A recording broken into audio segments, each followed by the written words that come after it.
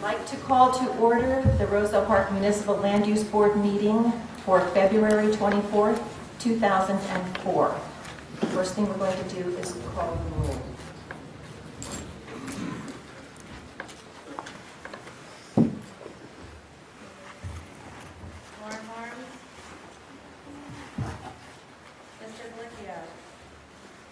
Mr. Nitchie? Here. Mr. Pacino?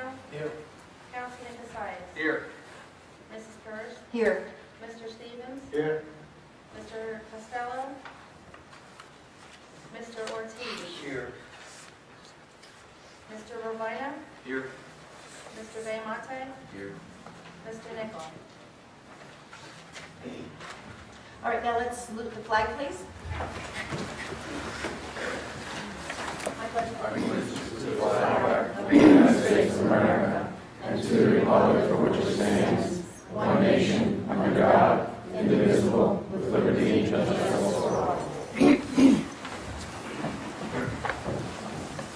I need to let you be aware of the public fire exits. There's one, and there's one, and in the event of an emergency, please walk, don't run, to the nearest exit. Well, first of all, I should probably explain to you that I am the vice chair of the Municipal Land Use Board, and I'm sitting tonight because Mr. Harms is not here. All right, let us approval of minutes is next. Has everyone had a chance to review the minutes from the January 27th meeting? Yes. And do I have a motion to approve? Move the baby. Mr. Nitchie moved for the minutes of January 27th to be approved. Is there a second? Second. Who was that? Okay. Mr. How do I say your last name? Rabina. Rabina has seconded it. Is there any discussion? All those in favor? Any opposed? Okay, the minutes are passed. All right, now we're going to have what we normally have is the public portion of the meeting. This part of the meeting is not intended to discuss anything that's on the agenda that we're going to be hearing later. And we have two things on the agenda. We have sign ordinances that we're going to be discussing, and we have a hearing that we're going to be hearing. Those two will have their own public portions. So if it is anything else that you would like to comment on, you are, as the public, you are welcome to come up as soon as we open the public portion, but that is the reason for this part of the public portion. If you have something to say about the other two, then please wait until that part of the public portion is opened later on. So do I have a motion to open the public portion? I make a motion to open the public portion. Mr. Stevens makes a motion. Is there a second? Mr. Nitchie? All those in favor? Aye. Anyone wishing to speak, please approach the mic right here and give us your name and address. Seeing no one, can I have a motion to close the public portion? That's Mr. Nitchie, and Mr. Stevens has seconded. All those in favor? Aye. All right, and now we are moving to the unfinished business, and we have no unfinished business. Our new business is ordinance 2400 awnings and 2401 signs. And at this point, let's see, Mr. Pacino and Councilman Casais are going to leave the dais and explain to us the sign ordinances.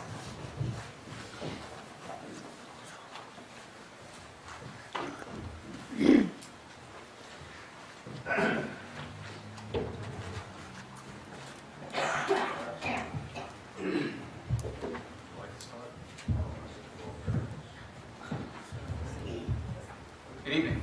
Good evening. So the two ordinances before you for consideration have been passed by the Borough Council on first reading.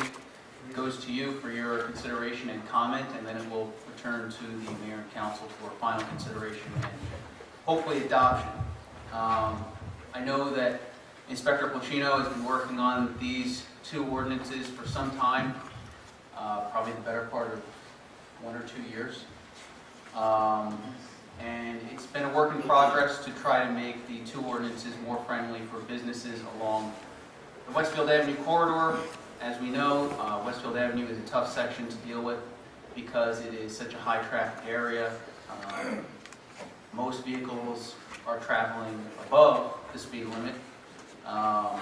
And it's hard for people to see the businesses.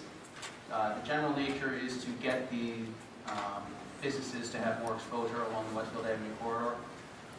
There are some other changes. We did some cleanup of the ordinance to make sure that it is compliant for,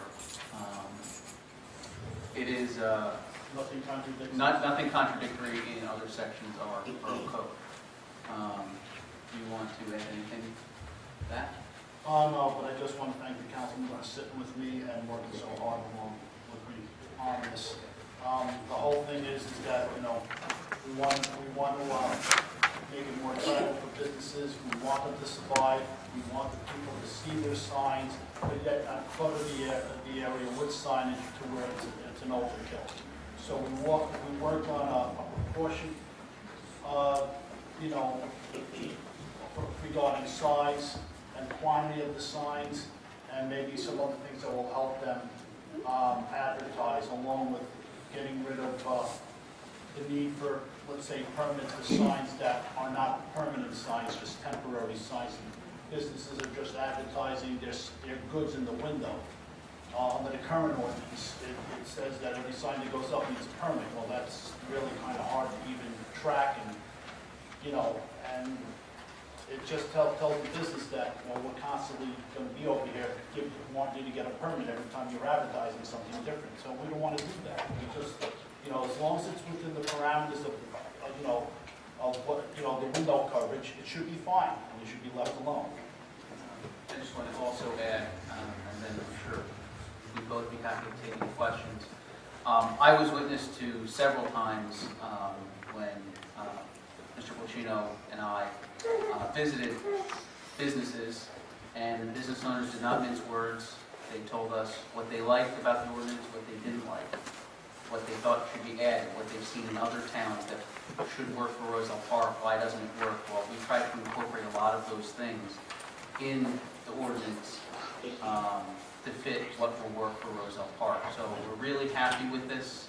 There is a couple of areas that need to be tweaked, a couple of typos. There's one in particular that I'm going to let Mr. Pulcino discuss briefly before we take any questions. But this is something that we've reached out to the business community and basically said, what do you want to see? What changes do you want? What would make business more lucrative for you? What would make things more easier? And what would make Roselle Park more business friendly? So there's one area that I'd like Mr. Pulcino to have some conversation about.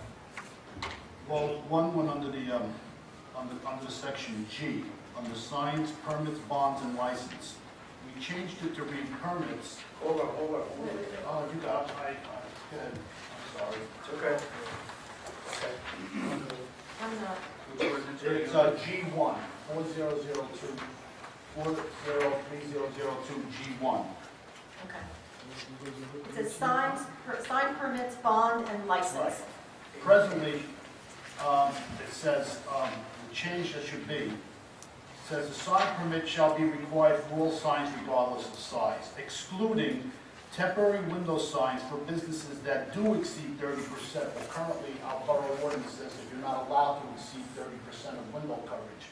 So this typo should actually read, does not, but do not exceed 30%. Because if they'll leave it that way, then you're just allowing people to cover their windows with no permits, which is contradictory to what it should actually be. So that's a typo that, you know, we picked up when we reviewed it after it was made.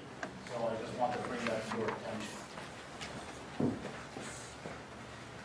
Again, this goes back to allowing people to say, you know what, we're having this, you know, we have this special today and put it in the window.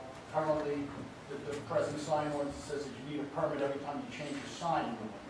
So, you know, basically what we're trying to do is that, well, you need a permit for your regular sign, your regular permanent sign, but anything that you're advertising for, that you're selling on sale or whatever in the window, as long as it doesn't exceed 30%, it's fine. You don't need a permit for it.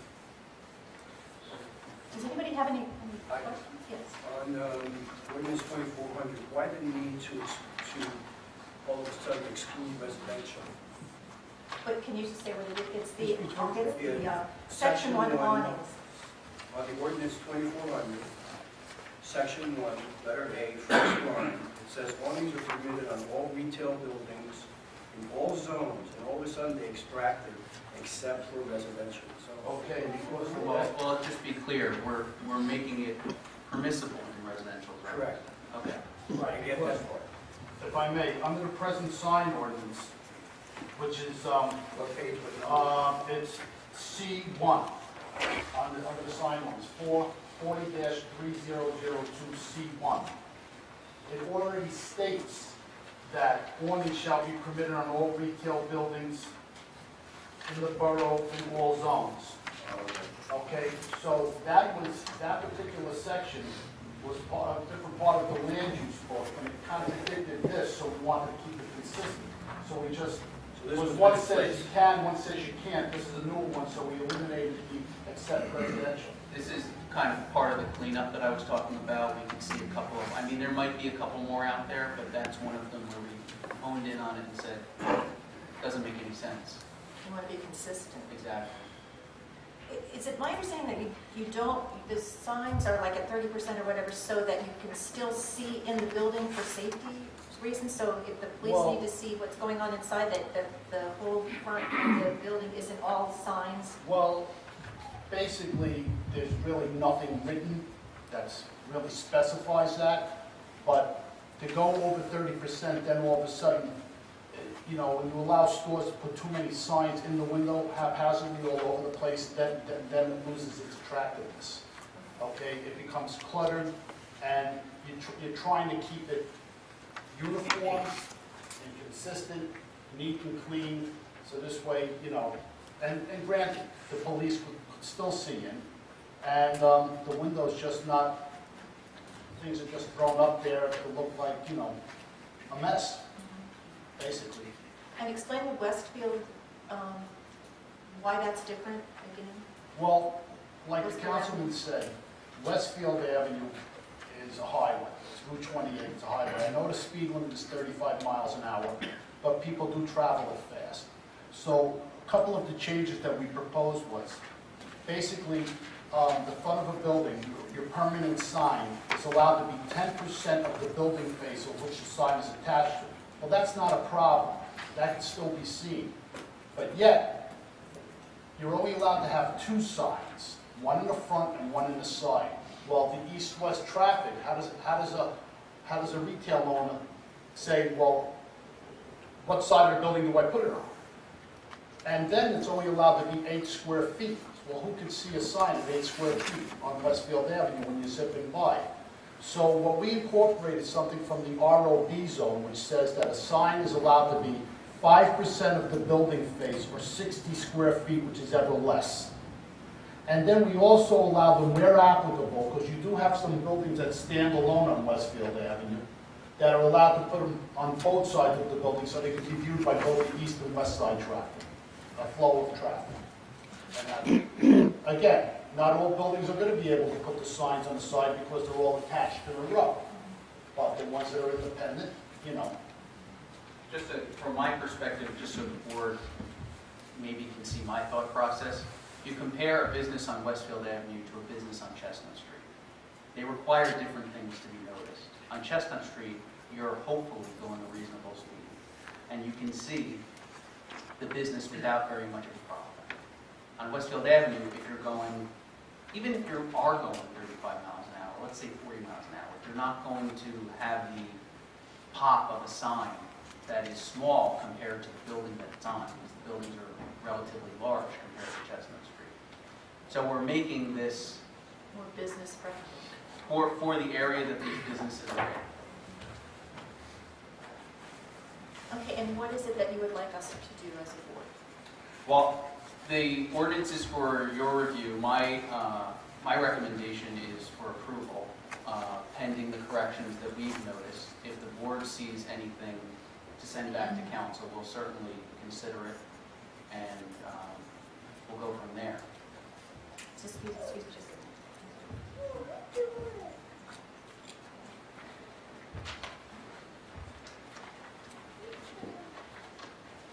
Carl, what about banners, where they're going to be permitted on Wait, Westfield wait, Avenue. please, wait. No questions except through the chair, please.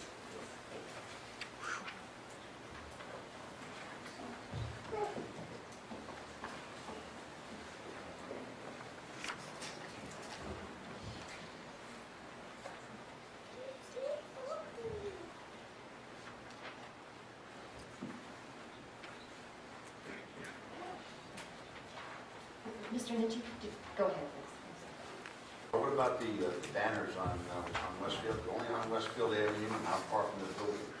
Okay, the banners, just give me a second, because I'm lost here. I don't like it. All right, the freestanding banners, which people call wind waivers. If you all want to note, it's under the first section, number 14. It's a completely new section. It's a completely new subsection of section 5. If you notice, a lot of businesses in other towns, they all have those flag wind waivers basically sticking in front of their businesses. Well, that's because people are going fast or whatever, they're traveling along, and it pops out and they see it. Well, we don't want them on borough property because then there would be an obstruction to cars, trucks, and pedestrians. So we told them that they would be permitted at 1 foot wide, approximately 8 foot high, those are the standard size of them, but they would have to be bracketed and attached to your building so that they wouldn't interfere with any kind of hazard, potential hazard. And they would be able to be put out during the day when you're open and have to come in at night when you're closed. Similar to the thing with the A-frame signs, the sandwich board signs, which council approved a couple of years ago. And basically that's it. And banners are only going to be on Westfield Avenue. Yes. Again, because, but then again, on Chestnut Street, they're allowed to have the sandwich board signs, and the traffic of Chestnut Street is 20, 25 miles an hour at best, and it's only a block and a half long. So there's really not an issue. Also, if you go to BI3, there was an old ordinance that was left in there saying that it was 10% collectively. We eliminated that. BI3, is there? It was B, third page, yes, number 3. BI3.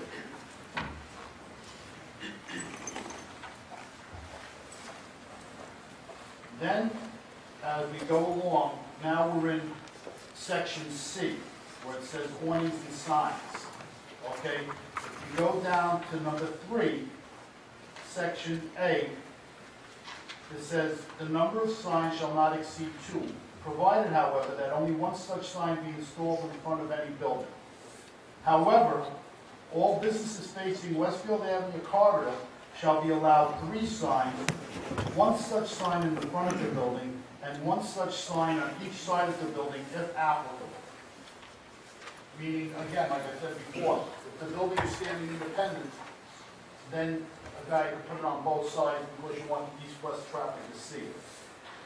All right, now we're going to B, the next paragraph down. The maximum total area of the primary sign in the front of the building shall not exceed 10% of the wall, which is an existing ordinance. We added to it, section I, businesses facing the Westfield Avenue corridor shall be permitted 1 sign on the building face not to exceed 10%, which I've talked to people, it wasn't a problem, of the wall to which it's attached, and the other aforementioned permitted signs shall not exceed 5% of the wall to which it's attached, or 60 square feet, which is ever less. Then we go to illuminated signs.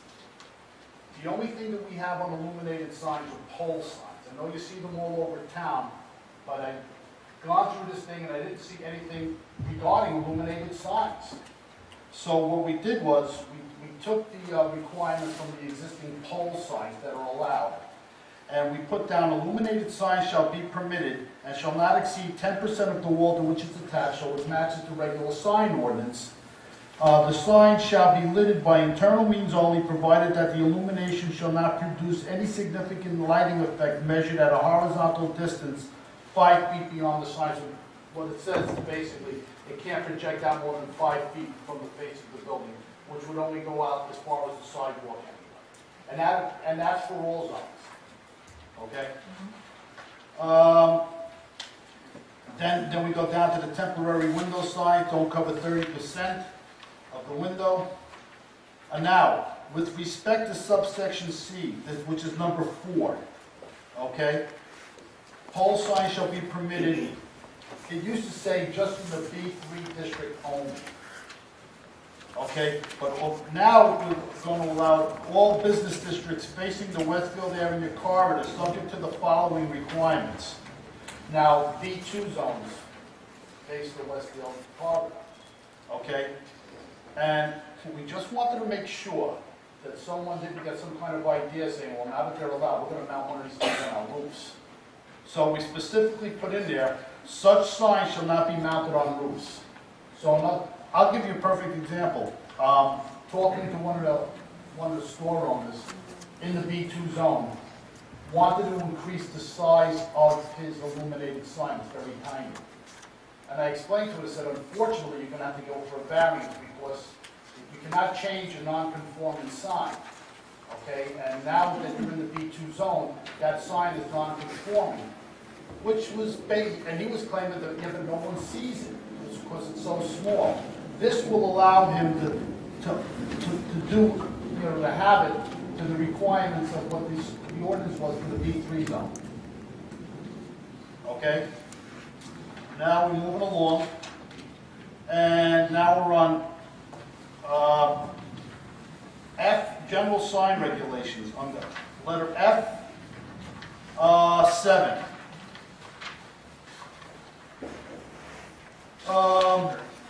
Temporary signs, that's correct. Temporary signs, including affixed banners and pennants, shall be permitted for specific public and semi-public events, for grand openings and special sales events.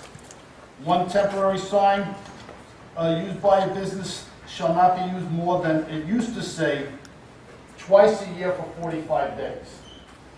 Well, what we did was say, well, why not let them have it for each season? You know, whether it's the bars or the restaurants, you know, so instead of making it for 45 days, not to keep on allowing all of these signs, we said, all right, we can have it for 4 times a year at 30 days instead of 45 days. So it's still increasing the amount of times that they could have it. They're going to 120 days instead of 90 days. And no temporary sign shall exceed 5% of the wall to which it's attached, because basically a temporary sign said it can only be 6 square feet. Who's going to see a 6 square foot sign? You know, or 8%. No, to which it's attached, or 10% of the wall which is attached if the building faces Westfield Avenue corridor. So we changed from 8. And the permit would require from the zoning official. No banner can be affixed to a freestanding permanent sign. Okay. G we covered. That was an issue about the permits. And I is a section where we went in and we cleaned it up also. We got rid of a couple of the requirements or the restrictions. Number 4, you'll see this is under I, prohibited signs and sign activities. Portable signs, limited to, but not including sandwich board signs. That was contradictory to the original requirements allowing sandwich board signs. We renumbered them. Number 10, signs in a series which carry a single message. We got rid of that. We see no problem with a series of signs, especially if you have them in windows. Signs placed inscribed or on a porch or a roof. That we got rid of because why did we get rid of it? It seemed, Well, it just didn't. it's not conducive to what, what businesses are coming in and looking for. It's just superfluous language as far as we're concerned. And that concludes the sign ordinance. Now, I mean, when we go through it now, it doesn't seem like a lot. Maybe it does because we've been talking a whole lot, but it's something that needed to be done. It's something that's been worked on for a couple of years, and we hope people agree that it will help out businesses, especially along the Westfield Ave corridor. Does the board have any comments or questions? Now, Councilman, as far as the ordinances themselves, they were introduced at your council Yes. meetings, and the public had a chance to comment? No, the public hearing will be at the second reading, which will be scheduled after we receive a review back from the Board of Land Use Board. Oh, okay, so in other words, tonight is not the appropriate time for the public to The comment. public hearing will be at the mayor and council meeting, where this will be scheduled for second reading, public hearing, and vote. Okay, did everybody understand that? You want to just say that one more time so that... The public hearing on this ordinance will be scheduled once the borough clerk receives a positive or negative review from the land use board, and everyone will have a opportunity to be heard and comment on this ordinance at the council meeting to which it is advertised. Thank you. Okay, thank you. All right, if there is no further discussion, is there a motion to, how do I want to say it? To refer this back to the town council with the recommendation that they adopt. So moved. So moved by Mr. Ritchie and seconded by Mr. Stevens. Now comment. I would just like to make, before we vote, I'd like to make a comment. Thank you for your hard work. It may seem like it's little things, but these little things make a big difference when it comes to this town being a better place. And putting in the effort to do this, thank you very much. I think it's great. Thank you. All right, all those in favor? Aye. Aye. All those opposed? You may go back to your council with our recommendation. Thank you. All right, enjoy the rest of your evening. All right, now we are going to be taking a break for a minute while our, hello, how are you? Are you Trina? Yes, I am. Yes, we're going to allow, we're going to allow our stenographer to set up before we have the hearing. And then we will proceed, so we'll just be taking a short break. We will resume now, and the next part of our agenda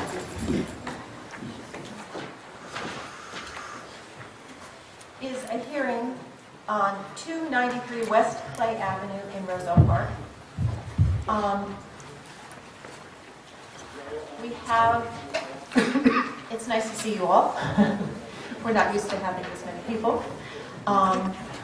The way that it works is that we are a board of volunteers that have knowledge and training in land use in our town. We will be hearing the applicant's testimony, and we will be voting on two issues.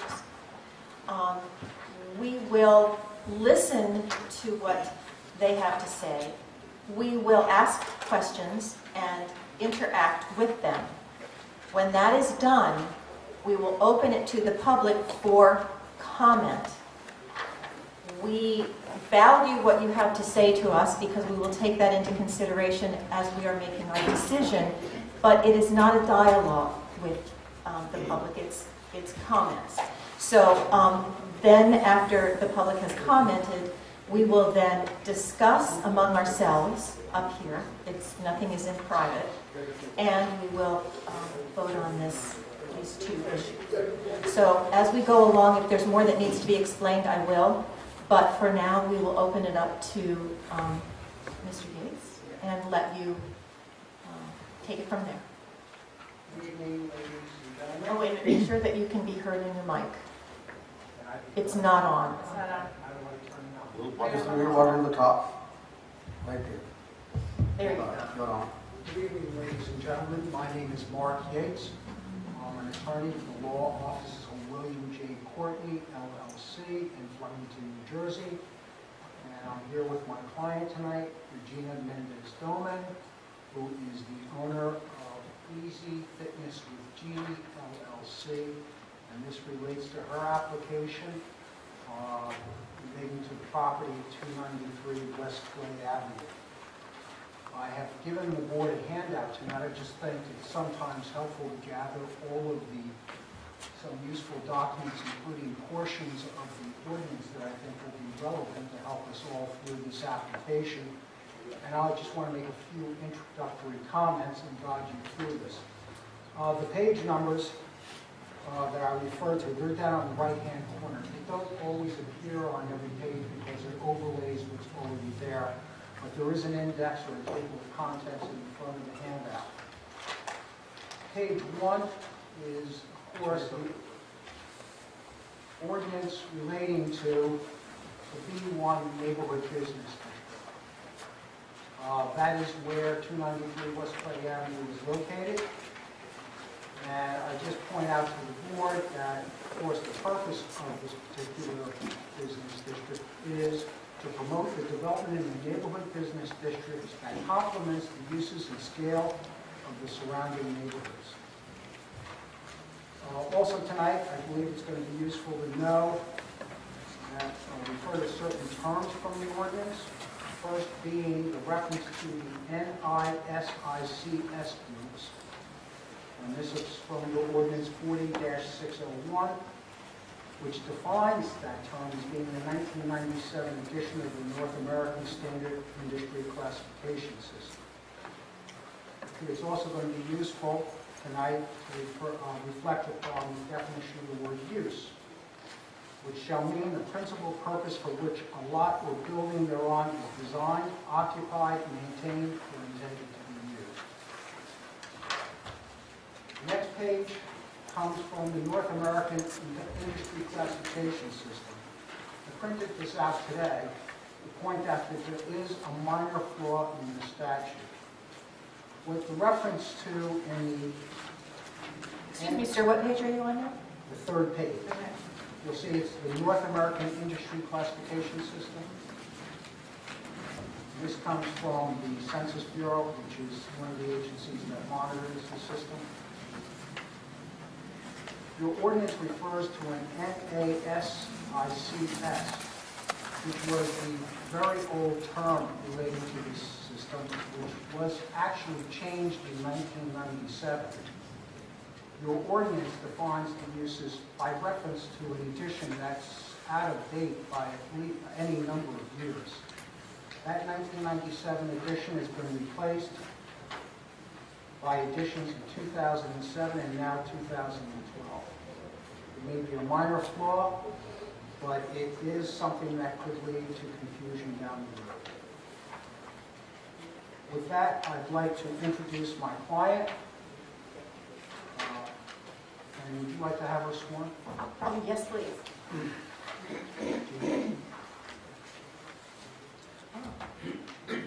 Do we have a Bible? Not. It's not. Just raise your right hand. Just right. You state your name, ma'am, please. It's Regina Mendez Stillman. And swear to tell the truth, the whole truth, and nothing but the truth tonight. I do. Thank you. Thank you. Thank you. Ms. Mendez, where do you currently reside? I currently reside in Newton. You're the owner of Easy Fitness with Jeannie, LLC? Yes, I am. And when did you form the business? I formed the business in April of 2011. Were you the only owner of the business? Yes. And when you first opened the business, where was it located? It was on Chestnut Street in Newton. And when did you move the business to Roselle? I moved it in November of 2012. And did you rent the space you're currently in? Yes.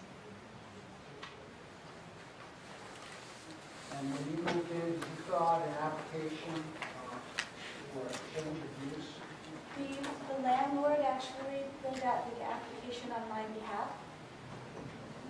And you filled out a business certificate of occupancy? Yes. And you described the business as health and nutrition counseling and services. That's correct. And the standard industrial code listed on that application was 621399. That's correct. I'm going to refer to page 4 of my handout. And can you describe this document? It lists the types of businesses that are permitted under NASIX Code 621399. And when you were involved in moving into the business, you referred to this document, the coding system. Correct. Now, have you, in going through this, were there a number of activities listed here that Easy Fitness was going to be performing? Many. And you go over some of those activities. So we offer chiropractic care, massage therapy, nutrition counseling, and the group fitness classes. You also have dietary consultations. We do. So along with that, we have the supplements, nutrition shakes, vitamins, that sort of thing. And herbal treatments. That's correct. Detox. And referring to this document, the NASIS Code 621399, I see listed on this code, well actually under Code 6213 would be chiropractors and dietitians' offices are followed, all in this group, Right. herbalists' offices, That's correct. massage therapists, That's correct. and nutritionists' offices, correct? That's correct. So on the basis of these activities, you believe you fell correctly within that code classification? I did.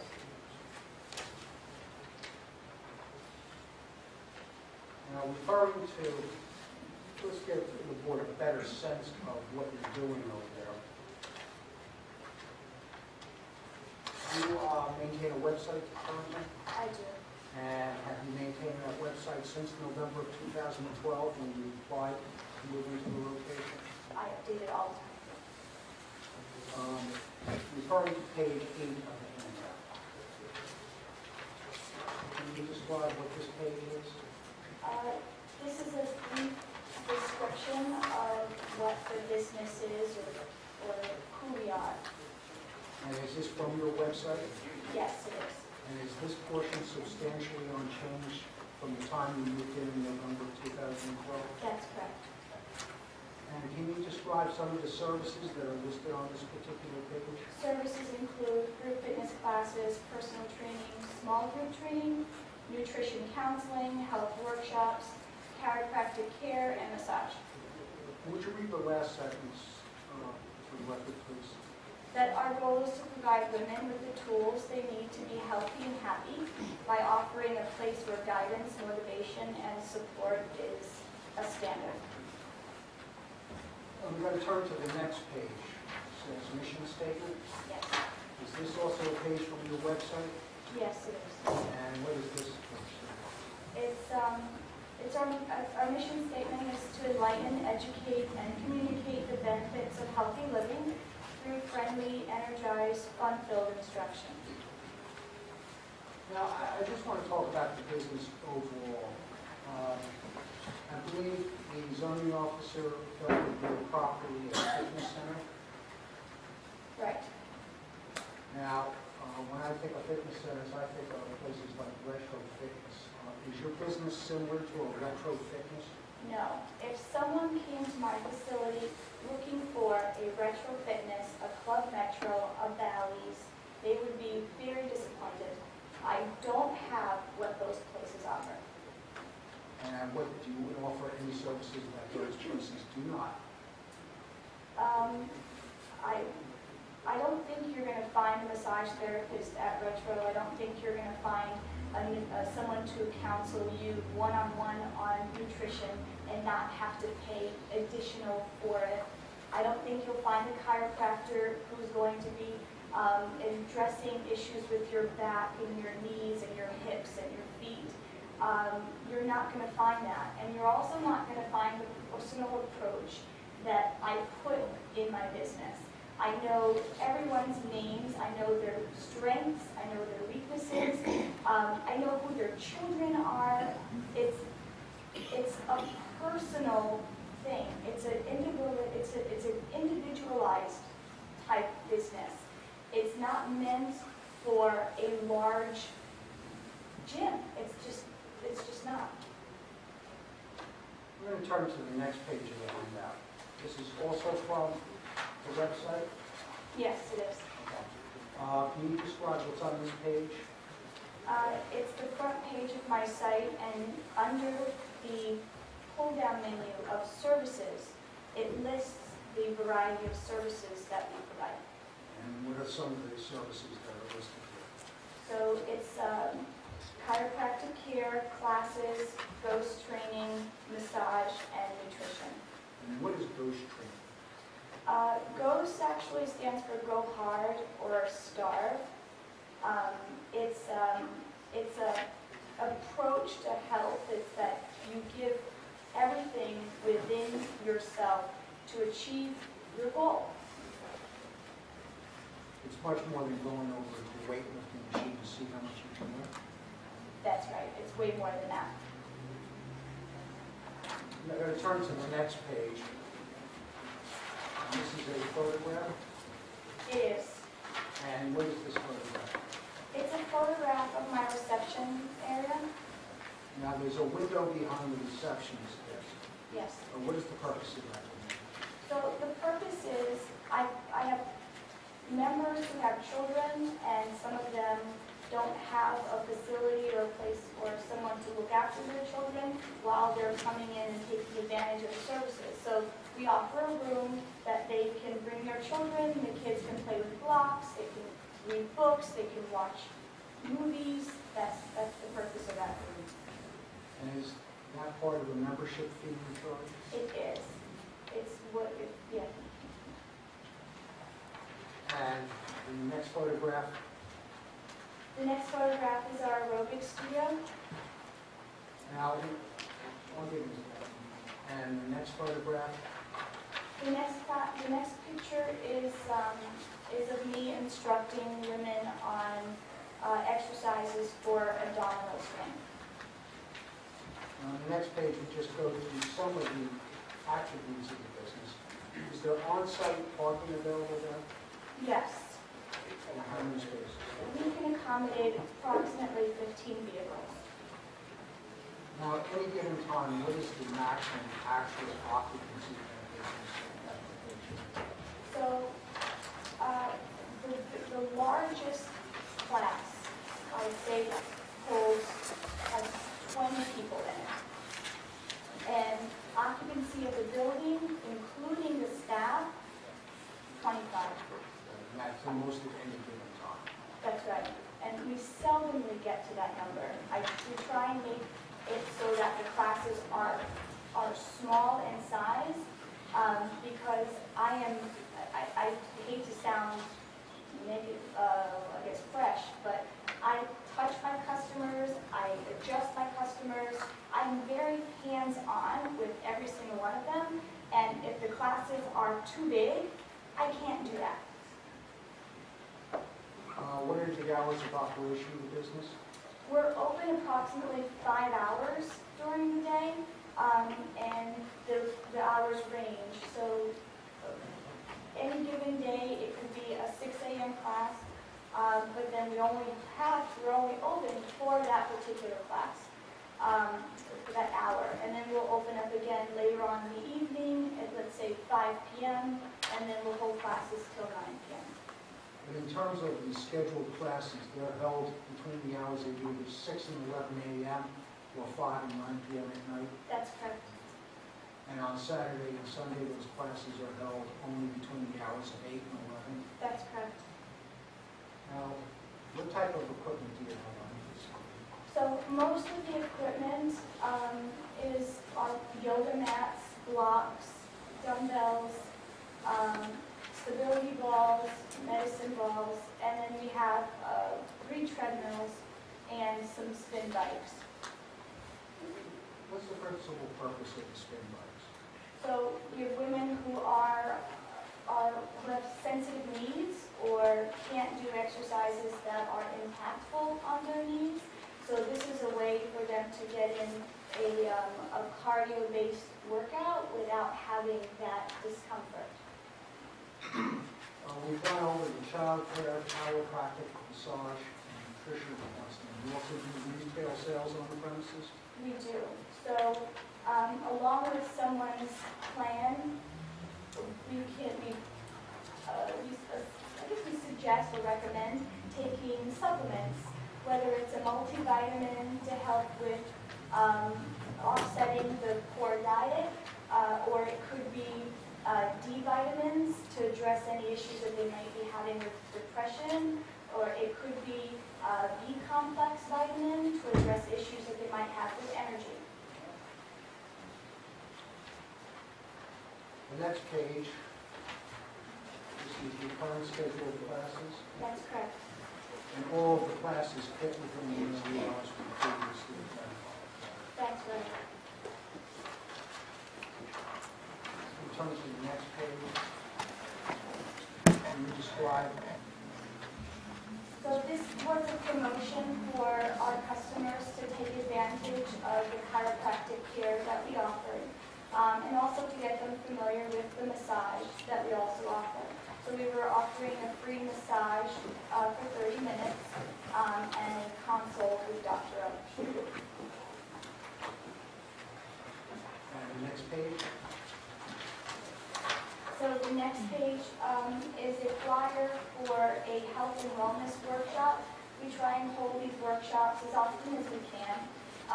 This one in particular was explaining or looking inside the Western diet, also identifying eating habits the individual may or may not have, and then also trying some of the supplements we offer. And the next page. The next page is a financial wellness workshop that we held. So along with the support of healthy living, stress plays a large role in why someone could be having issues with their health. So sometimes it's a result of debt.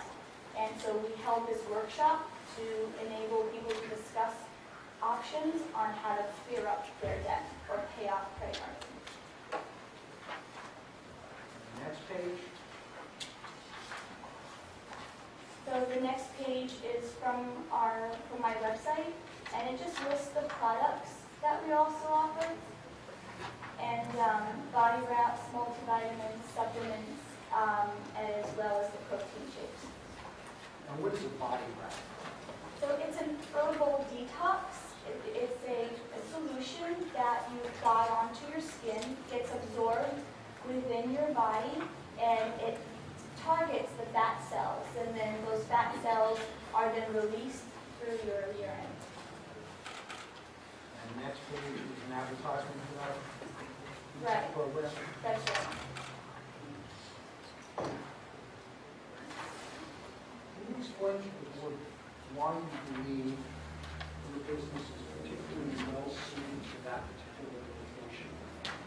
It's a community-based business, and my demographic is your working woman or your stay-at-home mom. But for the most part, it's a community-based business. And in order for me to support the women of my community, I have to be in with them. So it made sense for me to be where I'm at.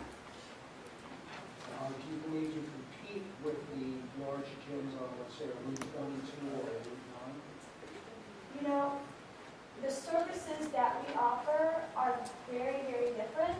So I am no competition for a Retro Fitness or Club Metro. I am no competition for them. They have, let's say, 16,000 square feet. They've got 2,000 square feet. They have a huge line of workout machines, leg presses, leg extensions, that sort of thing. They're open many hours. They're open from, let's say, 6 a.m. to 10 p.m. So when you compare the two of us, it's like, it's silly. again, sticking to the community theme, Right. turn to the next page and ask you to describe to the board what those numbers represent.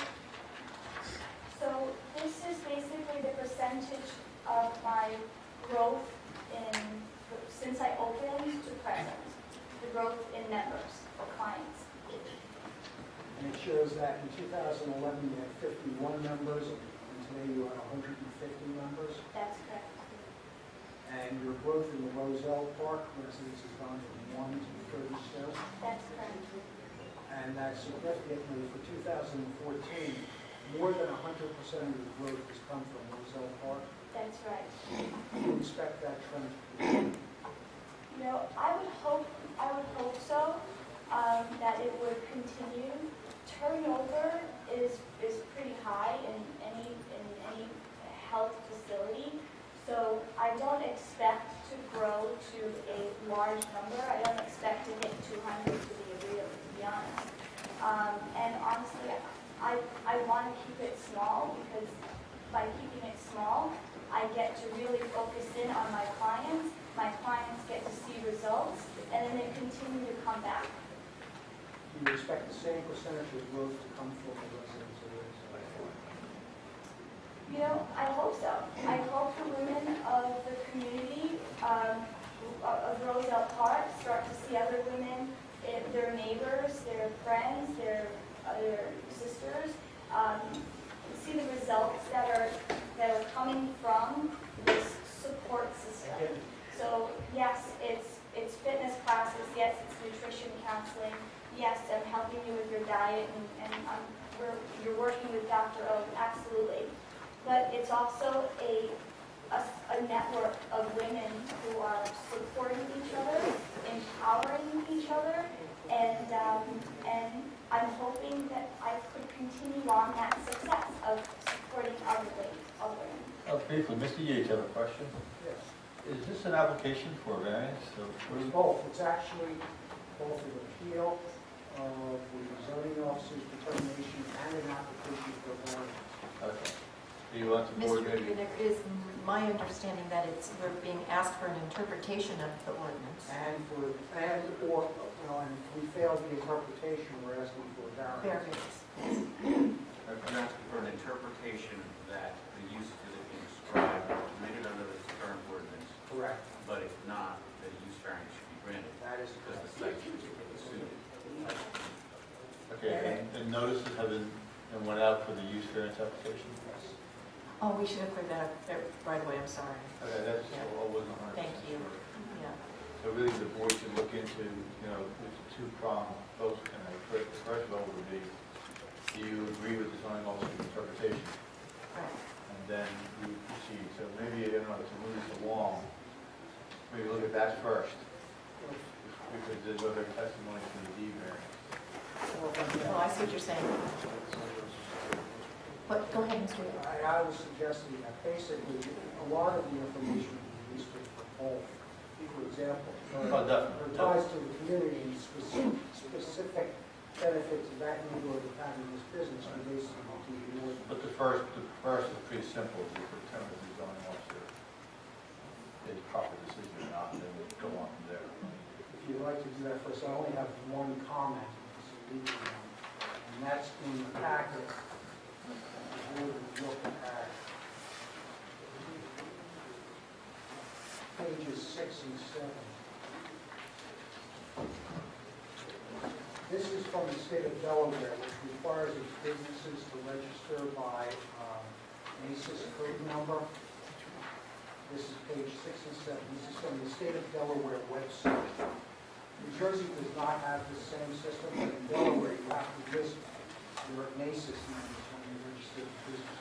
The last business on page 7, Wellness Corporate Solutions LLC, falls under two groups, 6213 and 7139, which are the two codes implicated in this application. 7139 is what I believe the zoning officer felt should have been the proper code classification. But again, a business can have multiple numbers. excuse me, just so that I can understand what you just said. On page 7, the Wellness Corporation Solutions LLC Right. falls under, it has 4 descriptions. It has, that's right, and 2 of them, the second and third, one is 621399, and the second one is fitness and recreation, is 713. And for the purpose of the board, I'm going to read the business description out loud. Or would you read it? I'll be happy to. Okay. Provides customized high-impact wellness programs for corporate clients and government entities nationwide. WCS works within a client's unique corporate culture to assess their requirements, define a vision, and create a comprehensive and sustainable solution for worksite health and wellness. WCS works with groups of all shapes and sizes, from single offices with 50 employees and multi-state corporations with 150,000 employees. Okay, so this is the business that you're comparing Easy Fitness with Genie to. And I will just ask Jeannie, with respect to that particular description, other than the magnitude of the size of the business, how similar or different is your business from that? Very similar.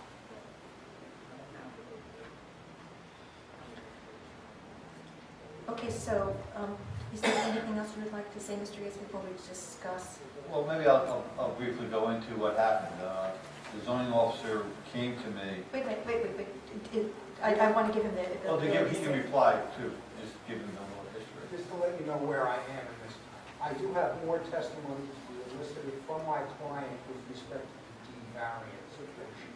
If you want to go on the interpretation, I think we can proceed at this point. Okay, so now. Yeah, first, but just for a simple interpretation, it's difficult doing interpretations. It's difficult in any town. This is an old ordinance, and maybe when this ordinance was drafted, these uses didn't exist. And there's a lot of uses that did not exist when this ordinance was drafted.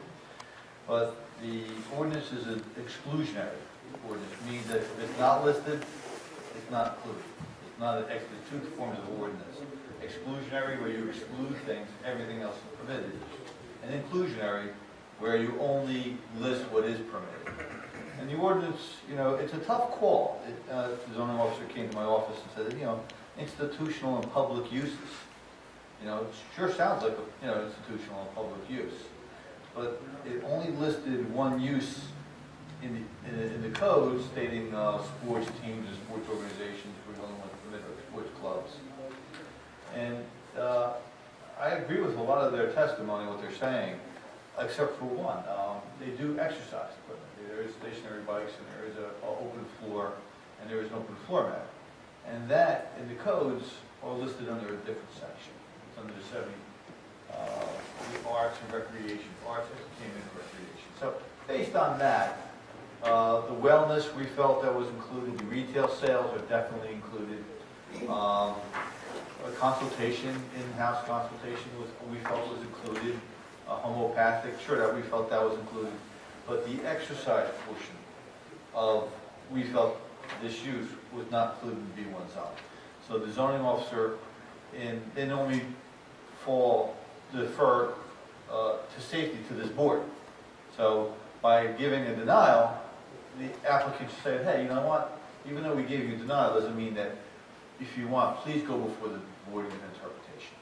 So it's not something that's negative to say, hey, we really feel it's not included in our ordinance, but to be fair to you, you can go before the board and give it an interpretation. So that's what the interpretation or the appeal of the zoning officer's decision is. And if you so feel that that determination by the board doesn't fit that ordinance, you can then go for D variance, is what they're looking to do. So the first part is under our ordinance in the B1 Neighborhood Business District, under E, institutional public uses, it listed something that's very similar, Code 7100. But under that code, 71211, it's really related to sports clubs and organizational clubs more than, so what is permitted there would be, say, if a soccer club wanted to have a clubhouse, if a volleyball club wanted to have a clubhouse, they could do that there. It's kind of odd. You could have a clubhouse there, which could be a sports organization, but it does, that code does not relate to exercise areas. We felt that it was closer to the determination of the zoning officer, health studios with physical fitness. We felt it was closer to that, and in the codes, that wasn't permitted. It was our opinion. So, I know it's splitting hairs, but that's what zoning officers do, is, you know, they're being maybe a little bit overly safe in the interpretation. Well, there's a reason why you make the codes say what they say. Hopefully they're going to be followed by what it says it is, and if there's a reason to change it, then that goes before the council to do that. That's correct. That's up to So we are council. only here to... Right, we're only here to review what we see, and again, I felt a number of the uses, the majority of the uses they're listing are permitted, but the exercise area, the bicycles, we feel that it's under a different section, it is not permitted in the B zone. Okay, so without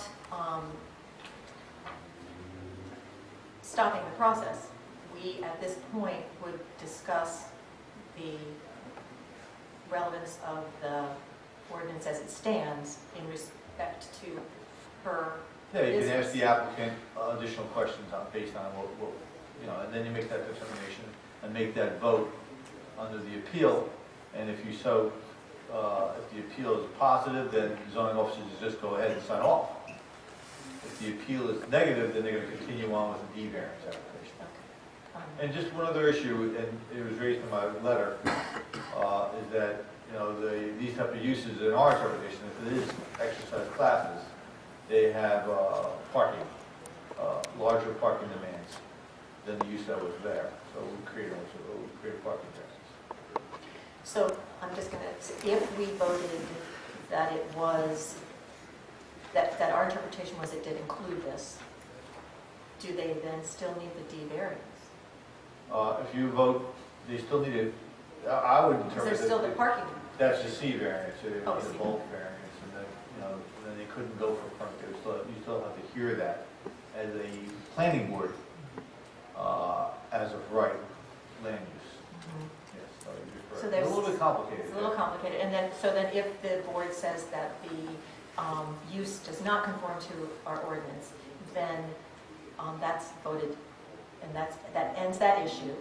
And then we go to, they now are asking for They keep on D variance, continuing and on. we continue with Yep. the... And then the proper notices, and they've given you good testimony to date. Okay, my concern, I'll need to ask our attorney on this, is that we have the public here that wishes to contribute their comments. Do we have two public portions for this, or do we have just one, or how do we handle that? I don't know if there is a public portion comment on that. Well, I mean, on the interpretation, it's really, it's the factual question, but it's a decision by the board. So it's good.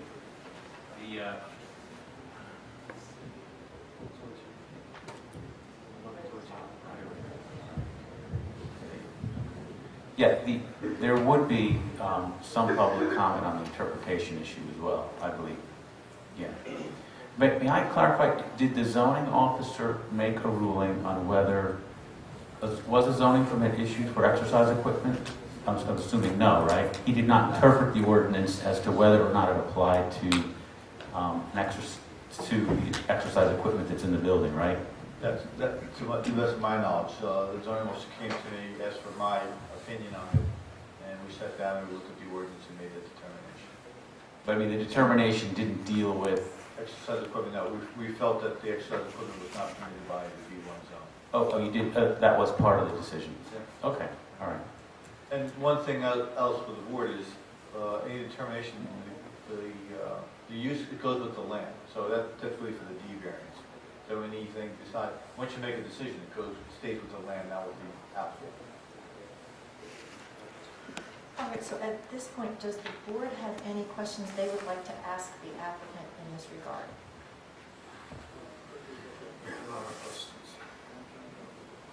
Or would you like to wait until after the comment of the public?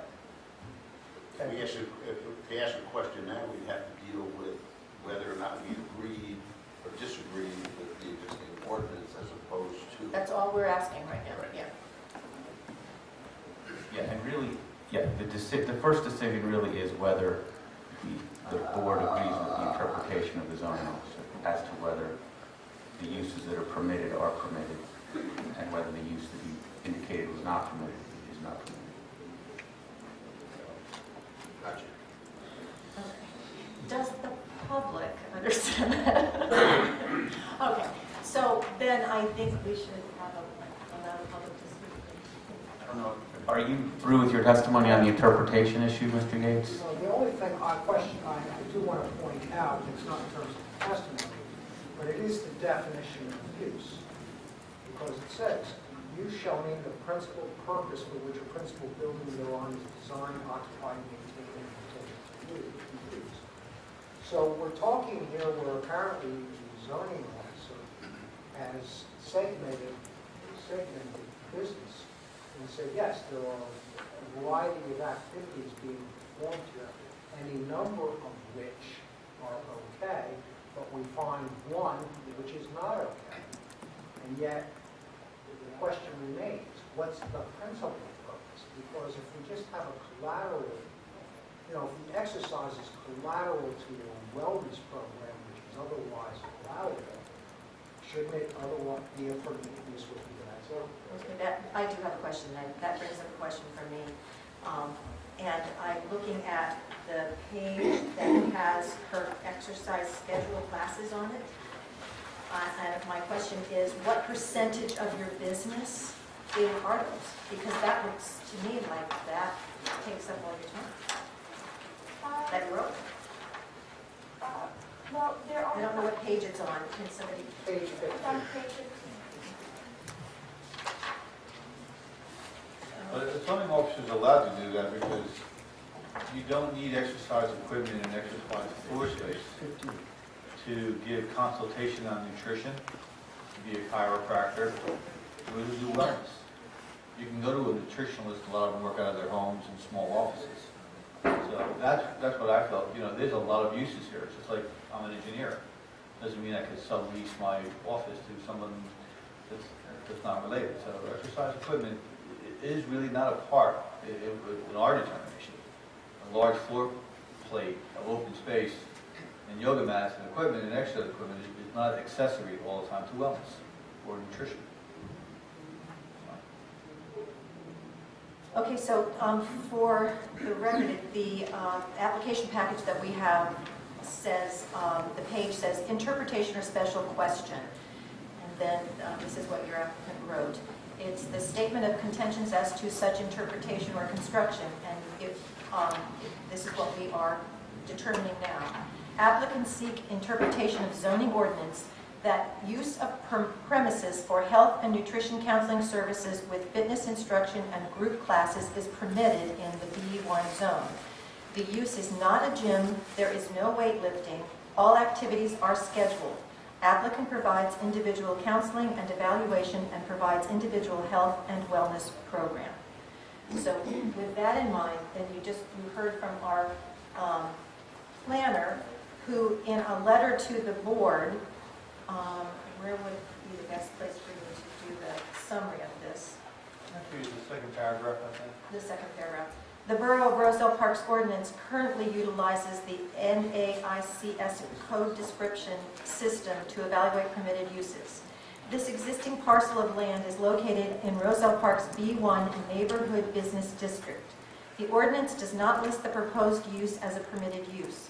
Using the NAICS code's health and nutritional uses would be bet under Section 71, Arts, Entertainment, and Recreation, closely resembling 713940, Health Studio Physical Fitness. Currently, the B1 zone only permits Section 71211, which is considered sports teams and clubs. The difference of what is permitted is closely tied to a team and club sport, not something open to the public. Based on the review of the borough's ordinance, I find that the use is not permitted and a D1 variance is required for this use. We have to consider what we've heard, what we've been asked, what we've heard, and anybody have any more they would like to ask before I open it to the public? Do you have we have a schedule here of Easy Fit? fitness, do you also have a schedule for nutritional counseling or herbalists or? So that's basically open. So most of my clients work, so I'll schedule individual appointments with them depending upon what's convenient for them. So if 6 a.m. is what's convenient for them because they want to do their consult before going to work, then that's what I'll do. If the time frame is more, if the time frame of after work is more convenient, then I will schedule something with them after 5 p.m. If Saturday morning is more convenient, then I'll do it then. I'm available to address anything that they need at any time. Oh, that makes me want to ask the question of your credentials, please. So you are a registered nutritionist? I'm not a registered nutritionist. I do have a nutritionist on staff. My background is basically 17 years within working at other health facilities, other gyms. And my specialty is I've only worked with women. I follow the paleo diet, and that's what I find works best for women. And my special, it's just my background. It's my work history and my ethic, and that's pretty much it. So when you were saying that you make schedule appointments with the women, you schedule them with you on the nutritional counseling or with the certified nutritionist? With both.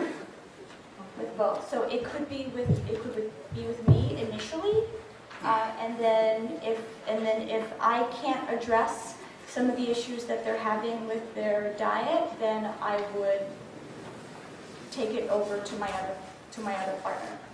And how's the chiropractor work? Does he have a seat there and everything, and he has appointments and does the corrections and adjustments there? Yes, he has an office. We have an office set to the side for his services. He is he has a private practice during the day, and then he comes to our facility after 5 p.m. and we schedule appointments with our clients for him. So is he an independent contractor? Yes. Yeah. And is the massage therapist also an independent contractor? Yes.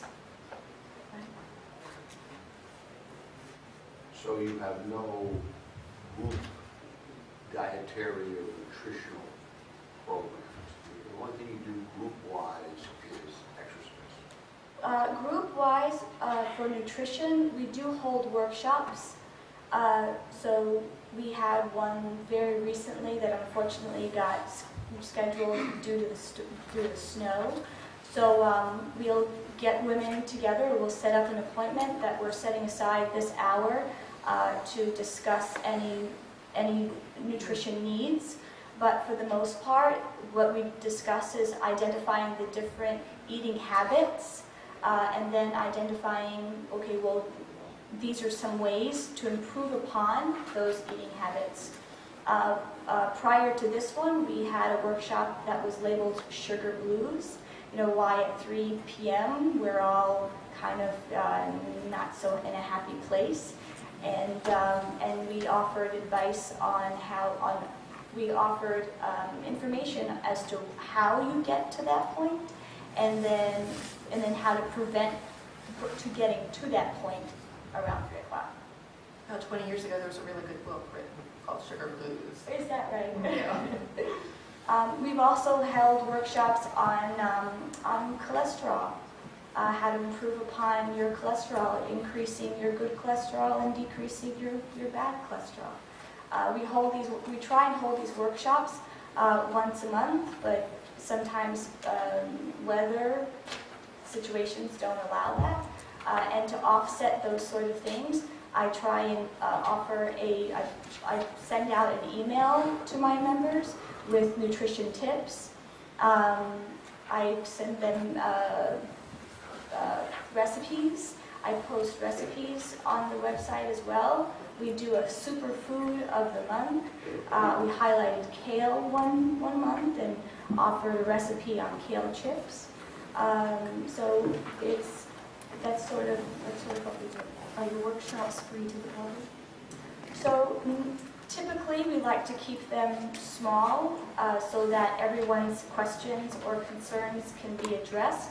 I have on occasion opened it up to people who are not members. I am part of a forum within Roselle Park on Facebook. So I'll post up on Facebook forum that residents of Roselle Park, if they would like to take part in a workshop, they're welcome. Most recently, we did the wellness workshop for helping deal with stress stemming from credit card debt, and I opened that up to whomever wanted to attend in the community. What percentage of your clientele are nutrition only? Nutrition only? It's a package. It's a package. No one really comes in just for nutrition. Yeah. So the nutritional counseling is part of the exercise and fitness and wellness and all of that. Yeah, it's a plan. It's mind, body, and soul. It's having the support of other women to talk to and to vent and to get away from your stresses of your home life, your job life, whatever you want to call it. And then having professionals like I have a health coach, and then there's the nutritionist, and then there's the doctor, and then there's a massage therapist to address any issues you may have in those avenues with those individuals. And then we have the instructors, the trainers, who are certified in helping someone address issues with their weight. Yeah. Your chart here says members, and you've mentioned members. Yeah. How do you define members? Is it on a monthly basis, weekly, annual? And I have some follow-up questions to that. Okay. So anyone who's enrolled in a program is a member. So those numbers are different every month. Some are, it's not a long-term agreement that you're signing into, it's a month-to-month agreement. So in 1 month, you take advantage of the services and you find that you're at a place where you can stand on your own and you don't need additional support, then you cancel your membership, and best of luck to you in maintaining that that healthy living, that healthy lifestyle. So it's month to month, I guess, would be the best way to answer your question. So are these numbers based on an average? Or a specific number of months? Right, it's pretty consistent. And how do you deal with walk-ins, or you don't do walk-ins? We do walk-ins, absolutely. So if someone walks into my facility and says that they're interested in utilizing some of the services, we make an appointment. I give them a complimentary consult with Dr. O, a complimentary consult with me. We'll go over what their needs are and whether or not we're able to meet those needs. We set them on a plan, and then once that plan is in place, I then propose what the fees are. The fees are $35 a month. Everything within this plan is under this one fee.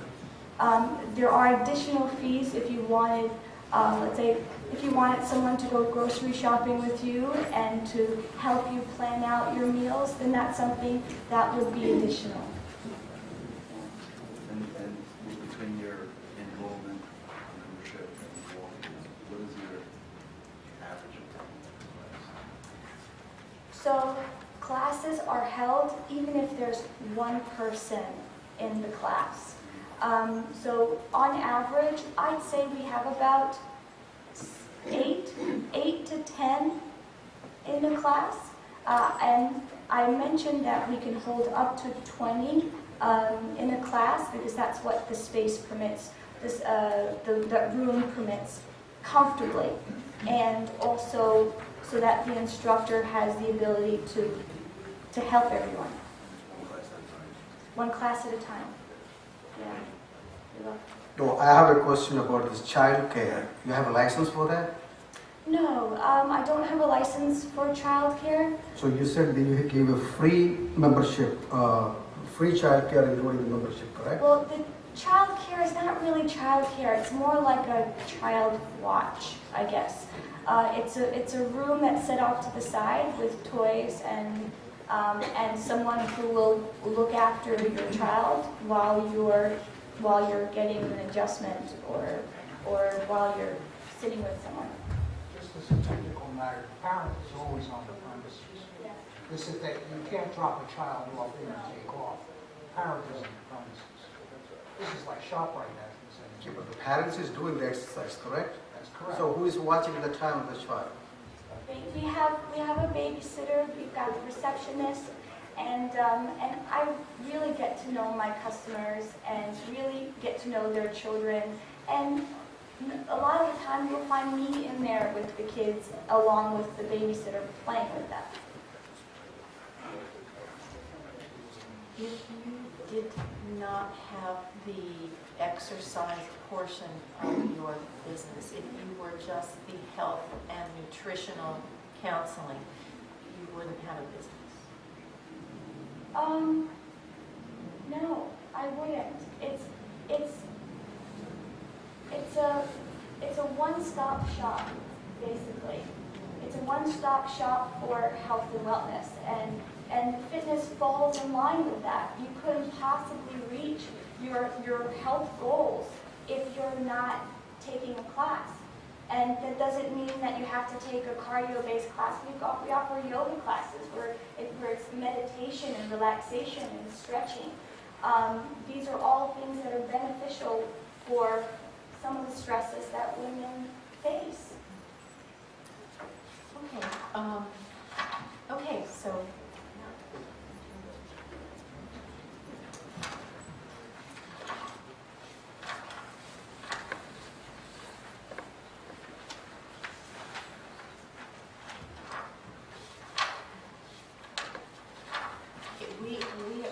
I have another question about finance and financial help.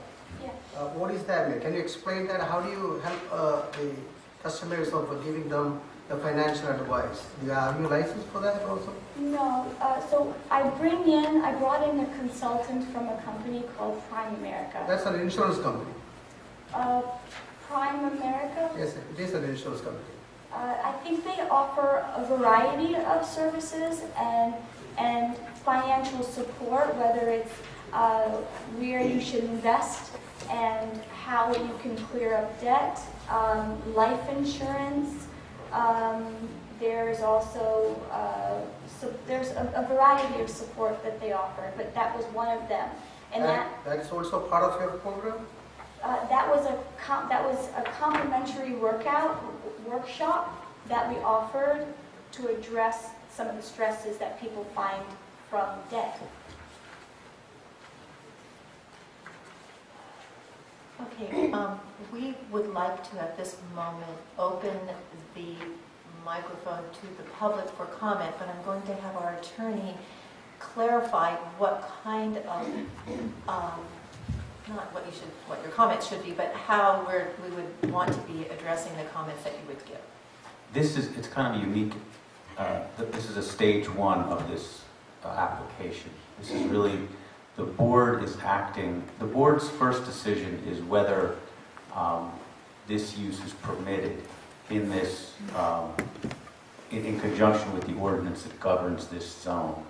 So in that context, there may be facts or testimony that members of the public have that bear on the application of the zoning ordinance to the facts of this business. So there may be people that have particularly relevant testimony as to what goes on there, what does not go on there. But the testimony really would be limited to facts that you may or may not have about the business. If the board does not agree that the interpretation allows one, some, or all of the uses that are there, then the applicant would proceed to a use variance stage where comments as well as testimony or facts would be permitted by the public. So I know that's a little confusing and technically hair-splitting, but that's sometimes what the board is asked to do. So if anyone from the public on the question of what this business does or doesn't do, if they have any facts or testimony in that regard that they think are relevant, they're free to come up and state that to aid the board. Okay, I have a motion to open the public. So moved. Second it. Second, Mr. They Stevens. could use this microphone here. All those in favor? Aye. Okay, we open the portion to the public for comment, please. Is there anyone willing to speak and wanting to? May please come forward. We need your name and address first.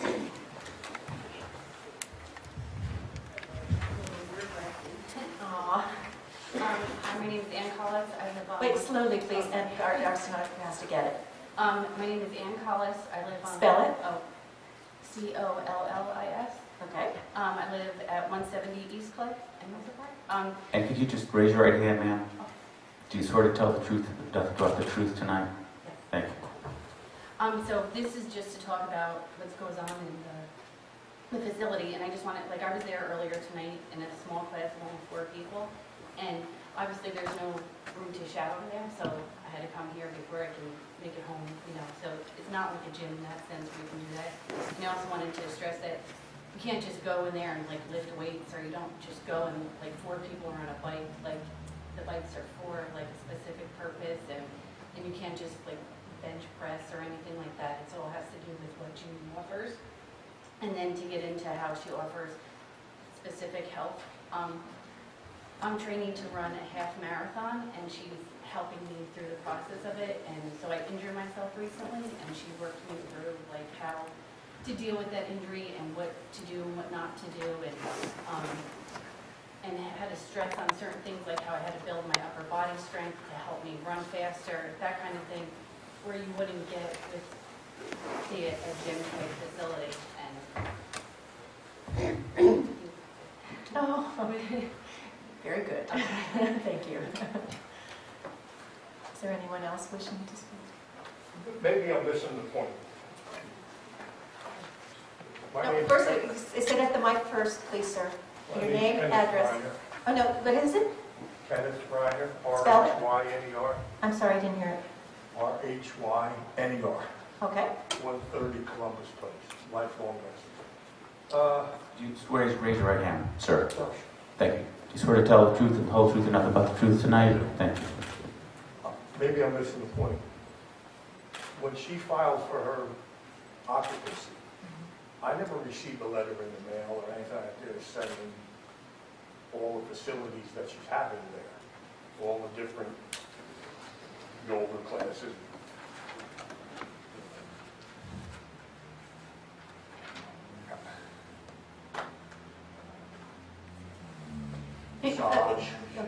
Massage,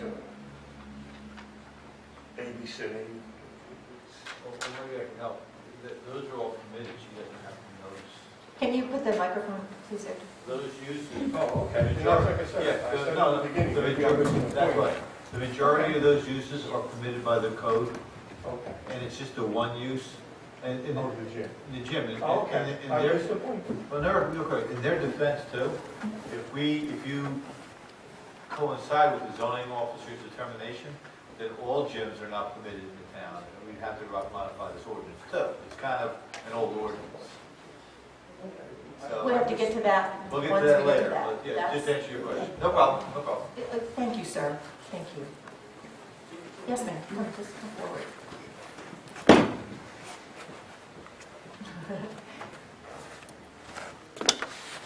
My name is Paula Gote, Can you spell that, please?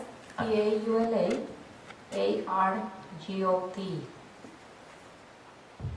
So, raise your right, I'm sorry, could you raise your And right? where you live? I live in Clark, New Jersey.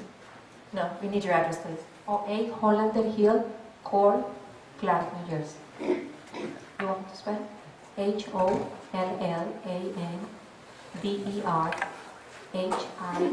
Hollanderhill-C-T. And what city do you live in? C-L-A-R. Oh, Clark, okay. Can you raise your right hand, ma'am? Do you swear to tell the truth, the whole truth, and nothing but the truth tonight? Thank you. So I just want to mention something. I work out all my life and I'm a member of a gym. I am a member of a gym close to my house, Retro. I start going there because I go to my gym, but I don't know what to do. It's full of machines. I go there, everybody looking at me like I don't know how to use it. I want to talk to the trainer, and they charge a lot, and I didn't feel comfortable doing that. So I need a place exactly what she offers. That is not a gym. Why it's not a gym? Because there is not showers. If I need to go to my work, I have to go back to my house and change. There is no machines. I don't know what type of equipment you refer, because 3 treadmills, I mean, if you have 3 treadmills in a gym, you're out of business. Because if you go to a gym right now and it's like 50 machines, you have to put your name in a waiting list to use the treadmill. Everybody wants to run, because that's the easiest way. Because you don't need an instructor to tell you if you should leave the machine this way or that way. You just run and that's it. So I use her service because I want to know how to achieve my personal goals when I go to my gym. She gave me a routine. She explained me I couldn't run for 5 minutes. Now I can run for 25, and for me that's a big deal. And I run in my gym. I go to my gym to do that stuff, but when I need my personalized individual, I go to her, and that's what she explained. I want to gain weight. I know I'm crazy, and she explained me how to do it. So I want to clarify that that's not a gym. If I would not pay $5 to join that, if that is a gym. Other than that, I think that would be it. Thank you. Thank you very much.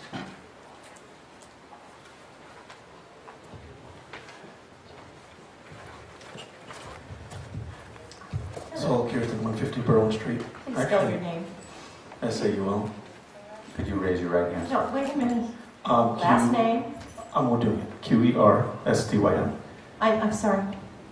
It was too fast for me. It's been written down. Gee, I want you to spell it for me, please. Just first and last name, slowly, please. Saul Kirsten. Q-E-R-S-D-Y-N. Chair, I have a question. And your address, please. 150 Berwyn Street.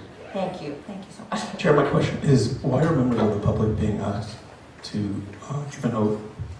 I've been to numerous municipal and municipal board meetings. I've never been witness to why. So, Chair, I'm just asking you why. Well, I could answer that. Thank you. When you provide testimony, facts, as the last witness did, you have to be sworn under oath. I don't know what we've experienced in other towns, but I'm a land use attorney in 2 other towns, and you absolutely should be under oath. That has never happened before. Can't speak to your other situations. If you're giving facts, as you may be when you testify, you need to be under oath. Okay, but if someone is giving... Would you like to comment, or? Yes. Yes. Well, no, I'd like to ask questions.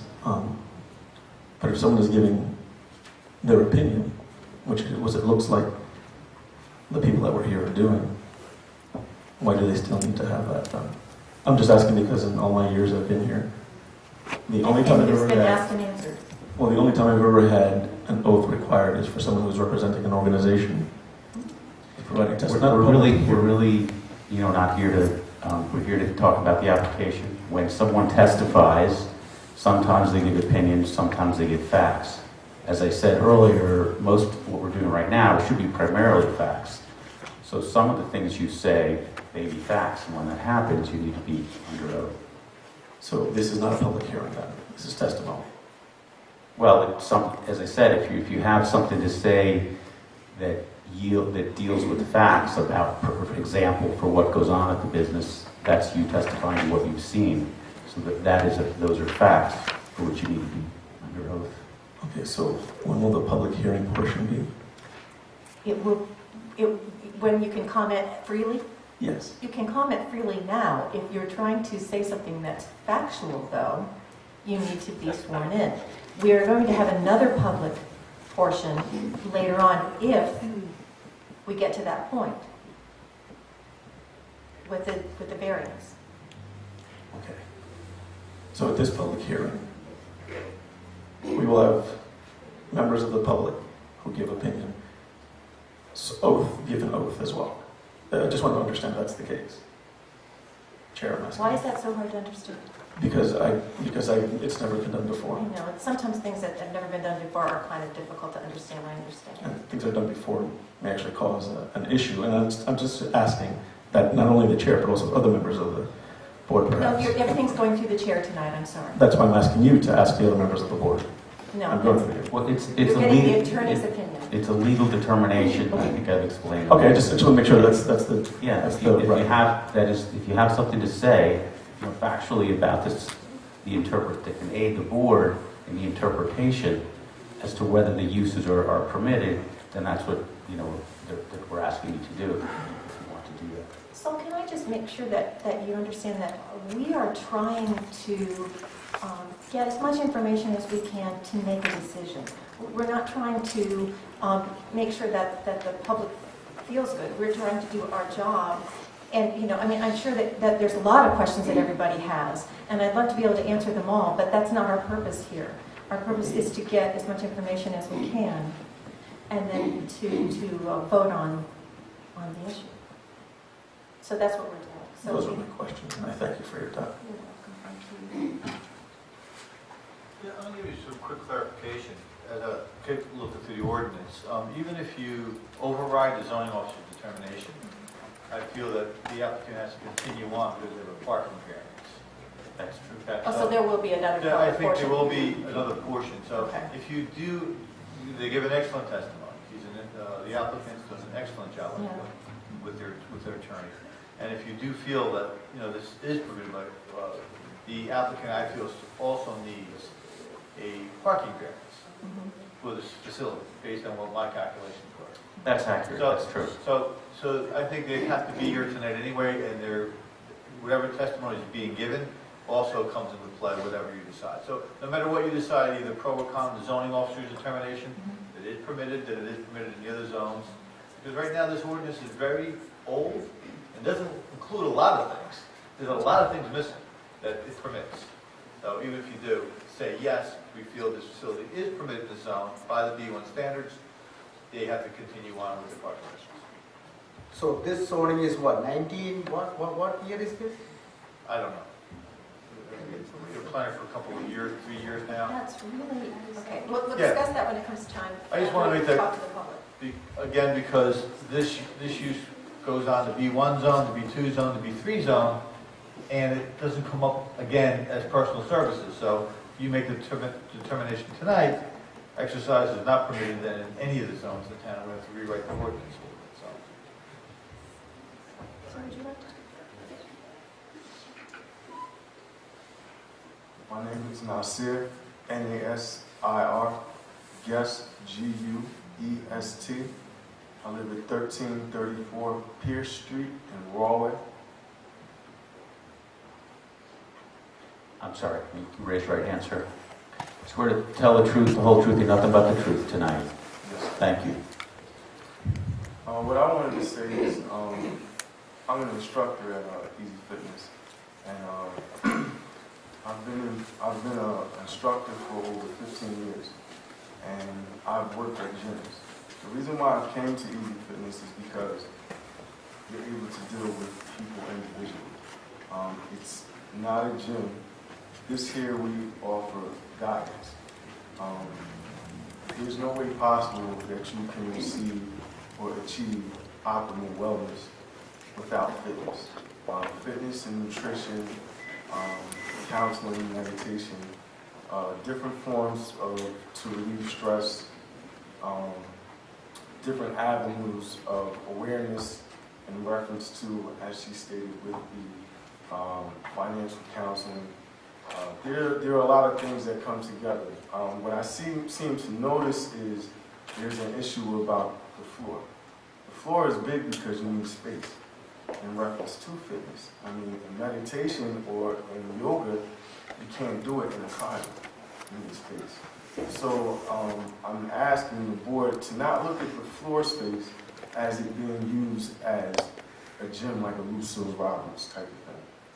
The space is there because you need comfortability. And then also for sanitary reasons.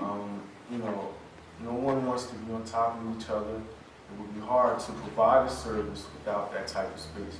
when there are classes going on, there are nutrition guidance.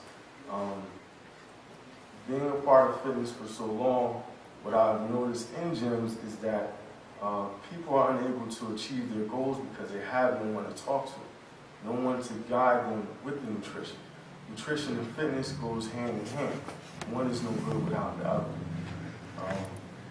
And I like Easy Fitness because the women there are open.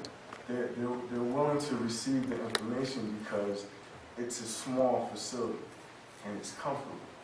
What I notice when the women come in, especially for the first time, is that automatically they feel welcome because the colors are bright, because the people are smiling. There's personality. It's more personal, one-on-one. The chiropractic service is very necessary because, I mean, you look at the snowstorms alone, how many people injured themselves? You know, and then you have people who have jobs that require them to be physical.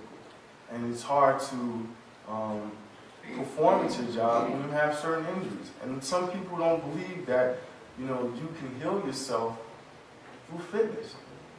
Some people are caught up on medication. Medication is not necessarily an answer. A lot of these issues can be addressed through fitness. And fitness is not necessarily, you know, running a mile or lifting weights or doing push-ups. Fitness is just being active. And I believe this is what this facility offers. And I've met a lot of people in this town. And I have a great view of this town because of this. I've never been in Roselle Park before. I never actually passed it. But I see that the people here are pleasant. And, you know, Jeannie is a good person.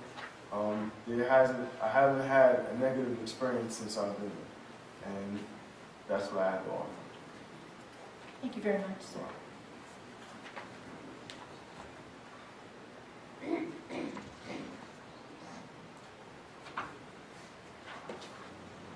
Chris Ducey, TUCCI, 324 Locust Street. Whoa. What is it again? 324 Locust Street.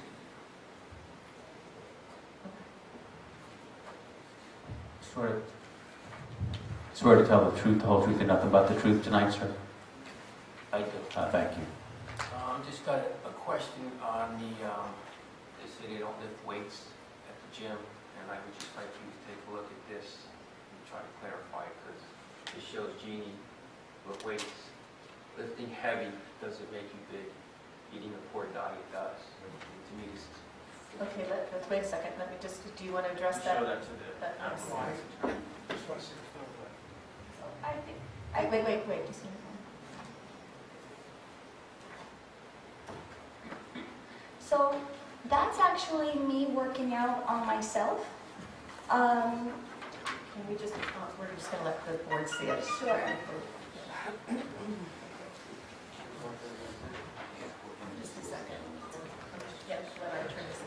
Thank you. That's all. Sorry. Thank you. That's all I have to say at this time. Okay, thank you, sir. No.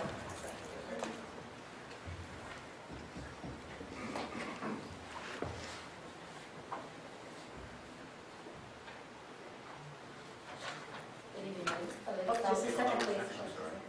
Oh, have a seat, but just, yeah, you're okay. Just hold.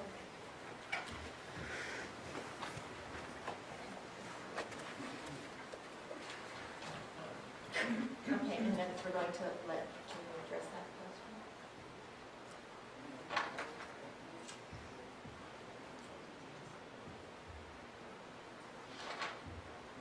So the picture was actually taken to address some of the concerns of women who are afraid to pick up a dumbbell heavier than a 2-pound. So with weight loss, you need to speed up your metabolism. To increase your metabolism, you've got to embody some muscle in your body. And to enable you to build muscle, you need to pick up something heavier than a 2-pound dumbbell. A lot of women are afraid that they're going to bulk up and get big.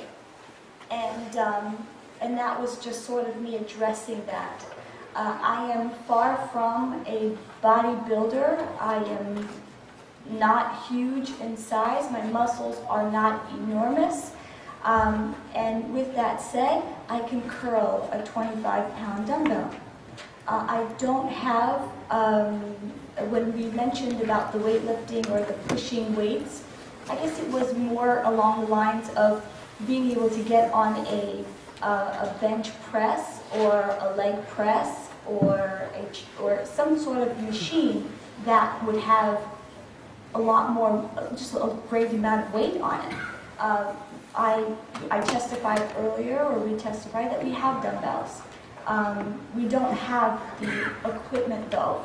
So if someone wanted to be a bodybuilder and get that large frame or that size and mass, they couldn't do it at my place. There's no way they could do it at my place. You do have a video on your, I think, Facebook or website or one of those places of a woman actually pressing weights. She was using a machine or No, it was just the dumbbells? dumbbells. Yes, the dumbbells. Right. we Okay, so have that's not weightlifting? It is, but when you refer to weightlifting, you think, bodybuilding. And bodybuilding is something that you couldn't, to gain mass is going to be really difficult without the equipment that you need to do that. If I can just clarify, when we say a dumbbell, what type of equipment are we talking about? It's a handheld free weights, yes. Oh gosh, no, this wasn't free weights. This was the thing with the bar across and two big things like this, and she was very proud of 100 pounds, I think it was, she said. She was doing. I watched it a couple times. I can't remember exactly. No, I don't think that's on my right here. Yeah. Oh, wait a minute. Kid, just a minute. These documents are handed to me by Mr. Tucci. I'm just going to mark with the record as 01, check for 1. You see, there's 5 pages. Do you agree that this shows the inside of your gym with yourself or others lifting weights? We only saw the Okay. Yeah, there's 4 pages here, there's 1 separate page. Can we have this, Mr. Tucci? Can we use? Absolutely, Okay. yes.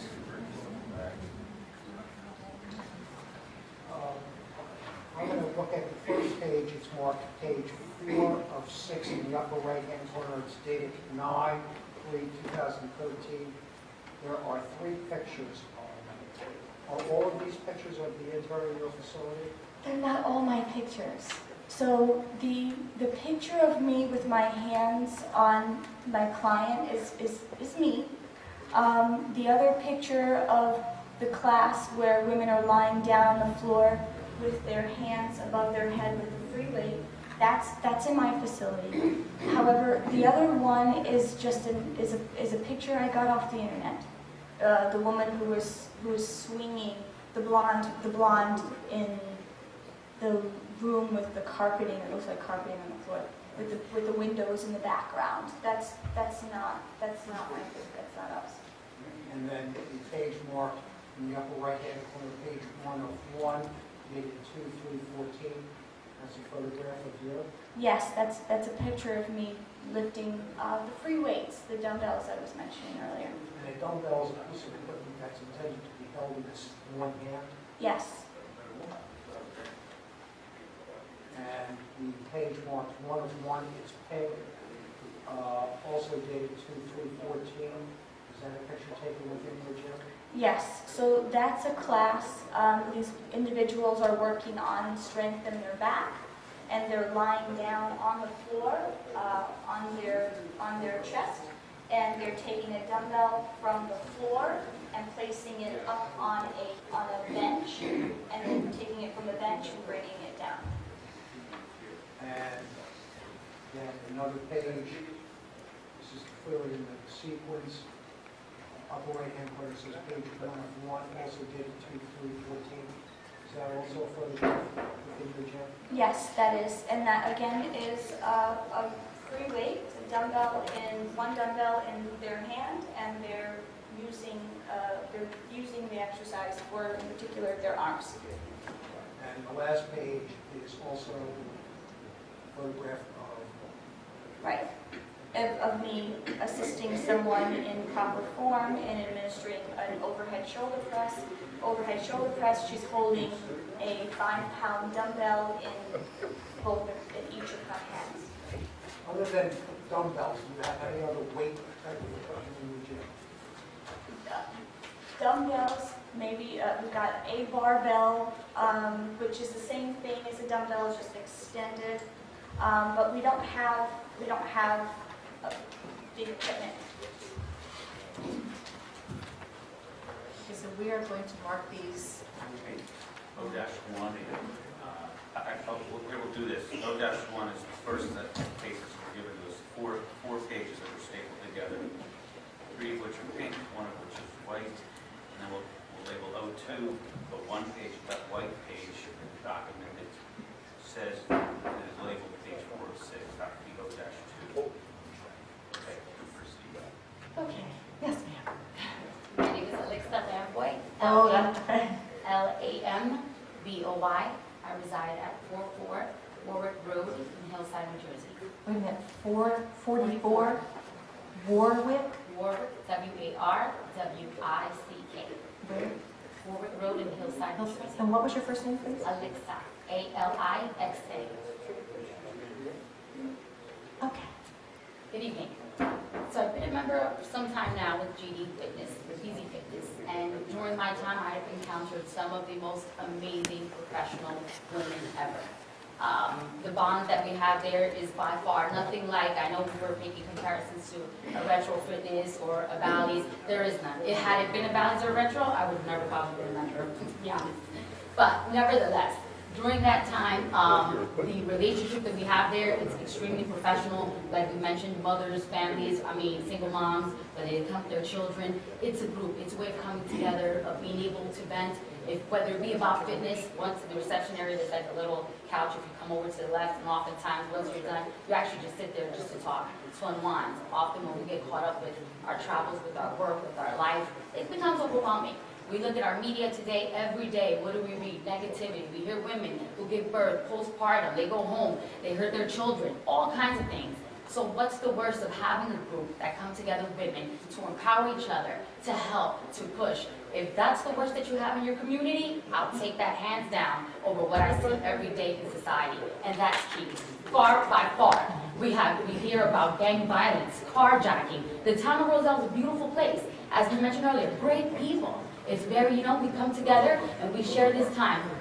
Without talking about legality issues, I know that this fitness center... I'm glad you like Roselle, but we're in Roselle. I'm sorry, I'm so sorry. I've been up here for a while on hold and my mind is going. Pardon me for that. Okay. And I sit here and I see Jeannie without talking legal issues. I know there were times where she was shut down and never got into it with her clients about why. But we knew she was facing some issues. We knew that, they were coming at her hard and strong. And I admire her motivation for being here, for fighting all for a good cause, to bring us together, to help us run marathons. She's helped me with health-wise. I can prove that medically. And things that you've done by far that outweigh anything else, whatever the decision is here today. I am here to say, Jim, you can come in at any given time and walk in, and you by yourself can make the determination of whether it's a gym or if it is actually a wellness center, women who come together, which is why we're here, which is why I cut my workday to come here and say, this is her dream who benefits every single one of us that are a member in her fitness, in her wellness center. And that is why I continue, no matter where you go or move, we travel. If you talk about your clientele, if you go through that list, we went from point A to point B, wherever Jeannie is, we follow you. And I know that people have issues, whether parking and other things. I say, look at the bigger picture. Look at what we face every single day. And you said earlier about making the town a better place. How much better than having healthy, great, professional women in your community, as opposed to what would you do with that center? Do you really believe if Jeannie Easy Fitness wasn't there, it would never be up and running? Who knows what they would replace? You'll have a social club of sports. You got children. Where do you know where that place would have to be filled with? So then why not such a good, positive group of women who are just trying to feel good, who are just trying to get better, healthy, health-wise? We do that. Jeannie wasn't Dr. Oz. We log in every day to get tips. It's nothing like sitting there and being able to meet with somebody. my closing remark is, I really say that, I mean, her work in itself speaks volumes. The individual that she is, the woman that she is, and how she carries and conducts herself, just still being here and fighting for what she believes, fighting for us. We can't thank you enough, because it's about us at the end, and we always say that. Jeannie has gone above and beyond. The benefits are overwhelming. When you see from weight loss to being able to sit here before you and speak for her behalf, says a lot for someone like myself. But I think that's all I have to say, and it's been a positive outcome, and I just hope that everything, comes out in her favor if it be that way. But thank you for your time. No, thank you very much. Thank you.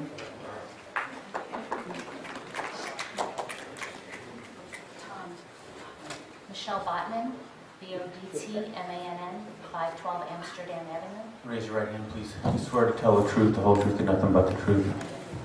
I don't know how to follow, but I will let you know that I have belonged to the Y, I belong to Crunch. Those were gyms. This is not a gym. I only joined in January, and Jeannie knows all of us by name. There's a group of us here. We're all local residents. We're within walking distance of the facility. Come springtime or when, the snow melts, we all plan on walking. So I'm sure most of the clientele that is local will walk to the facility when it's nice out. So I don't, parking, I don't know necessarily how big of an issue that is. There are so many things that Jeannie offers that I haven't even taken advantage of yet. And I want to. I'm a 46-year-old woman who has a camaraderie going to Jeannie. All the women there are my peers. And that's what we need. I like going there. I don't mind going to a workout because I know my friends are there. Jeannie's there. Her instructors are great, and I've known some of the instructors from the Y and Crunch, and they've followed Jeannie. This is such a benefit to Roselle Park. There's not a whole lot of things to offer in this town anymore. I'm 17 years here, and this is one positive that I would hate to see leave. Thank you. Thank you. Thank you very much. My name is Robert Russo, R-U-S-S-O, 277 West Clay Avenue. That is my office. You raise your right hand, please, sir. You swear to tell the truth, the whole truth, and nothing but the truth tonight. I do. Thank you. I can't comment on the business.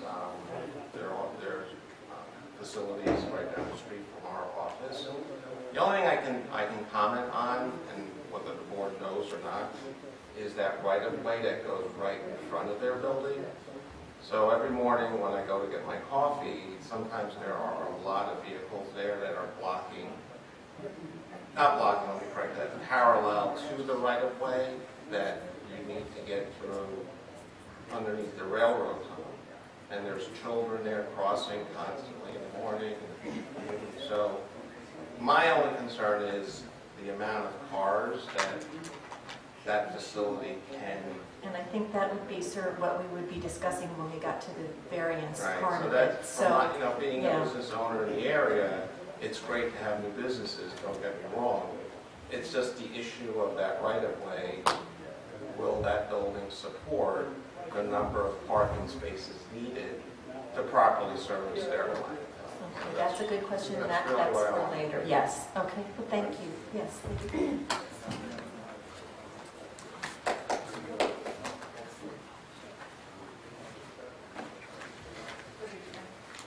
My name is Marie Claire Cebrian Ume, C-E-B-R-I-A-N-U-M-E.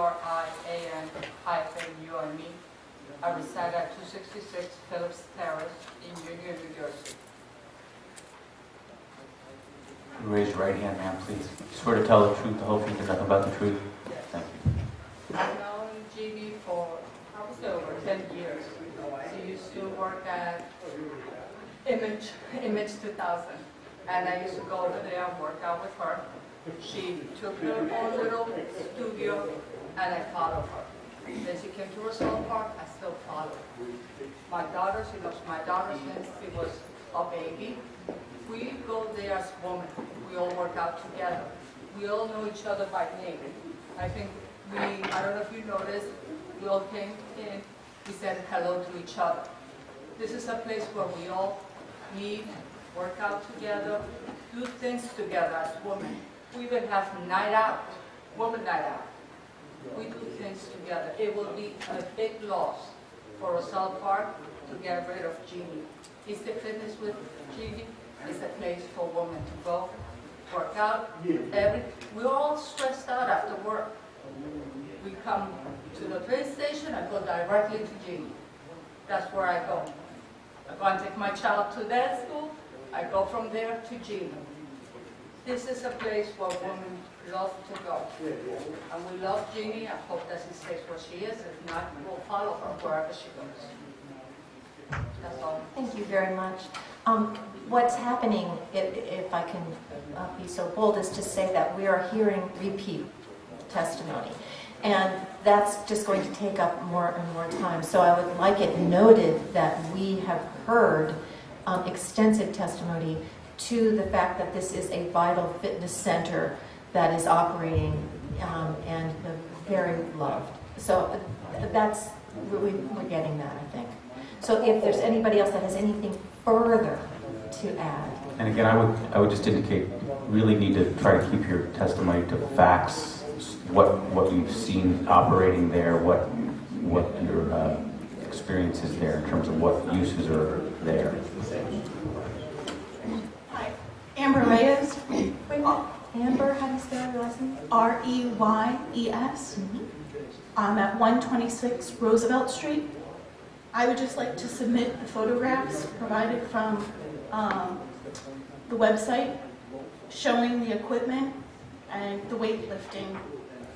Could you, ma'am, please first show that to the applicant's attorney and the applicant, and then if they could be delivered up here, please, that'd be great, after you've had a chance to look at them. Ma'am, could you raise your right hand, please? Swear to tell the truth, the whole truth, and nothing but the truth. I do. Thank you.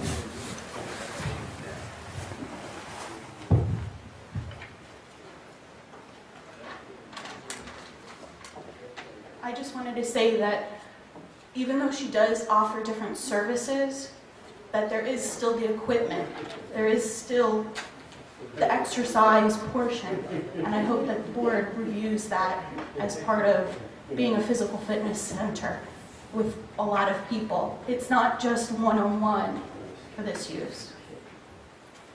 Thank you very much.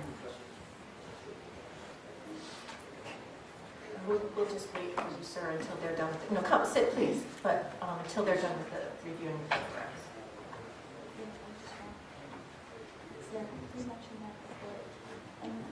Just to let you know for the record, we have no objection to these, and the barbell that is listed is apparently the only barbell in the facility. That's the top. We're just going to take a second so the board can see. I am thinking that while he's doing that, we will finish up the testimony of the public. We will discuss this issue and vote on it, and then we will take a short break.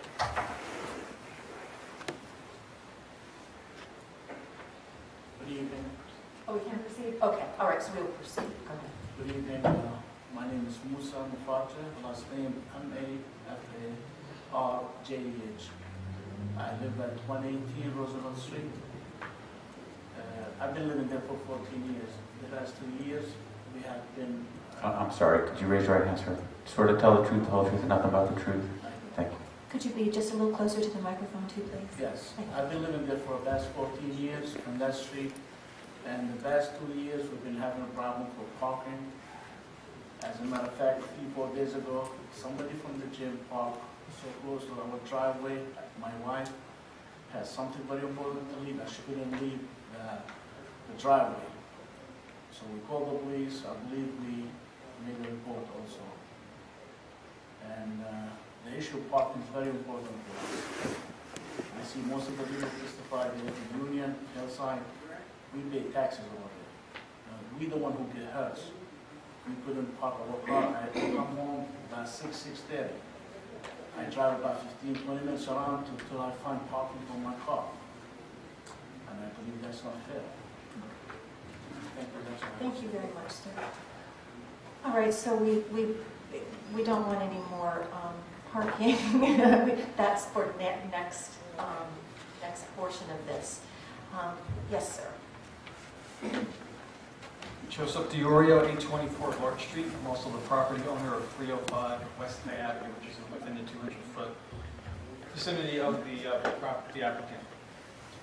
Comments? Sorry. You raise your right hand. Swear to tell the truth, the whole truth, and nothing but the truth tonight. Thank you. I'm going to focus my comments specifically on the use issue. My understanding, the interpretation is what's going to be discussed after all testimony is provided. I'd like to address that. Earlier, we heard testimony that, from Ms. Mendez, that the landlord had filled out the application on her behalf. Is that correct? Okay. I have a follow-up question. Do you still believe that the application was correct? Or did you maybe misunderstand how the... Wait, no, Yeah, this is, Mr. DiOrio, really, this is just about testimony that you may have regarding the uses that are in the building. It's kind of limited to that. It's not, this is not really a time to question the applicant. Okay. Regarding the use issue, can I provide testimony as to the prior uses? Because the use that was there prior to this use, I feel is important to the decision on whether this should be interpreted as a continued use. If you look at the original waiver, let me get the glasses.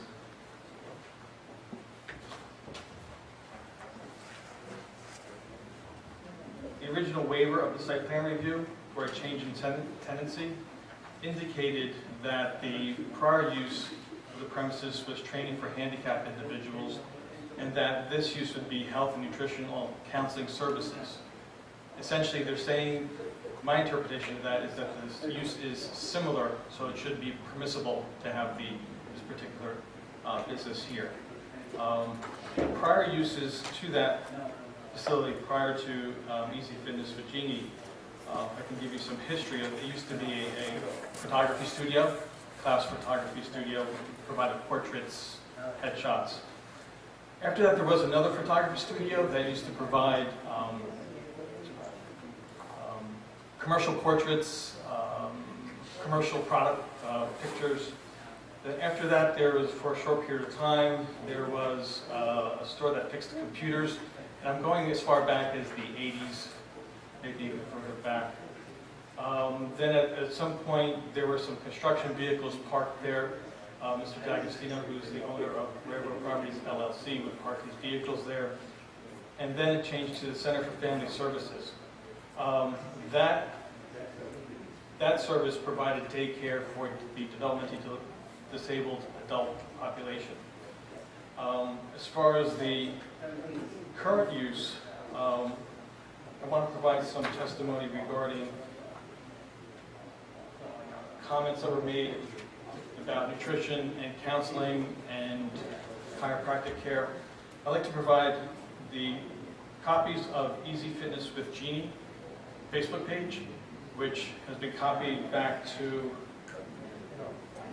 the beginning of the business in 2012, late 2012. In it, I point out that I only locate approximately 5 advertisements for nutrition or counseling or financial services. However, I do see a majority of what's being advertised and marketed as fitness, scheduling for yoga, scheduling for Zumba classes, Ghost, different fitness training activities. That's good. Should I provide that? Yes, we can show the applicant.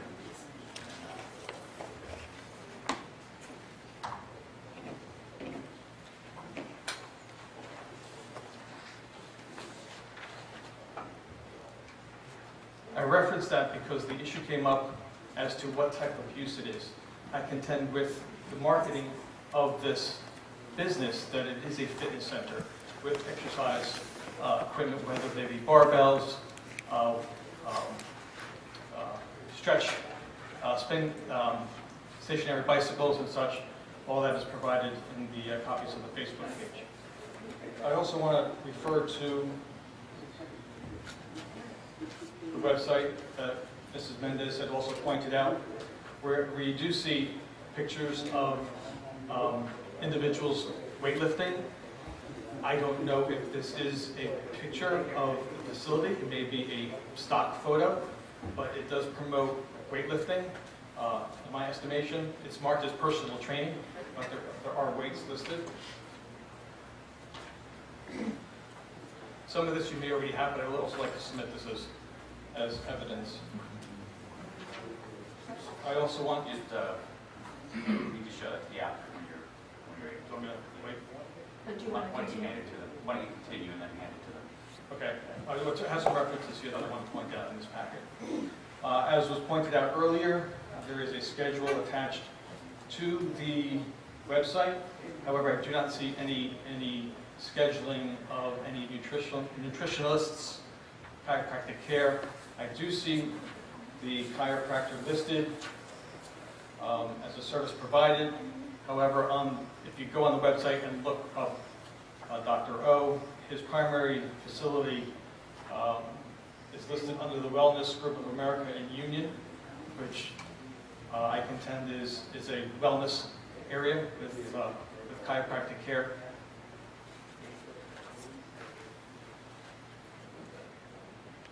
Bear with me 1 second.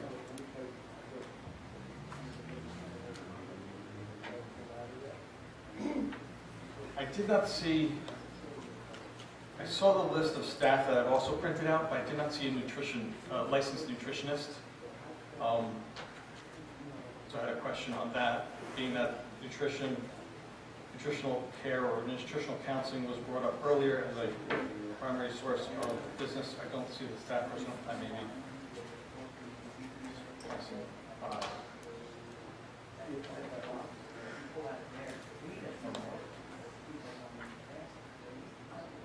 I also note the supplements that are mentioned in the website. Supplements also refer to websites where individuals can purchase these products. So I'm not sure in the facility itself what percentage of supplements are sold on site versus people going to the website and buying it on their own. We also provide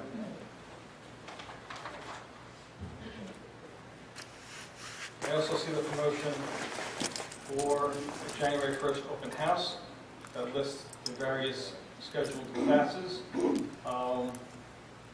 See a free wellness consultation listed, but I don't see a time or a person or a distinction, whereas the distinction is very clear with the classes that are provided. Understand? Yes, please. First of all, we have no objection. Okay. These are the Facebook pages.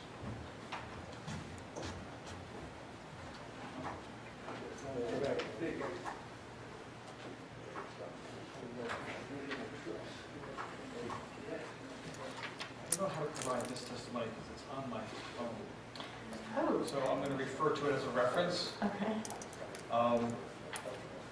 Mr. Yates pointed out earlier the reference to the NAICS code, and it's also pointed out that there was a 1997 edition, but he also referenced a Delaware edition. Just a point of clarification, in the zoning is the NAICS specific to, I thought it was the IRS codes. I don't know if that's a question that, I thought the zoning, the NAICS was not state-specific, but more, but... Do you know, sir? It's my understanding it's not state-specific, and it's U.S. Census Bureau, I think, is the organization. And my reference to the Connecticut website had to do with a company that's registered in Delaware, listing its applicable codes. But yes, they're all from the same North American source. I refer to a spreadsheet that's provided by the U.S. Census. There was an attachment to the website, and under 621399, which falls under the, which is referenced here in the change of tenancy waiver of site plan review. It's categorized as offices of all other miscellaneous health practitioners, which I contend is not this case, that we're not providing health practitioner services at this location. Thank you. Additionally,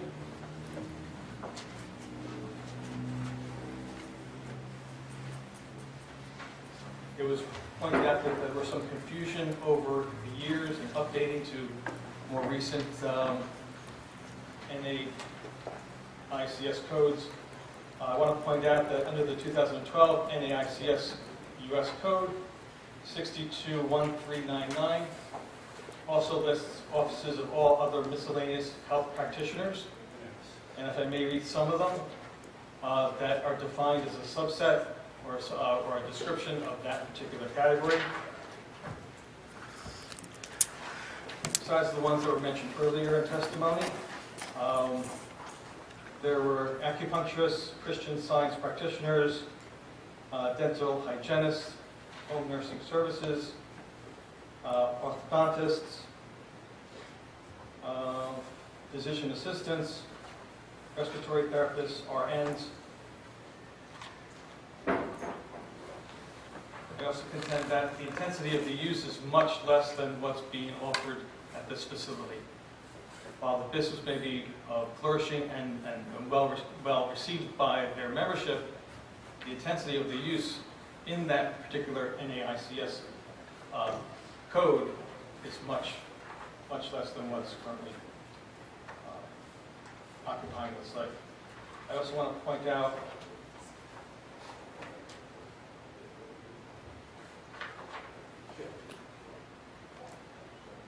under the NASC code under the category amusement and recreation services, it's the 79 code, and I'll go into more specifics.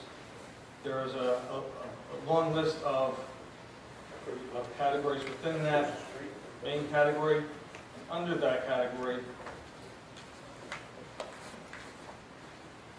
bear with me.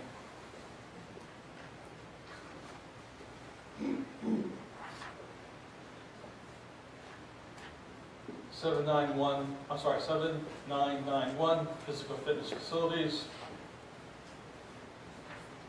799101 physical fitness clubs with training equipment, 799102 weight reducing clubs, 79910301 aerobic dance and exercise classes.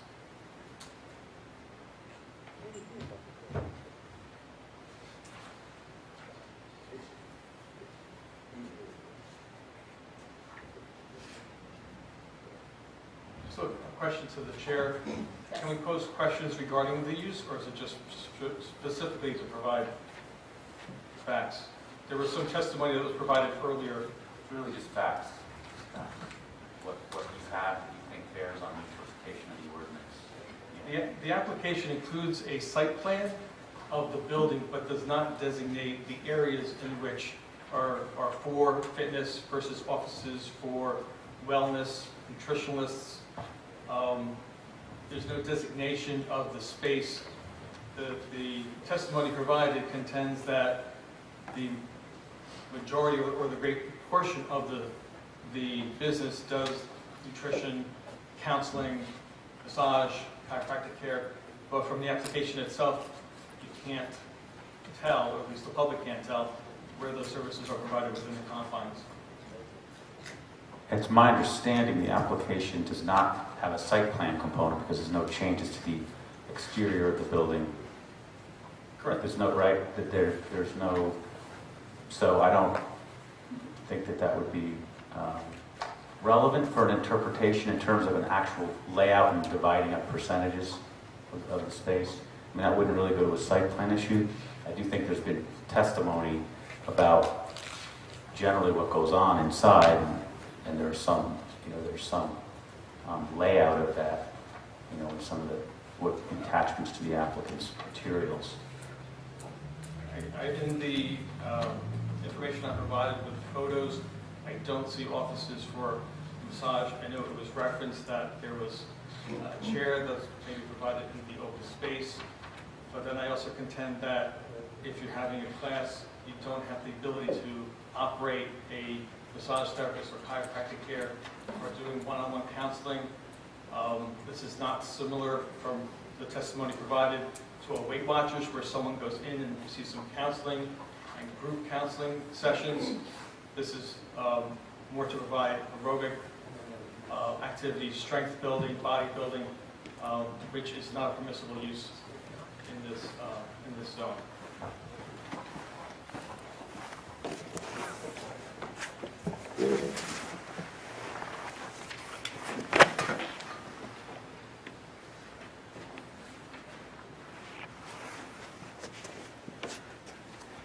Also, what was not provided this evening was, again, if my questions are out of line, please stop me, but I didn't hear any testimony regarding percentage of income earned from the actual aerobic and fitness care versus income that's derived from the chiropractic care or I asked that question, and the answer was that it's a package, correct? Right, so the $35 a month covers all the services that we offer.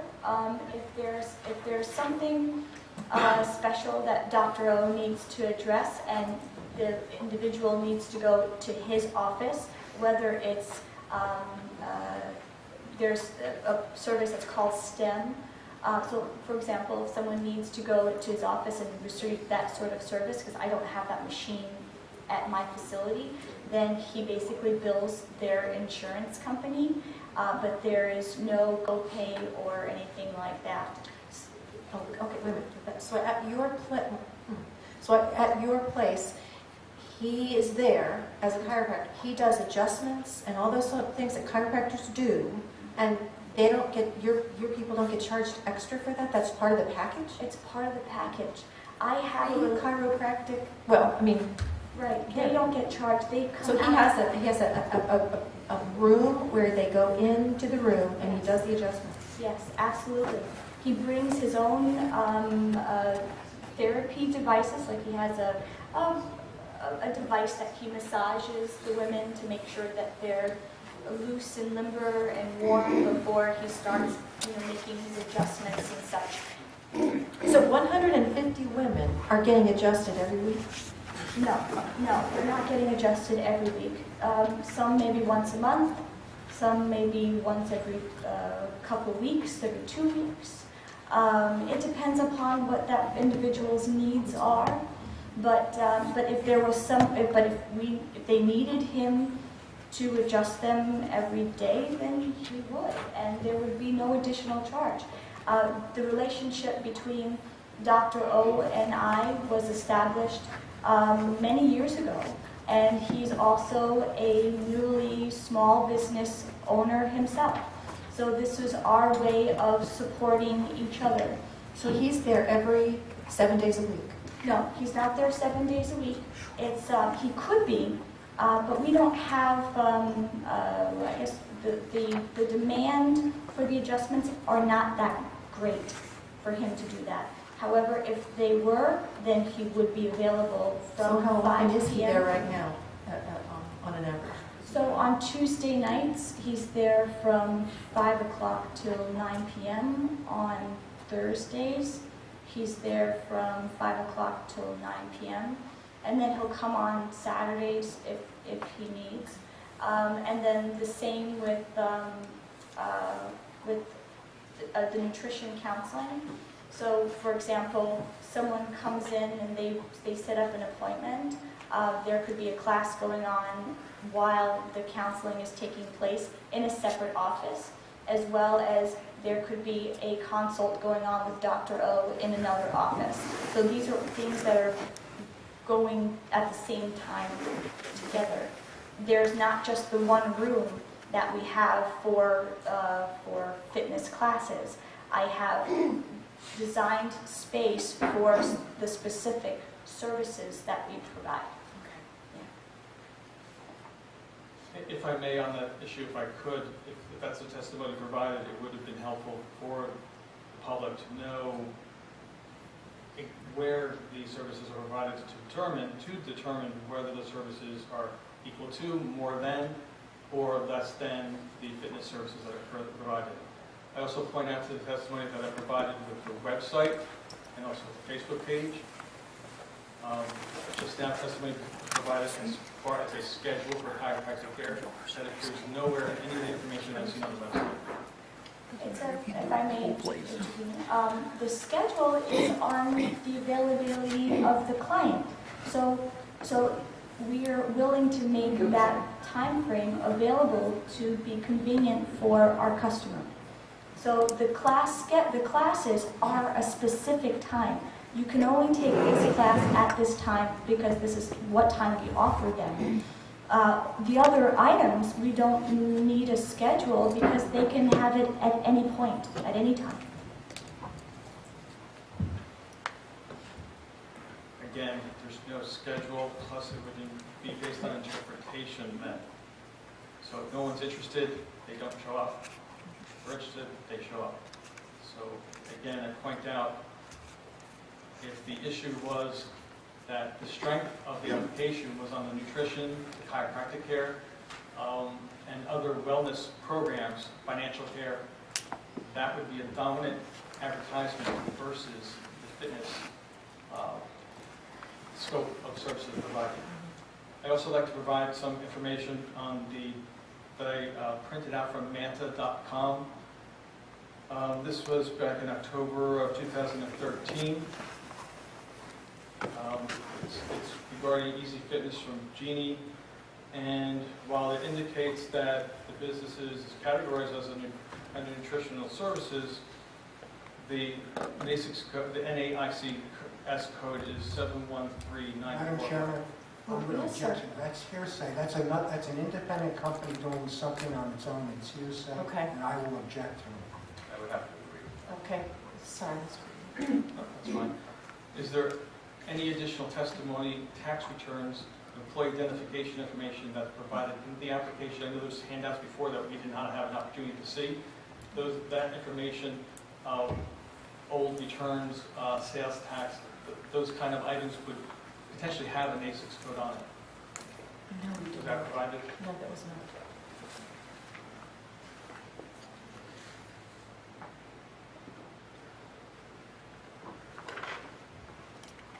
The interpretation tonight is asking for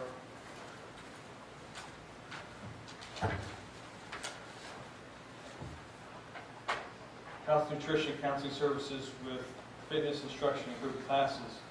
I contend that, first of all, under the NAICS code, there is none, and that's what the zoning is based on. Secondly, I contend that the fitness instruction group classes is primary to the secondary of possibly the health and nutrition counseling. And I believe that's it for now. Thank you very much. Thank you.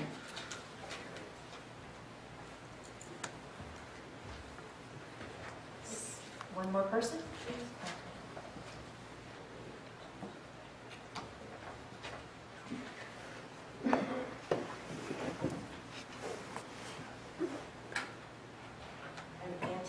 A-N-T-O-N-I-E-T-T-A.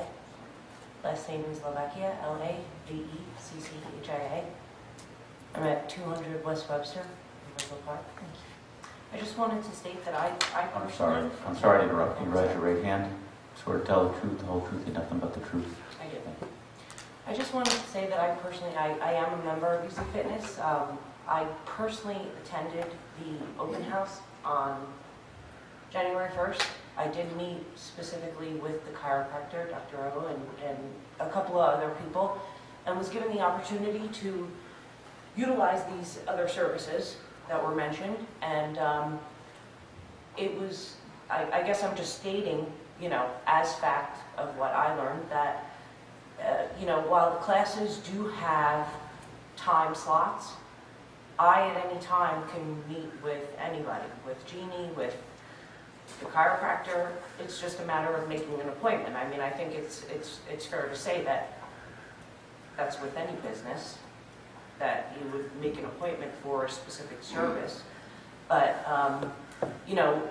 when I attended the open house, and even up until recently, because of all the snow and things like that, I wasn't able to make my one-on-one appointments, but I can do them. And when I attended the open house, it was sold as a package to me. It was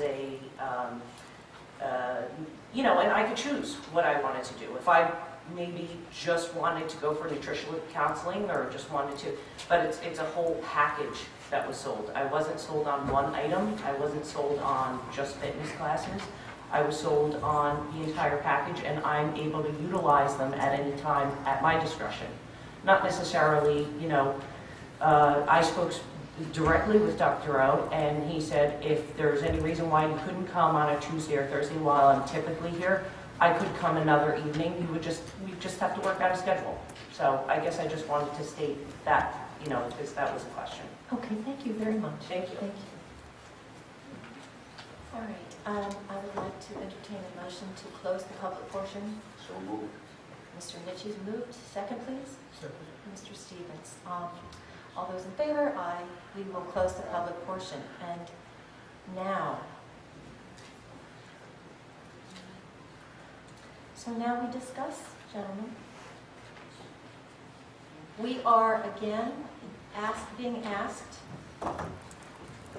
to interpret the ordinance that only allows, number one, it is an old ordinance. However, it is the ordinance. So we can't make a determination of whether it's good, bad, or otherwise. It is what it is. And we need to interpret what it is. So what would you like? What is your pleasure?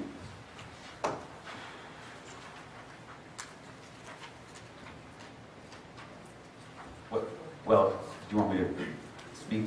Sure, Yes. anybody. Thank you. Okay. Go ahead. All right. Take it away.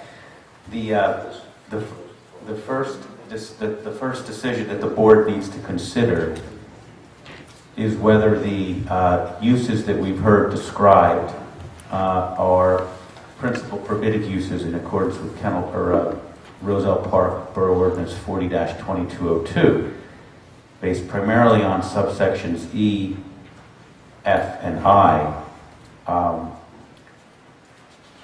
So the question really is, are the services permitted uses? And I think the focus is on whether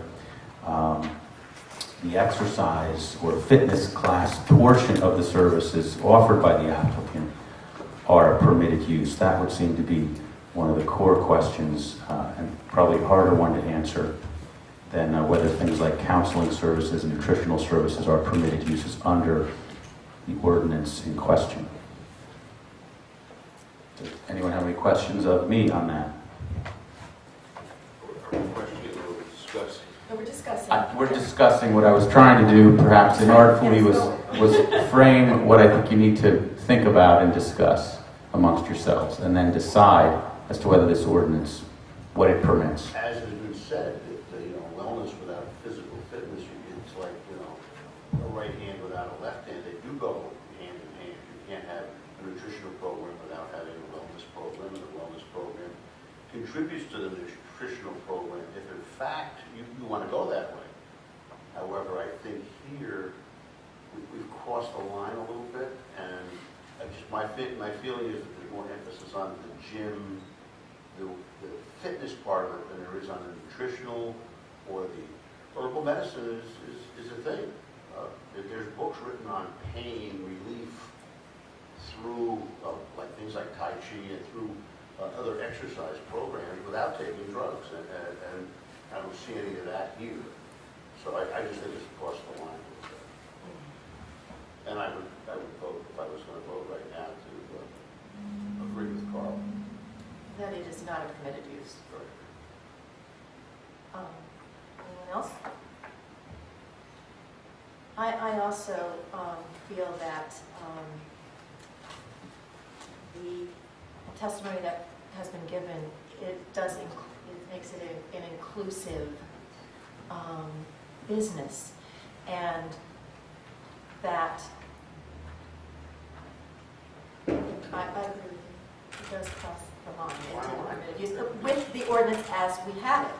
If the council thinks that it's an old ordinance and that it needs to be changed, then that's not our job. I would agree. I agree with that. So, shall we, It is what it is. should I close this discussion and ask for a motion? Well, yes, that would be, yeah. Okay. The motion as to whether you think that the ordinance permits the uses that are ongoing there. And if the board does not believe that to be the case, then we would move on to whether a use variance should be granted. Is there a motion? You want to phrase Raise the the way question properly so that we can. Okay. Well, there are several uses ongoing in the building. I think the question is whether the uses are permitted under the ordinance in regard to your interpretation of the ordinance. Well, then I move then that. I think that several of the there's different uses, right? So I think the proper way to handle this might be the first vote on whether the exercise or fitness portion of the uses that occur in the building are permitted under this ordinance. I think that's what we're being asked, and we're being asked that because the health and nutrition is permitted. Right. And so we're being asked, is the fitness instruction in group classes, are the fitness instruction in group classes permitted? That is the question. That's the sole question before you. So the motion would be that fitness instruction and group classes are not permitted in the B1 zone for this applicant. So moved. Is there a second? Is there any more discussion? Okay, would you like to call the roll, please? Mr. Nitchie? Agree. And by agree means it's not permitted, correct? Right. Mrs. Kurz? Yes. Mr. Stevens? Yes. Mr. Urbina? I agree, yes. Mr. Valentin? Yes.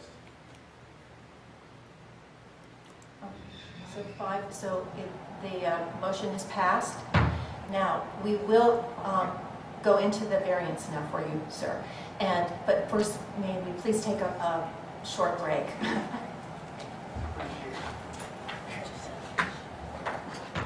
Hello, everyone. We're back in session, please. And now we're for part 2. And I'm going to have our attorney explain what we're up to now. Okay,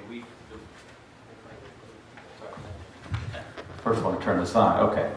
The board has decided that a fitness center is not a permitted use in this zone, this zone district. So the next part of this application deals with the applicant's request for a use variance and also a parking variance.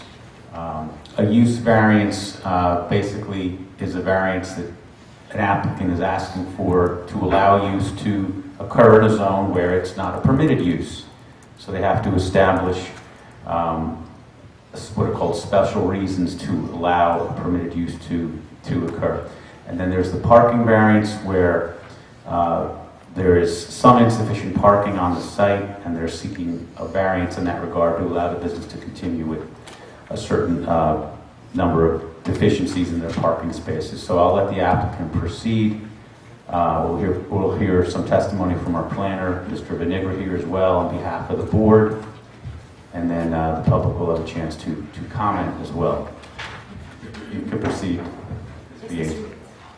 And with that in mind, this testimony will not take long and will be directed specifically to the positive and special reasons for this matter.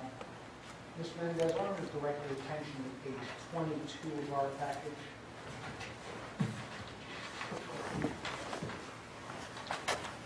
Can you describe what this document is? It's I guess a screenshot from a forum off of Facebook for Roselle Park. And what is the subject matter? The subject matter is that in support of the community, I offered a yoga instruction to the Girl Scouts Club that's held at the Aldine School. And so this instruction took place off, or away from the site, correct? Right, it was offsite. Now, in terms of your business within this particular neighborhood, you discuss that, or explain to the board why this is the right place for your business? I just have to reiterate that the business or the services I provide are for women, and it's for women, and it's to be convenient for them. It's for them to release stress and anxiety, and if I were on some major highway or Route 22, then it wouldn't work for them. And I'm a small facility, and keeping it small is what's conducive to what it is that my goals are, and it's to touch people as an individual, and that's it. Beyond providing structure to the Girl Scouts, can you give us some other examples of the community activities within the business? So there's a school that's in the neighborhood, Aldine, and they have a PTO. And the PTO stressed that they were in need of raising some money. So I took an instructor of mine over to the school, and we did a fundraiser. So members of the PTO and along with some of my own members and members of the community were able to take this class and make a donation to take the class, and then that donation was then given to the PTO to benefit the fund. And this is a part of your effort to integrate the business with the residential development? That's right. It's about supporting women in the community. And that is on page 23 of our handout. That's right. There's also a flyer on page 24 that was going to the board with taxable. So this was also another event that we held in an effort to raise money for a charity. This charity happened to be the Leukemia and Lymphoma Society. We held a class where individuals would take the class and in return make a donation to the charity. And I personally, whatever money we donated, I then matched it. Now, there was a question before from the board about activities or classes that are open to the public. Do you have any specific examples of classes that are open to the public? The workshops that we hold, I open them up to people in the area to take advantage of, and these charity events, absolutely, it's open to the public. That's pretty much it. Now, on page 25 of our handout is another Roselle Park Forum poster. Can you describe what that is? So this one was a Thanksgiving Day promotion or special or event venue, whatever you want to call it. So with Thanksgiving comes heavy eating and full bellies, sluggishness, and so I was offering this class to the community free of charge to come in and enjoy a workout after eating a pretty hefty meal. By the way, how many people showed up Thanksgiving? Thanksgiving morning, it was about 20 people who showed up for this class. I was really impressed. And on the next page, which is our last of our packet, can you describe this particular? So here's another event that we did for a fundraiser, March of Dimes. We held a special class in order to raise money for this charity. Now, the B1 zone, or this portion of the B1 zone is fairly small, correct? Yes, B1 is just a couple blocks big. And can Can you describe some of the businesses that are located in your particular portion of the B1 zone? In the B1 zone, to my right, there is a deli and a banquet hall. And then to my left, there is a dance studio. And beyond that, I believe there is a CPA. I believe there's an electrical company as well. And I think that's it. I think it's only a couple lots. Now, the dance studio, you mentioned that you have parking for approximately 12 cars on your lot, Right, 12 to 15. and the dance studio, does that have parking as well? The dance studio has like 2 or 3 spots. And also with respect to the dance studio, do they have any programs that are similar to yours? They do. So they have the ballroom dancing, but then they also offer Zumba classes there as well. Do they also offer jazz classes? I believe so. Now, with respect to parking, and I'd like to take an exception to the month of February this year, when we've had some exceptionally heavy snow. Are you aware of any parking problems in the neighborhood? So because of the excessive amount of snow, the lot that we have was overcome with the snow. We did have it plowed, but even with that, it limited our parking quite a bit. So when we would normally fit 12 to 15, we could only accommodate about 7 vehicles. So they had to park on the street. Now, prior to the month of February, this is a delicate subject. I understand in many communities, customs arise as to who owns parking spaces in the street. Yes. And were you aware of those customs before this winter? Yeah, I wasn't aware of these customs before this winter, but I've been made aware of it as of this month. I've had clients attempt to park their car in an open spot, and someone came out of their home and said, "No, you cannot park there." I shoveled that parking spot, so my client went on her merry way and found another position, another place to put her car. Since becoming aware of those customs and practices, you've taken measures to inform your clientele? Yes. So we have notices placed inside of our facility that outlines where they can and where they cannot park. I have a basket that is at the front desk where members leave their keys, and I will move their car myself if need be to make sure that everybody is happy. My goal is not to create any stress for my neighbors. I wish they would actually come and maybe take advantage of some of the things that we offer, and also get to know me as an individual, but as a business owner as well, and that it would just be bad business to have a community that dislikes you or doesn't want you there.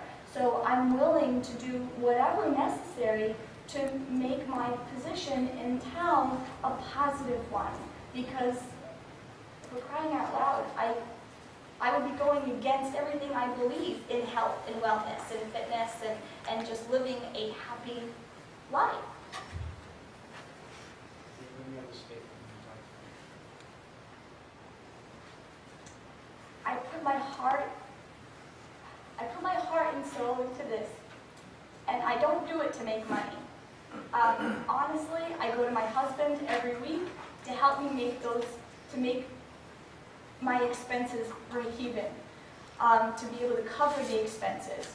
And I do this because I love these women, and I believe in this, and I'm hoping to be able to create a whole other standard of life moving forward. It starts with the mothers, but eventually they'll trickle down to the children.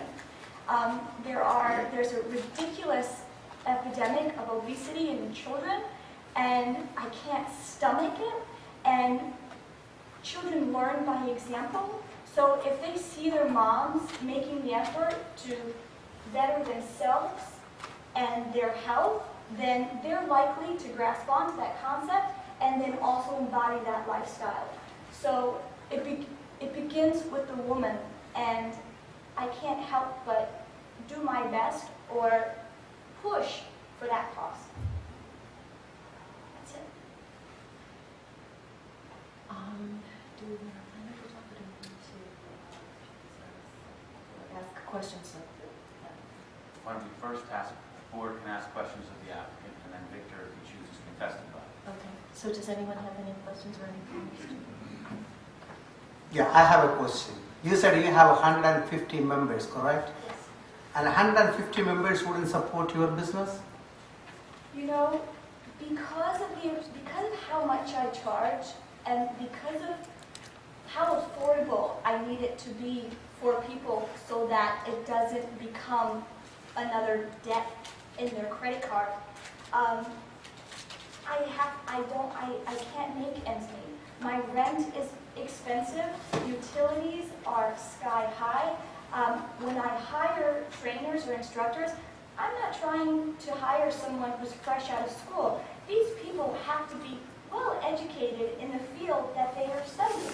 So if you're a yoga instructor, then you need to be, have hours and hours and hours and years of training. And so that's a little difficult to find if you're only willing to pay $15 an hour or $20 an hour or $25 an hour.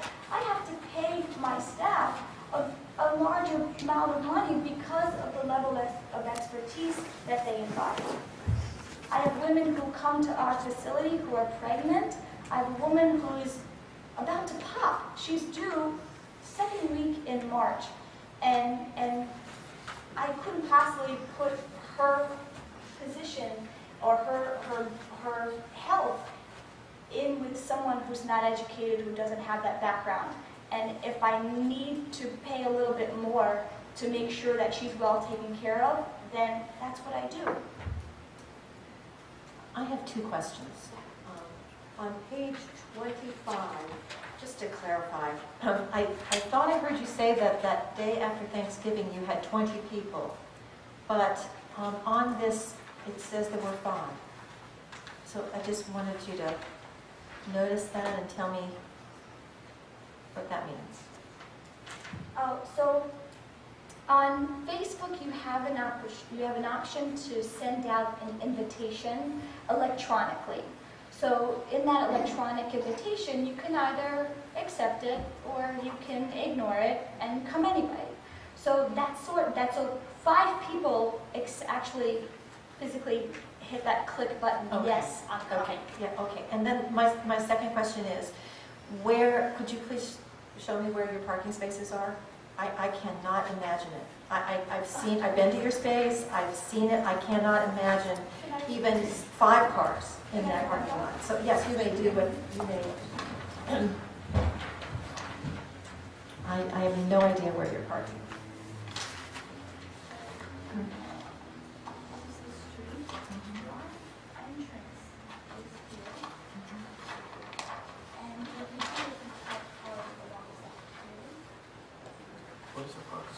Are they this long way or are they this way? Okay. And let's say this is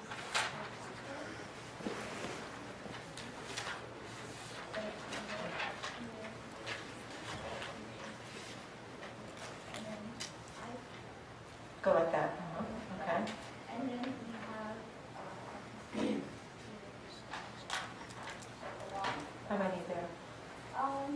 let's say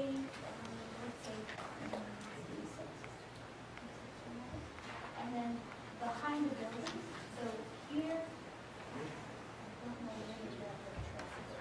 I think this is the railroad track. So then behind here, so, and then this is.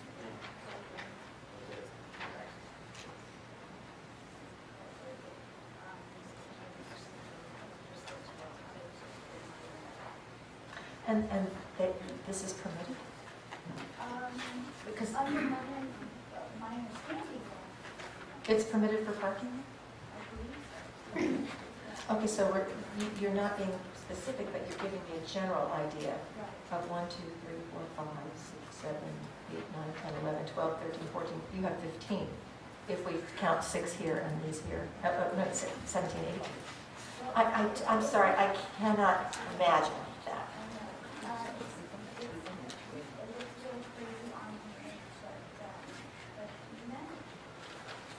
Does anybody else want to see what she... Well, Madam Chair, technically, the parking spaces they're referring to, you know, I did a quick analysis. I couldn't get any more than 8. Yeah. Now, parking spaces, if you're doubling up on parking spaces, and if you have valet parking, it's a different scenario. You can't take credit for doubled up spaces in valet parking. The ordinance doesn't permit that. So on a good day, I calculated maybe about 8 spaces.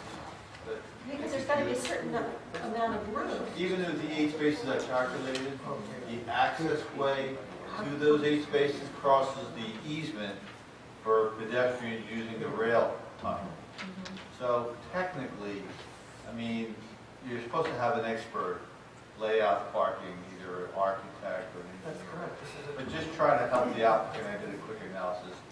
You could have 8 spaces. With those 8 spaces, again, accessing those 8 spaces, you would be crossing the easement for pedestrian access to the tunnel. So even using those 8 spaces is difficult. How many of those spaces would you have to eliminate to not cross the... Easement? All of them. All of them? Because the access to all of those spaces cross the pedestrian easement. So, but I'd have to see the legal language of that easement. I'd have to look into are cars permitted to mix with that easement. None of that information has been supplied. So, you know, that's something the applicant, I don't know if you're going to... Well, but that's not part of our parking, the variance for parking is not part of what... It is, part of the variance. I thought it was a D1. But also, but there's a C variance for the parking. I estimate that they need a C variance for at least 8 spaces. But even, they may need a variance for all 16 based on the easements. The applicant's attorney may want to submit additional information. I'm not sure. But I estimate at a minimum 8 spaces variance. It's a pre-existing building, you know, so that building was placed there. So it's not that they're creating that space, the building's there. But these types of facilities generate more parking demands than other facilities that are permitted in zone. So maybe maybe a photographer who's just doing some photography may generate a lot less space than a wellness center. It's just the nature of the business. So based on that, I estimate at least 8 spaces. Does anyone have any other things before we open it up to the public? No, Okay, now, I would like our attorney to explain how the public court is going to work. If you could be so kind, please, and then we'll make a motion for the public to act. Just at this time, I'm going to allow, if you have questions for the applicant only at this time, and then there'll be a public comment section at the very end. So I don't know, does anyone have any questions of the applicant based on the testimony she gave? Okay, may I approach? Okay, so then should I open it up to public? Just ask them? You can open it up to, this is the public section where they can ask questions. So it's not a public comment section Do I yet. need to take we need to have a motion? No, not at this point, no. You can come up, Mr. Diorio.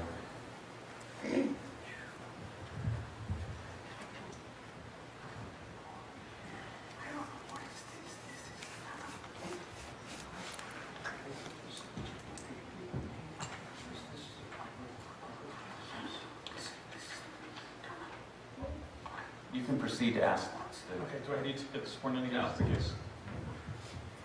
Well, no, because in this part of the meeting, you're just asking questions.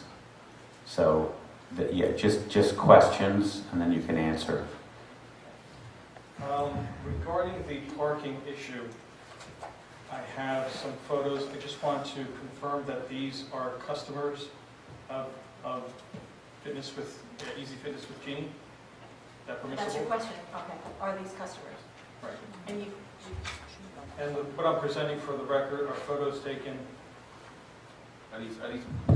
Are these photographs taken by you? Yes. Okay. Why don't you just, let me just take a look at them and I'll mark them.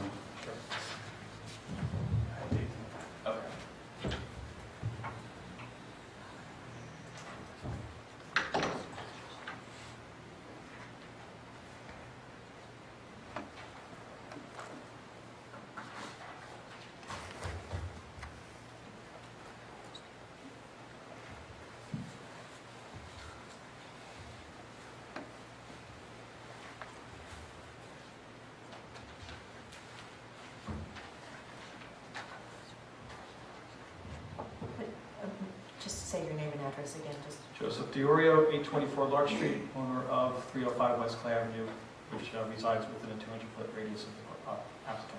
All right, these are a series of 6 photos that I've marked O-6 through O-11 inclusive. Yes, we're going to show them to the applicant. Can you, Joe, you've taken these pictures? Yes. Okay. I'm going to show these to the applicant's counsel.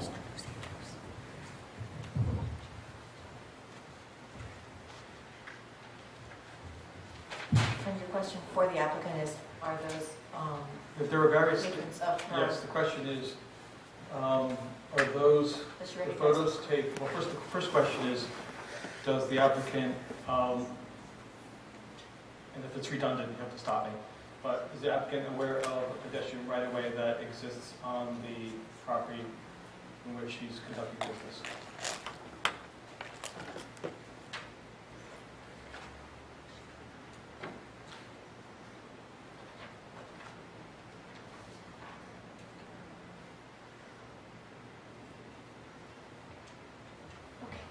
I've seen the pictures.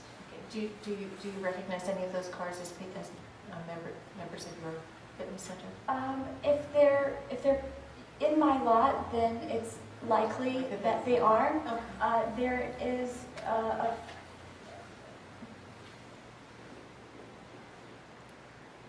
there's quite a number of different cars, but I think it's safe to assume that they're my customers.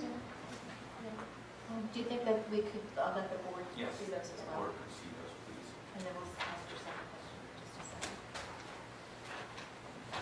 And I'm aware of that walkway that goes, the easement that goes underneath the tunnel. And because I found that members were blocking it with the end of their cars or not pulling in far enough, this is when I started the putting your keys in a basket, and then I would then move the car into a more appropriate spot.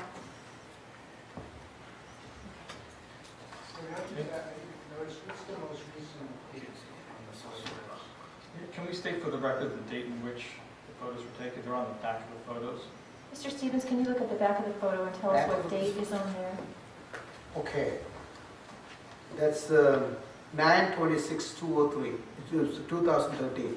So September 26, 2000. September 26, 2013. Each one has a separate date. Oh, okay. Oh. Maybe on the front where it's marked. I can do Right it. here. Oh, here it's- Yes. Oh, here? This one? Here, yeah, we'll have Just to. read it to the record so it's clear.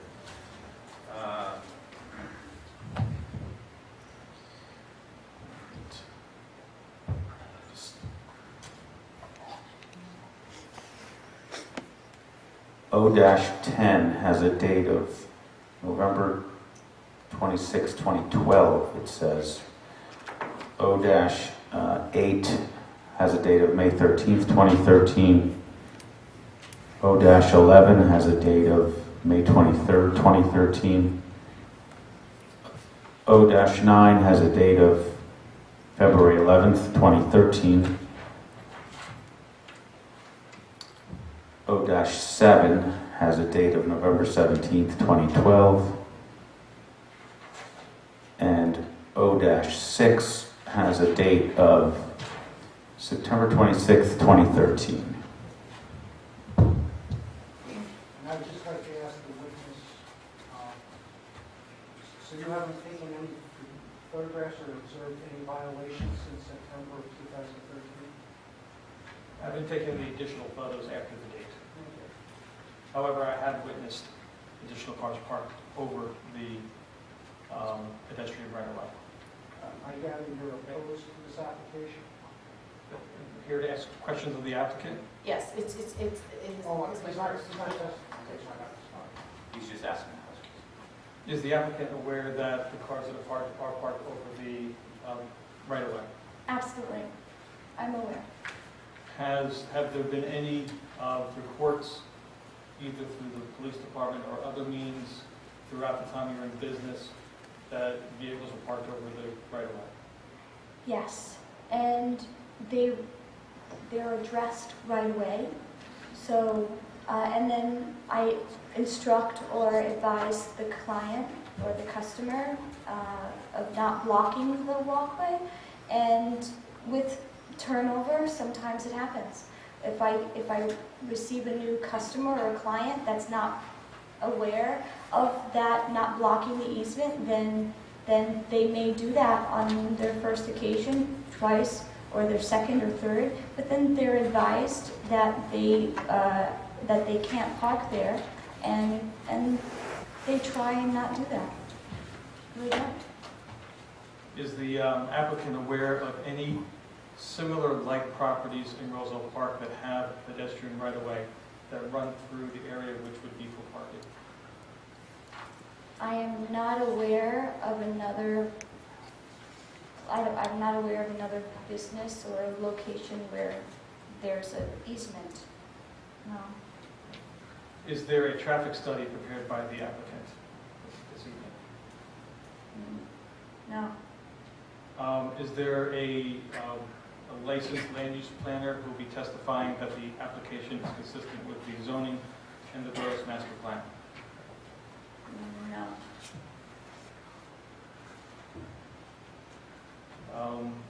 Earlier, it was stated that, well, in the application, it states that 12 spaces would be applied, or is being applied for. In testimony, it was stated that it was 15 spaces. May I ask, is it 15 spaces? Just it's the applicant, it's point of clarification for the applicant. Is the request now an amendment for 15 spaces as stated in testimony? In the application, it states 12. If it states 12 in the application, I'll have to go with the 12.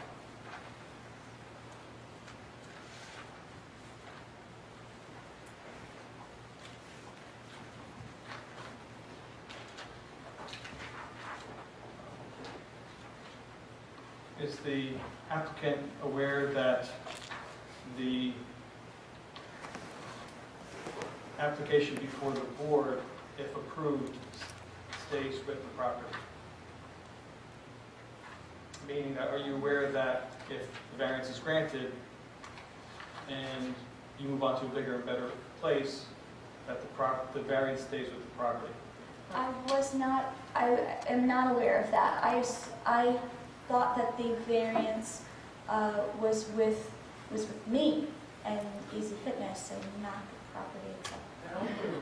Yeah, he calls for a legal conclusion, maybe she's not. May I ask about the attorney?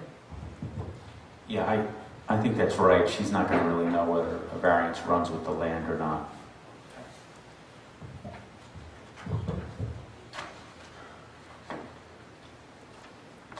And then just a point of clarification, we're allowed to come back later to offer opinions and additional information? That's correct. Thank you. All right, is there anyone else willing? Okay. And just state your name and address again. You would not have to be sworn in again since you're on the phone. Chris 2C, 324 Locust Street. I'd like to question the applicant. She stated that she has a box with keys and she moves the vehicles herself if they're illegally parked. I do have a basket on the front desk, so if a client can't move the car, I'll move it. So do you remember last month when I called the police on 3 separate occasions when vehicles were blocking your crosswalk? I recall now on that occasion it was snowing outside, It was snowing and there's signs posted on clay that the cars should not be parked when snow covered. So our goal was to not violate that law or that sign or get in any trouble. So we took the cars and we put them in a manner so that they were parallel to that easement. There were 3 cars or maybe 2 cars that had their tire on the white line, and a police officer was called out, and we moved the car over an inch. The car in front of that was moved over about an inch. Prior to that,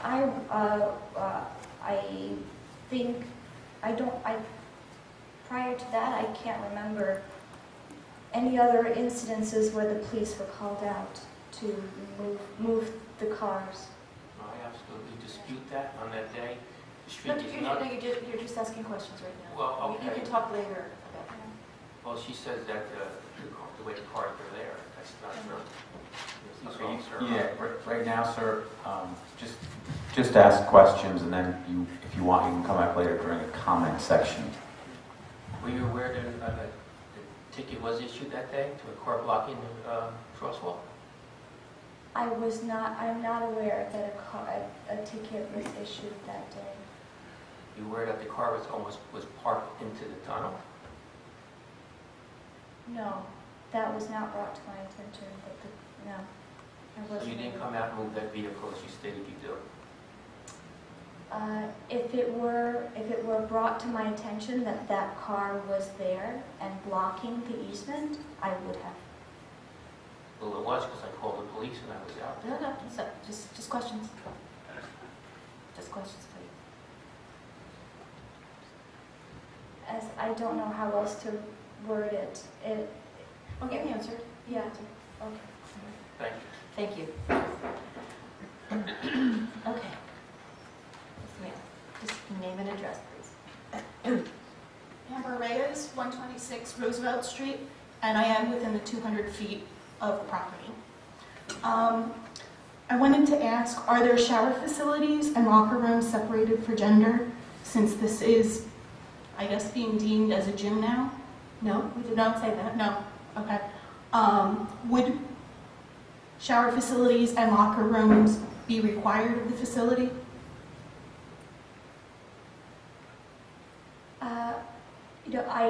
I stand behind not being a gym, and the space doesn't allow for locker rooms or showers, and that's not the type of business that we have.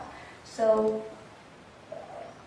yeah, I don't know. I don't know how to. I'm not sure how. Okay, For the use what we're being asked to, let's just clarify what we're being asked to do a variance on.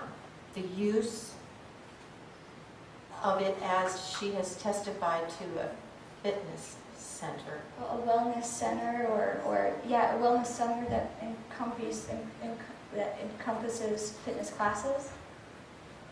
So we're not talking gym, but you have a right to ask about. But as a fitness center, Right. and health-wise, Okay. I think I don't know if this qualifies as a health permit, that shower facilities would be required. Oh. And does the facility meet restroom counts? That For- would be a health department, that would be a question for the health department. This applicant stated that she's not sure, but that would be the health officer's question. Also, what is the policy, since it's being stated that there are up to 150 members at this time? What is the policy for, I guess what you're saying is the first 20 customers for the fitness classes and the occupants of the building? If you get 21 people there, would you then have to kick people out? I have not had to turn away any customers.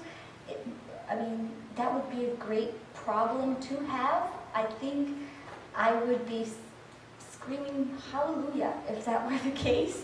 I don't foresee that happening, just because I am a very specific, I target a very specific demographic, and not everybody is not, there aren't a whole lot of people who are attracted or want to be a part of that community or that type of facility.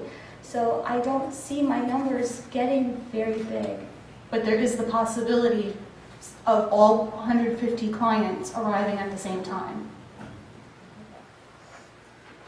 Yeah, I guess there is a possibility that 150 people could come at one time, but it wouldn't work along with their plan. So people are put on a specific workout regimen, and they're assigned a certain class type, I guess you could say. And so this is how we limit, this is one of the ways we limit the class sizes, so that the trainer or myself can address people in a small group. So can 100 people run restaurant door? Absolutely. I mean, absolutely. I can't stop anybody from coming in. If they stick to their plan and what was set up for them, that's not happening. And your fee structure is for the $35 unlimited classes, massage, and chiropractic needs included. That's right. The massage, there is, so there's 30 minutes that they can get. If they wanted a longer massage, let's say a 60-minute massage, then that would be a great, that would be a fee for that. Okay. Thank you very much. Is there anyone else who wants to ask questions of the applicant at this time? All right.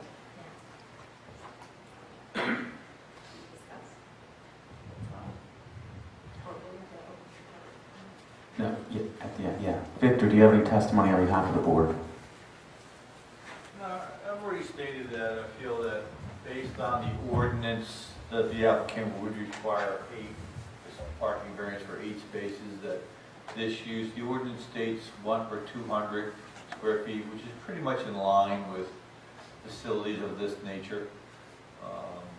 Since it's not a gym. I mean, gyms do require, can go down to 150, but this, they do, as stated by their testimony, I feel that this has a very large component of wellness, one-on-one training. So I think the ordinance 1 per 200 square feet would apply to the existing building. So this type of use would need about 16 parking spaces. They have about 8. And that the use is pretty close.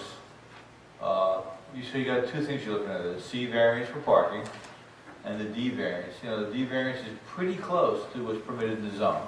It's close. We had to make a determination that it wasn't specific enough, but it's close. So, you know, the things you have to weigh here, I think, does this use particularly fit this neighborhood? You know, does this building and its tenants fit this area and what the complications of the area? I have a question on your letter. That at one point you state, per the MLUL, the applicant must provide testimony to the zoning board on how this site meets the positive and negative criteria, and also how this application affects the municipal master plan, general public, and surrounding properties. So far, we have heard positive criteria, but nothing else.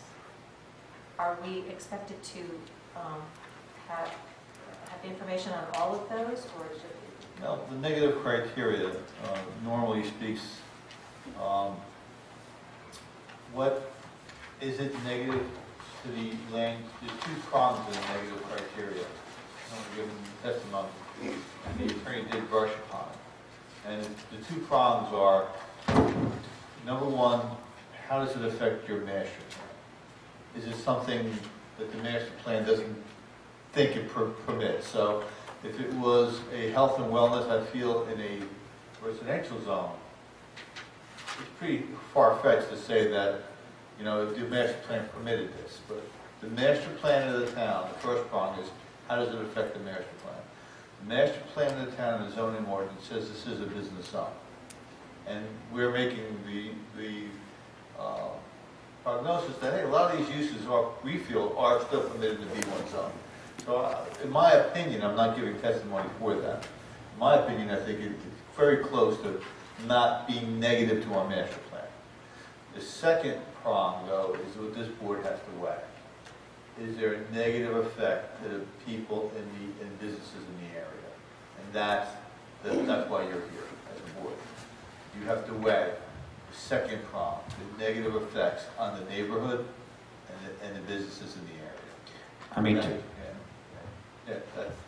to elaborate a little bit on that, just reading from the statute, the question really is, can either variance, the use variance or the parking variance, be granted without a substantial detriment to the public good?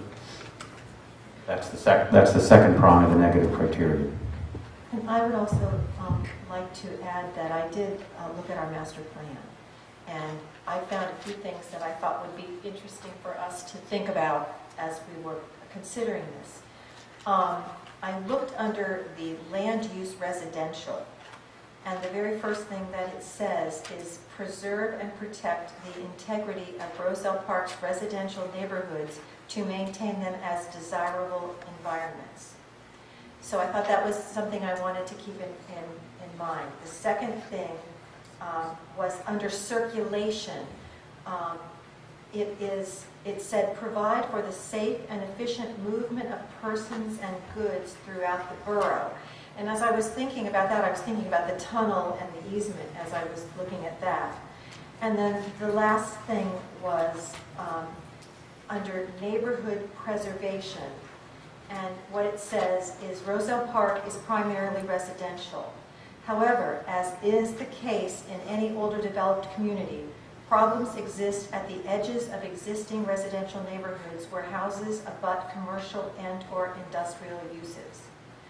Increased buffer requirements and the use of transitional zones help minimize the impact of conflicting uses and protect the integrity of residential neighborhoods. In addition, the zoning map should be updated to recognize existing non-residential areas to minimize potential support for granting future use variances at the edges of residential neighborhoods. And this is one of those that's close. So it's the master plan itself is telling us to be very careful about what we approve, that what we recognize as a non-existing use in a residential area. So those are just things I wanted to. I think it's a very key point, and that was excellent research there. Thank you.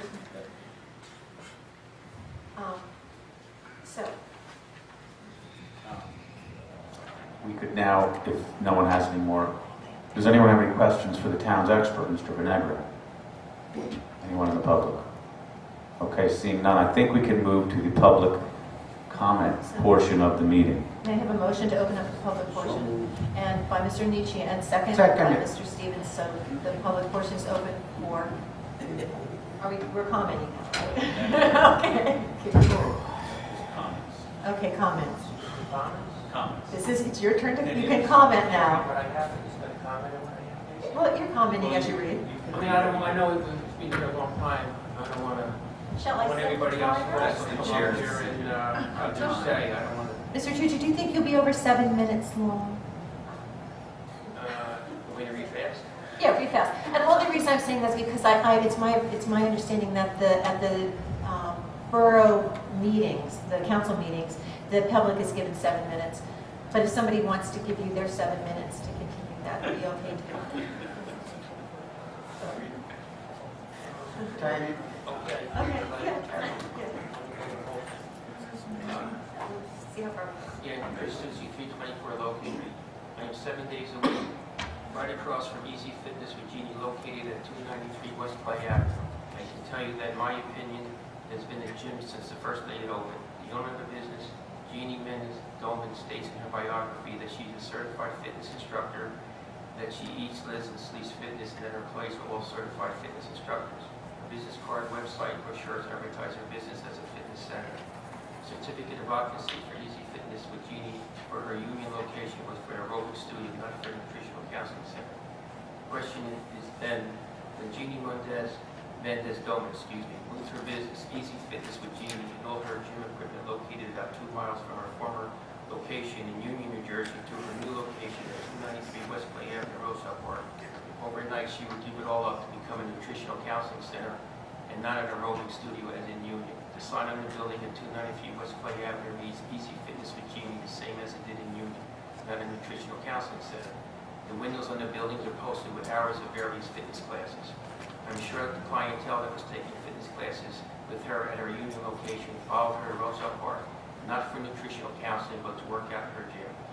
So the question is, why did she fill out her application for a CEO in Roselle Park as a nutritional counseling center instead of a fitness or an aerobic studio as stated in her Union application? And why did the owner of the building, George D'Agostino, also fill out his application as a nutritional counseling center with only 5 to 7 parking spaces needed for the business? The answer to this question is that the area where 293 West Clay Avenue is, in my opinion, is not zoned for a gym, and it doesn't have a large enough parking lot at its location that would be needed for a gym. I suspect that the building owner probably knew that you, the land use board, would not approve the application for a gym without the required parking. This parking lot cannot accommodate a gym. The application by both George D'Agostino and the business owner, Jeannie Mendez Doman, was, in my opinion, appeared to be filled out to try and bypass the land use board by calling the gym a nutritional counseling center because the prior use of 293 West Clay Avenue was for a counseling center for handicapped individuals. And just by coincidence, she also got a waiver on the parking variance by stating that there would be no change in the amount of vehicles using the building as before, which was 5 to 7 vehicles. We've already heard her state that it's at least 15, so she's 3 times the amount over. The prior tenant hours of operation was Monday through Friday, 8 to 4, no evenings, no weekends, and the parking had no negative impact on the neighborhood. The gym, on the other hand, is a 7-day-a-week operation without a big enough parking lot. A petition with about 60 signatures from the neighborhood residents was submitted to the town authorities asking for their help in this matter of a gym being operated in their neighborhood, not as a nutritional counseling center, in November 2012. Borough Attorney Mr. Richard Huxford mailed 3 letters to the owner of Easy Fitness with Jeannie dated December 7, 2012, January 14, 2013, February 1, 2013, telling her that she was in violation of her September 28, 2012 waiver of site plan review for a change of tenancy and advised her to cease and desist her activities at 293 West Clay Avenue. Ms. Mendez-Doman chose to ignore all 3 letters because I guess she couldn't prove that she was not running a gym. On February 15, 2013, the Deputy Code Officer, Carl Pacino, did a visual inspection of Easy Fitness with Jeannie and determined it was a gym and wrote 2 summonses, one for the invalid CEO, the other for not obtaining a permit for her sign located on the building advertising her fitness business. On May 21, 2013, Ms. Doman appeared in Roselle Park Municipal Court to answer said 2 summonses. According to town prosecutor Richard Huxford, Ms. Mendez agreed to appear before the Land Use Board in June of 2013, but never did. In August 2013, code official Mr. Jesse Outlaw also did a visual inspection and determined that it was a gym and gave Ms. Mendez-Doman 30 days to prove him wrong when he told her he would revoke the CO. Ms. Mendez-Doman again did not respond to Mr. Outlaw's letter to provide him with the evidence that she was not running a gym but a nutritional counseling center as stated in her application. On September 18, 2013, Mr. Outlaw revoked the CO but had to give it back, and the gym has been operating ever since. For the past 14 months, the neighborhood has been invaded 7 times a week with numerous motor vehicles by people attending the gym. The parking is having a negative effect on the neighborhood and other businesses in the area. This is not speculation. By Jeannie Mendez staying open, the residents in the neighborhood got to see firsthand how a gym and the parking from the gym is having a detrimental effect on the neighborhood and the quality of life. Residents coming home from work or shopping are forced to park blocks away from their homes. The pedestrian crosswalk from the Roosevelt Street tunnel is constantly blocked with vehicles at the gym. The vehicles are parked illegally in the backyard of the gym, which according to Borough Ordinance 40-1603G, they would need to apply for various change of use to park there. There has been a balance between the business and the residents in that neighborhood for many years now when it came to the parking of motor vehicles. But when you replace a prior business that required only 5 to 7 parking spaces with a gym that requires about 30 or more parking spaces per class, you know that that dramatic change in parking can only have a detrimental effect on the parking for the residents and other businesses in the neighborhood. Roselle Park needs new businesses, but a gym in that neighborhood is not the answer to revitalize Roselle Park. It would only ruin a neighborhood. Please reject this application tonight and give us our neighborhood back to the way it was before the gym opened up. Thank you. Oh, no, you have more time. I'm done. Do you need any of the documents I referred to or related to? Yes, I would like to see the one where Mr. Atwell says it's a gym. He's a borough official, correct? Yes. I'd like to see that. You want me to look for it by somebody else? Sure, yeah.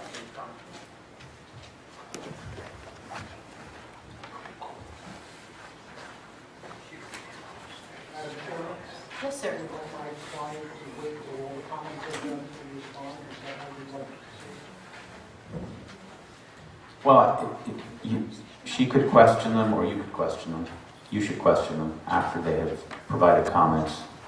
I think it would probably be cleaner that way. And as far as my client's rebuttal testimony, we'd like to take that over together at the end. That would be fine. Hello. Hello. Can you hear me? Can you hear me now? Yes. Okay. I have a piece of paper, but I promise to make it short. Give your name and address. Anna Ortiz, ANA, ORTIZ, and I reside at 122 Roosevelt Street.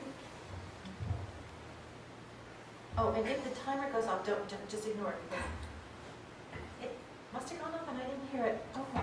Okay? Go ahead. I have lived on Roosevelt Street for more than 24 years, and since this business has been allowed in the location, I can't find parking most of the time after work. A customer of hers just spoke earlier and said that she's stressed when she leaves work, so she goes to Jeannie's. But when I leave work, I'm stressed because I know I'm not going to find parking.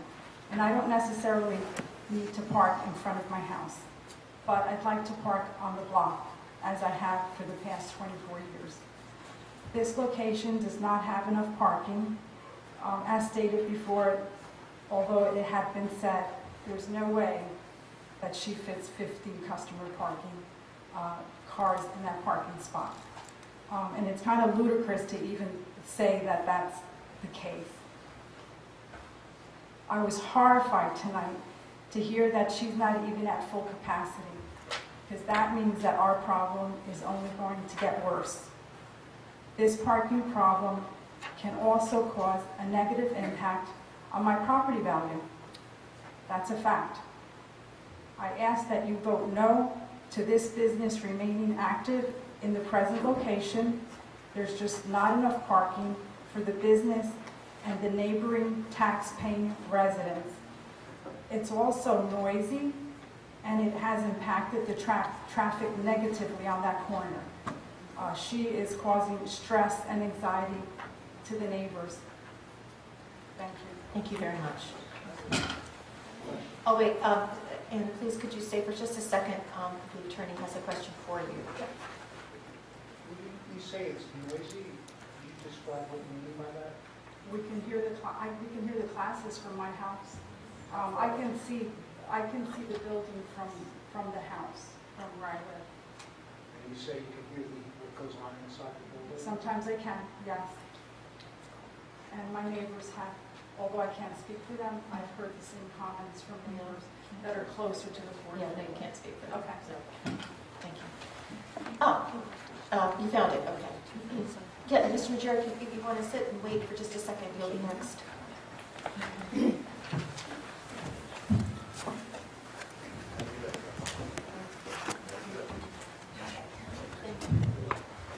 Just a minute. Oh, no. Sorry. I apologize.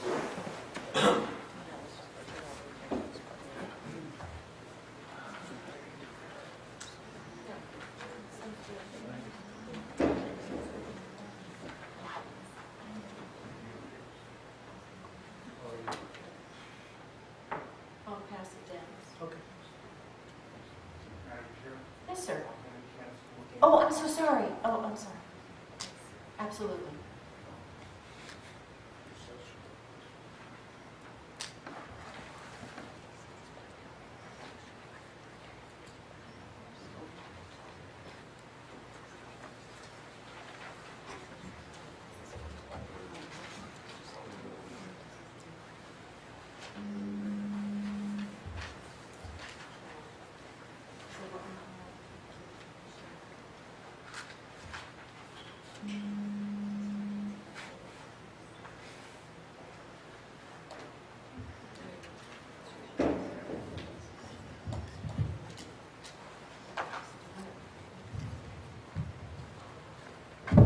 Just a second.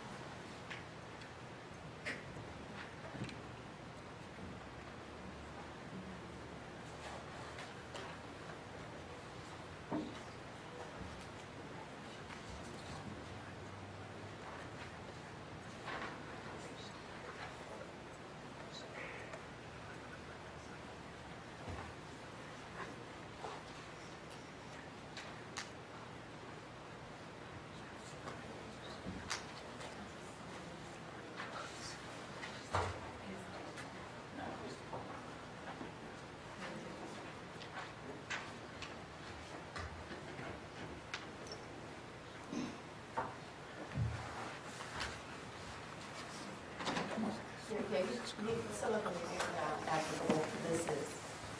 Have an objection that be entered.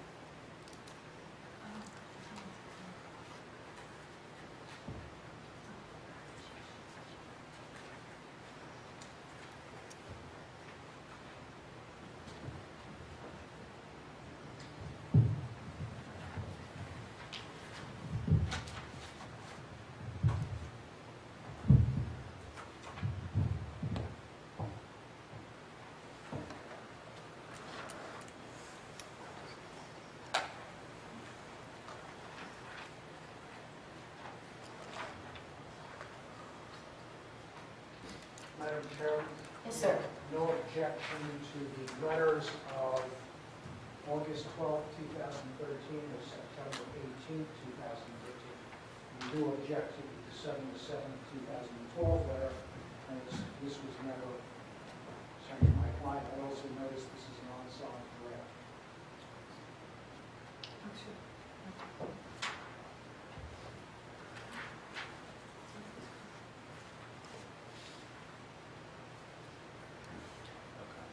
Yeah, I agree with that. That letter is not admissible.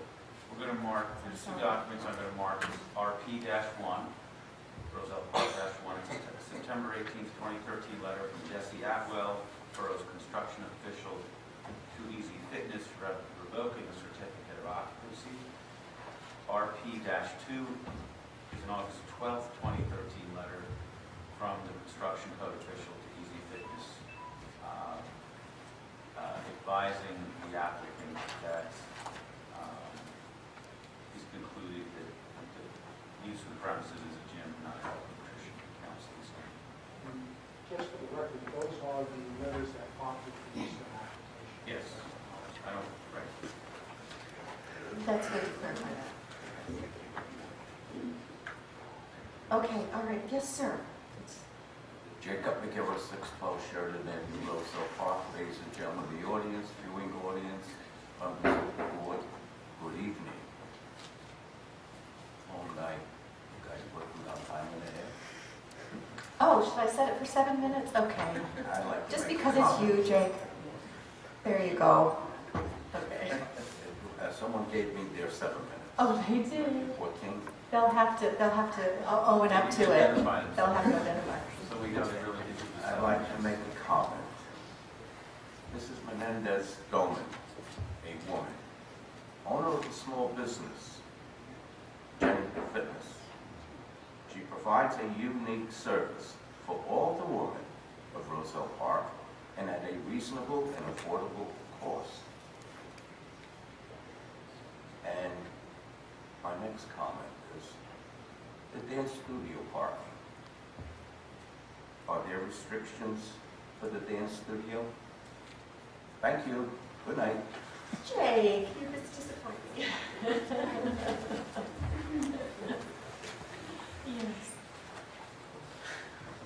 Yes, sir. Please come. Yes. You just have to state your name and address again, please. Kenneth Reiner, 130 Columbus. Through the plaintiff's own testimony, the day after Thanksgiving, she said she had 25. I think it was 20, correct? 20. So that means at least 10 people have to find parking places. U-turns in your driveways. I can't count the amount of U-turns in my driveway. I can't count the amount of double parked cars. U-turns as they're going eastbound on Clay Avenue, they come to Columbus Place, they pull into Columbus Place, try to make a U-turn. You can't do it, and then they're back up. My neighbor, like I said, my neighbors, I can't speak for them, but U-turns in there, and there, I have to call the police 3 times for people parking at least a foot, 2 feet into my driveway. At least 6 or 8 times I didn't bother calling the police.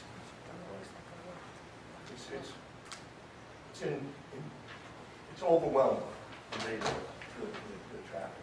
I'm not saying it's all ours. It could be from the dance studio, it could be from other things, but the traffic is just... Thank you, sir. Thank you.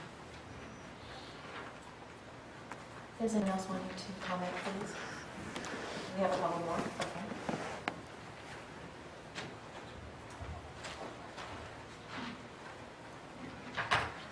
Marianne, M-A-R-Y-A-N, and Fransueto, M-A-N-S-U-E-T-O, 305 West Clay Ave. I've been living at that residence for 30 years, and I've never had a problem like I have now. Okay, parking in front of my house or very close to it. Like she said before, I'm stressed every night at 5 o'clock coming home. Most of the time, I cannot find a parking space there. I have to go a block or 2 away and come home. And I know they go in there because I've seen them get out of the car with their bottles of water, their sneakers, their stuff. They're going over there.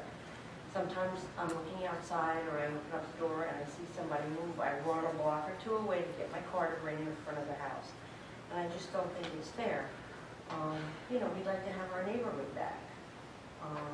She doesn't have enough room for parking, and she just, you know, it's basically the same thing. We're all having trouble parking, okay? And this is our neighborhood, and we would like it back.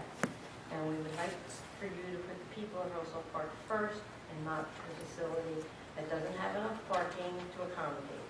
I ask you to listen to the people who live and work in the neighborhood that have experienced the hardships like we have since she's been here.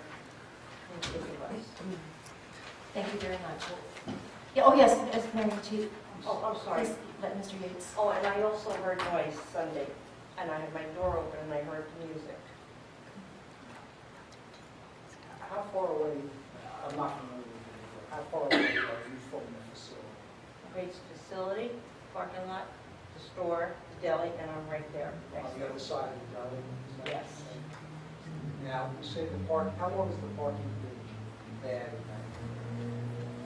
Since she's been there. And has that been consistent ever since November of 2012? Just about. And there's no, it hasn't been, how about late last summer, early last fall? Did it let up, did it get easier? She's there 7 days a week. Like they said, she was supposed to be there 5 days. She's there 7 now. It's even Sunday, Saturday. She come home with groceries. I gotta walk 2 blocks to carry stuff to the home. I'm just asking a question, if you recall, last summer, last autumn, was it bad all throughout that period as well? It's been bad all along. Because The last 14 days. She was closed for 30 days last autumn. I'm saying majority of the time, yes. We've had problems with parking. Even when she was closed? I don't remember when she was closed, but we've had, I said majority of the time. Most of the time, when we have this problem, I see them getting out of the car going in. Thank you, Mayor. Thank you.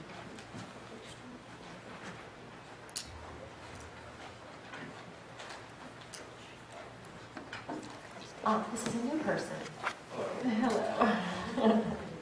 Matt Ferraro, 296 West Clay, Can you spell your last name, please? Ferraro. Thank you. I would just like to bring to light, as if we all don't know, that I'm a resident in the neighborhood who lives directly across the street from the new facility, as well as the Paragon Ballroom Dance Studio, that the street parking situation has gone out of control.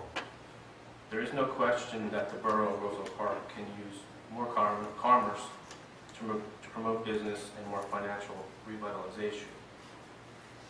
However, it is also important that such businesses adhere to zoning regulations that are put in place in order to properly manage the well-being and safety of daily suburban life.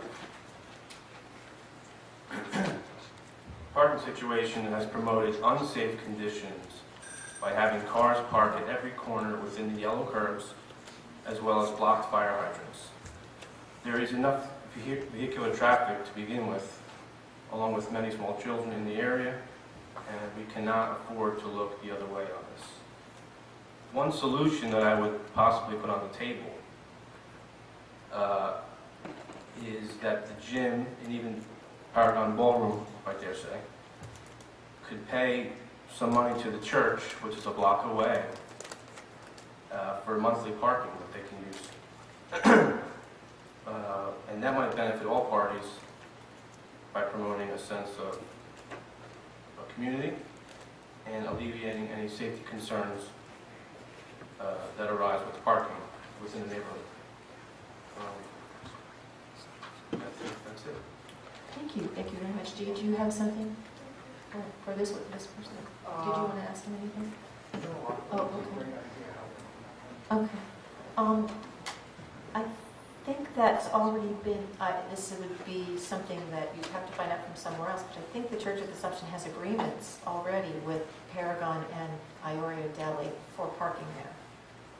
I think. I could be wrong. Okay. So that's already sort of in place. That's probably why this parking problem hasn't arisen sooner, because of the ballroom there, and because they've had that already in place for years. I think it's been years and years. That's been, we'd have to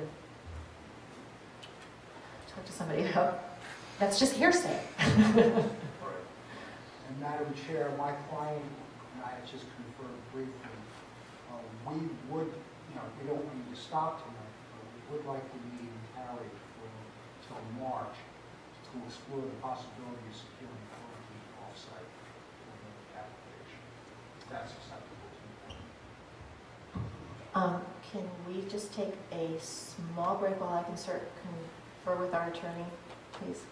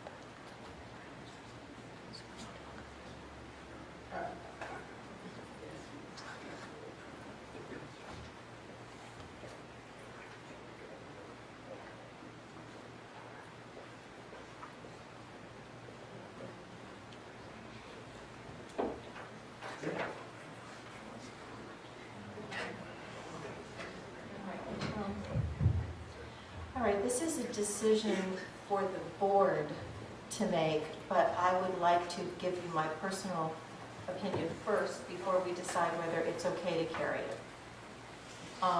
The summons that you have to go to court for is over a year old, I understand, and in my opinion, there's been a lot of time for you to figure out what to do about this. To get an engineer, to get a traffic plan, to get a planner to help you. So I am not in favor of carrying it another month.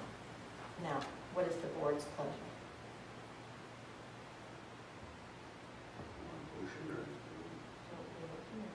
You can make a motion not to carry it. Or to carry it? I think she's asking for, if you like, your input on the issue, whether you want to carry it or not. She's clearly stated her opinion as the chair, but she's putting it to the board to decide whether they want to carry it out.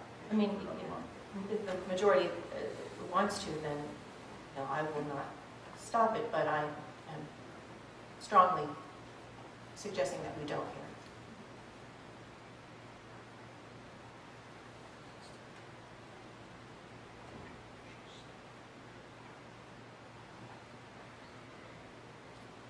Opinions, comments, or do we? Is there a motion? Or is there a motion? One way or the other?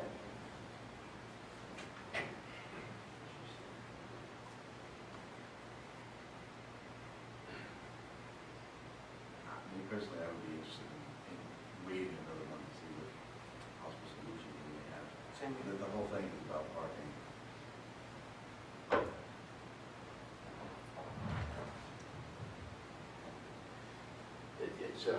It's another kind of like a rock and a hard place. She's How long has it been with it, a year? 14 months. Well, what I'm saying is I agree with you, okay? On the other hand, there is an attempt to build a business here.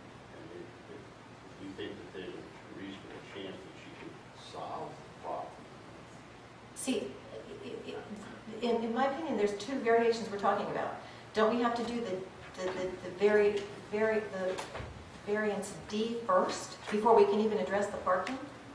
So if we don't pass the... You don't have to bifurcate the vote. I mean, if you can vote on, more or less, it's really not a site plan on here, but you can include in the D variance the C variance, if you so like. Or you can break out the vote separately. You feel that you can vote. I normally don't like to bifurcate. I normally like to have all the testimony there and vote as an application as a whole. But the application doesn't ask for a C variance. It only asks for a D. They do any and all, you notice, in your public notice. If they have the any and all catchphrase, you can only include that. If not, then the hearing was... We had a lot of times there. But going in my direction where I don't like to separate D variances from C variances, this is a particular piece of property. Is this well suited?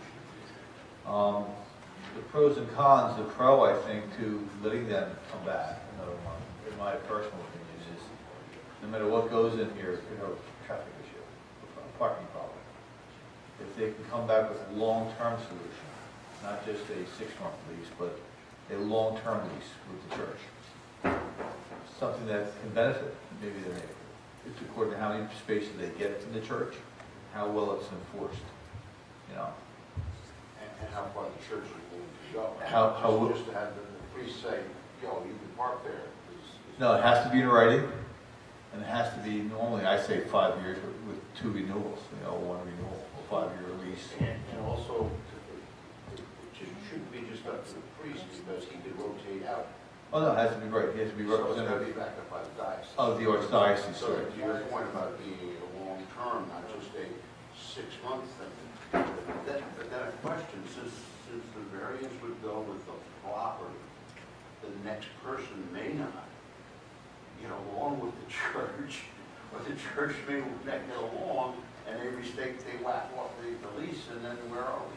Yes, sir. Just to let you know, when you're talking about your variance, you're talking about this particular use. Right. So you're not talking about somebody who comes in and opens up a porn shop, like something that would offend the church. So it would only be tied to this use. In terms of the duration, you would have to run with the current lease on the property. When is your lease up? I have 2 years left on it. That's okay, yeah, that's fine. With the renewal of the lease, they can renew. But if you grant a variance, the variance stays with the property. So if you grant a variance on that piece of property, give you 18 set aside for 8 places, the next guy comes in who runs who knows what out of there, and he's got the parking. Upon having those spaces contracted for. If you don't have the contract, then you can't meet the condition of the variance. You can do that. The only difficulty becomes enforcement again. You have to have people working in the town long enough to remember when for renewals. And the other thing you have is you have listen, I understand the difficulties of parking in neighborhoods. You have a neighborhood that's watching out to see what's happening. You're going to know who you are quickly if there's non-compliance. Well,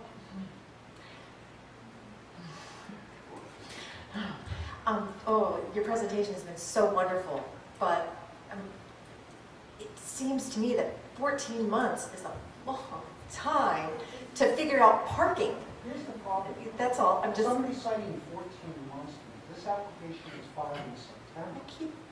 Well, I've heard that from, it's been over a year, somebody said 14 months, so I just climbed on that. No, in fact, my office did not file the application, and we took it over in about October. What of these Letters. The letters are dated September, August, 13th. 6 months, less than 6 months. Well, actually, the ones that we didn't put into,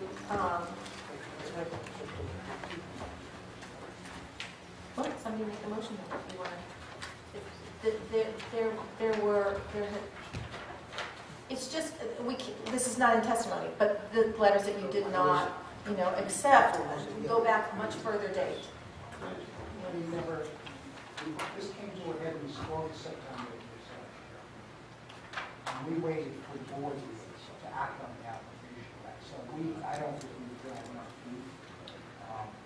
And that's why I think 30 days is a reasonable request, and I'll be happy to do it. Or I'm already in touch with the judge. And I'll have to explain the circumstances. Okay, does somebody want to make a motion? Wait a minute, did we close the public portion? No. We didn't close, we're not even ready to do this yet. Yeah. Because we still want, we've not even closed. I'm not asking the board to stop taking testimony tonight. I'm just suggesting, rather than staying here until 2 o'clock in the morning and hashing out, we would also like to carry it to the rest of the parking issue. Okay, but I don't know about the rest of you, but I would take as long as it takes. So if the time is an issue, it's not an issue for me. So we'll go on to the next testimony, please. Sam, it's your turn. Sam Appel, 112 Roselle Street, ATP, I have 2 concerns. One, of course, is the parking. Whenever a class is in session, there's absolutely no parking on the street at all, on Roosevelt Street. And many driveways are getting blocked. People are coming in making K-turns. As a matter of fact, the other night my car was hit, a hit and run.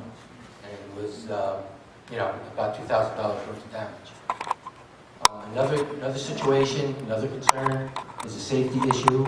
Up by Clay Avenue, coming in onto Roosevelt, if the cars are parked up by the corner, it's a very difficult turn.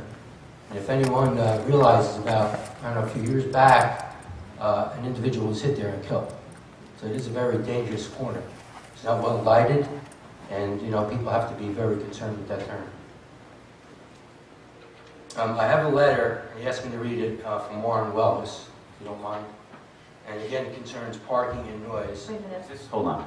If it's not your letter, it can't be read. Sorry. If you have comments, you're free to make them, but hearsay is, we can't have people reading other people's letters. It hasn't notarized. Yeah, it doesn't matter. He's got to be here to be subject to cross-examination. I'm sorry. That's right. All right, that's basically what I have to say about the parking and safety issues. Thank you very much.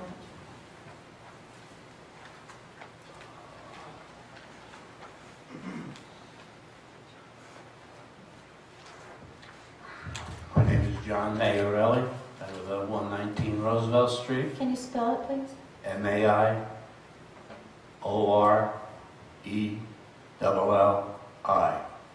And your address again, please. 119 19. Roselle Street. This is going to be like a repeat for the fellow. I didn't think he was going to come. Then he said his wife was blocked in. And I live across the street, and he leaves to work 5:30, 5:45. And I don't know if it was somebody that worked there or somebody. If it was from the gym, but she called the cops, and I got her out so she could go to the doctor with my neighbor's help because the snow was there. The cops said, "Well, I'll write a ticket right out." I said, "Well, why don't you go up there instead of giving the lady a ticket?" So he went up there and found out that she was in there, and she came out. And I said, "Gee, that's not nice now, you know." And she says, "Well, you're going to give me a ticket?" I says, "No. Just next time, park." She said, "Well, there was no parking in my parking lot." And I'm surprised that she lied, because I go for my walk every day. And there was only one car in the lot. And here I bent over backwards so she don't get a ticket. You're just making comments now, not questions. Oh, and I'd like to know why I had one lady in front of my house. I really don't care. I park in my driveway constantly, and I keep the front open. But you could put two cars inside. I told one of the ladies there, and I don't know if they work for you or do weekend. And she told me off. And she was like 18 inches in my driveway, and that's not right. If somebody parks there where you kept with two cars, but you're on this guy's driveway and my driveway, so why not park in the middle instead of doing that? My granddaughter's coming home from college now, and she wouldn't be able to do that. I don't care if you passed their license or she didn't, and it's just not right. And I side in with a lot of people, even though I don't. I told a lady, I'll call a cop, but I didn't call a cop. I just let her go on in business. I didn't call a cop for the guy that was just here. I can't even pronounce his name, Moses. You know who I'm talking about. Well, I try to be a nice guy, but being a nice guy isn't too good. I have nothing to do. Retired, I'm 82 years old. Not even supposed to, but I clean the front of the house.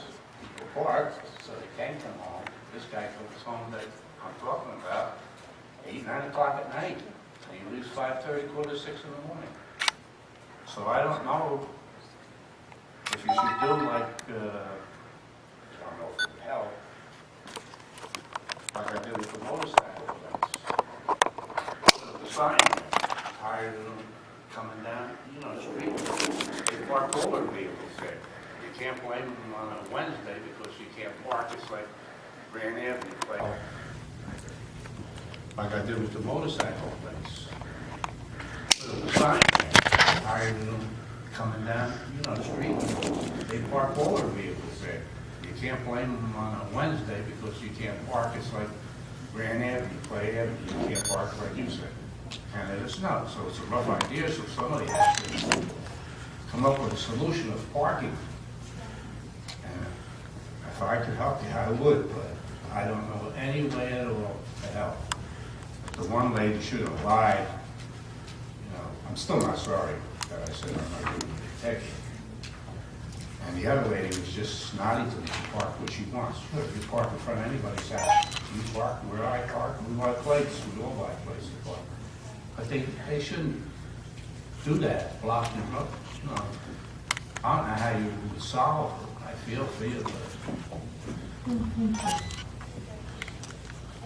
And I'm willing to work with the town and do whatever I have to do. Oh, can I say one other thing?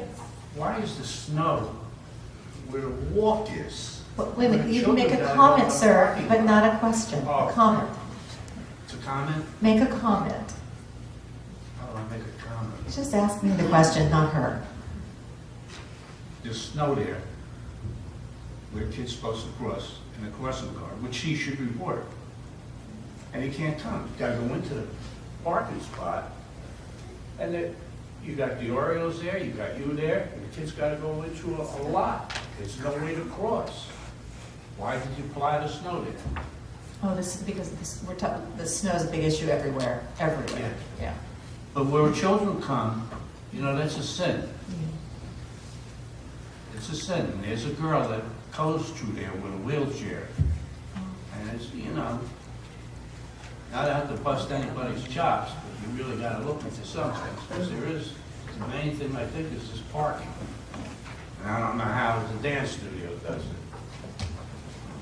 Okay, thank you. Thank you very Okay. much, yes, thank you.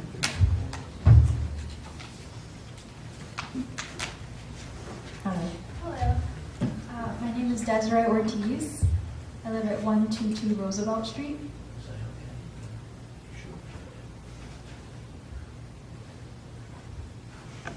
Thank you, yes. I just want to reiterate that parking is an issue. I've lived at 122 Roosevelt Street my entire life, and there hasn't been an issue except for the past year.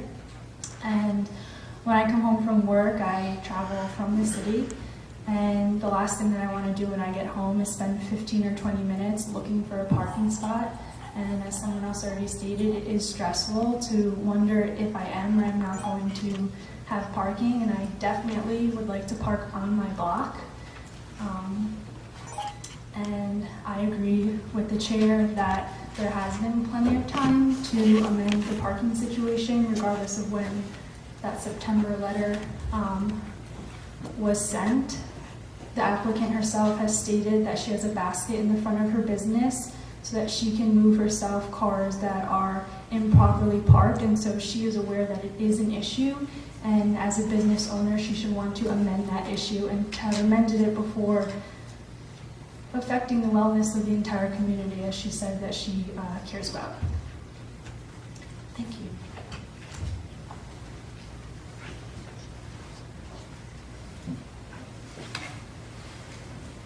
Hello. Jackie Hurdle, T-U-R-D-L-E, 305 West Clay Ave. And again, with the parking, I have a 45-minute to an hour commute on my way to and from work. Every day I come home, there's no parking. I have to park on the other side of the railroad tracks. I've had to deal with people throwing hot chocolate on my car because I'm not supposed to be over there. I would like to be able to park next to my house. Also, last week I had to come through with 6 grocery bags through the tunnel. I had to squeeze my way through the cars in the parking lot. If you can get 15 cars in that parking lot, they have to all be smart cars. I don't know that the church would work out because she is open on Sunday mornings and the church they're open on Sunday mornings, so I think they would say no to that.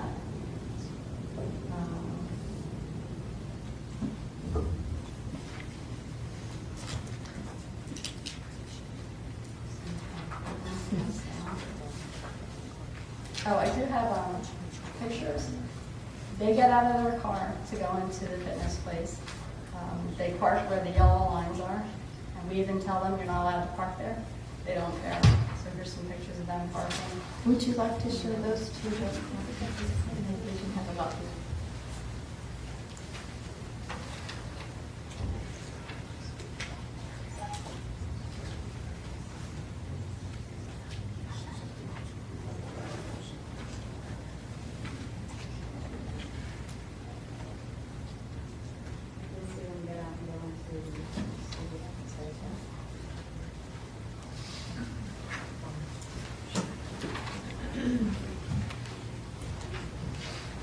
There are also spaces on West Clay where you can park 2 cars, and they just park right in the middle of the 2-car space so that only 1 car can fit. And we just want our neighborhood back. Maybe keep this? Yes. Just going to mark these O-12 and O-13. Any objection to?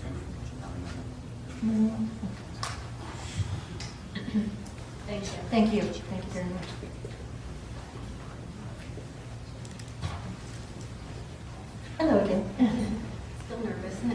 okay. Ann Collins, 170 East Clay. I guess I have a couple of talking points to other things that people have said about like property values for them going down. For me, on the other hand, I consider it, my property value goes up when there's businesses operating in the town. So it's a positive in that way for me.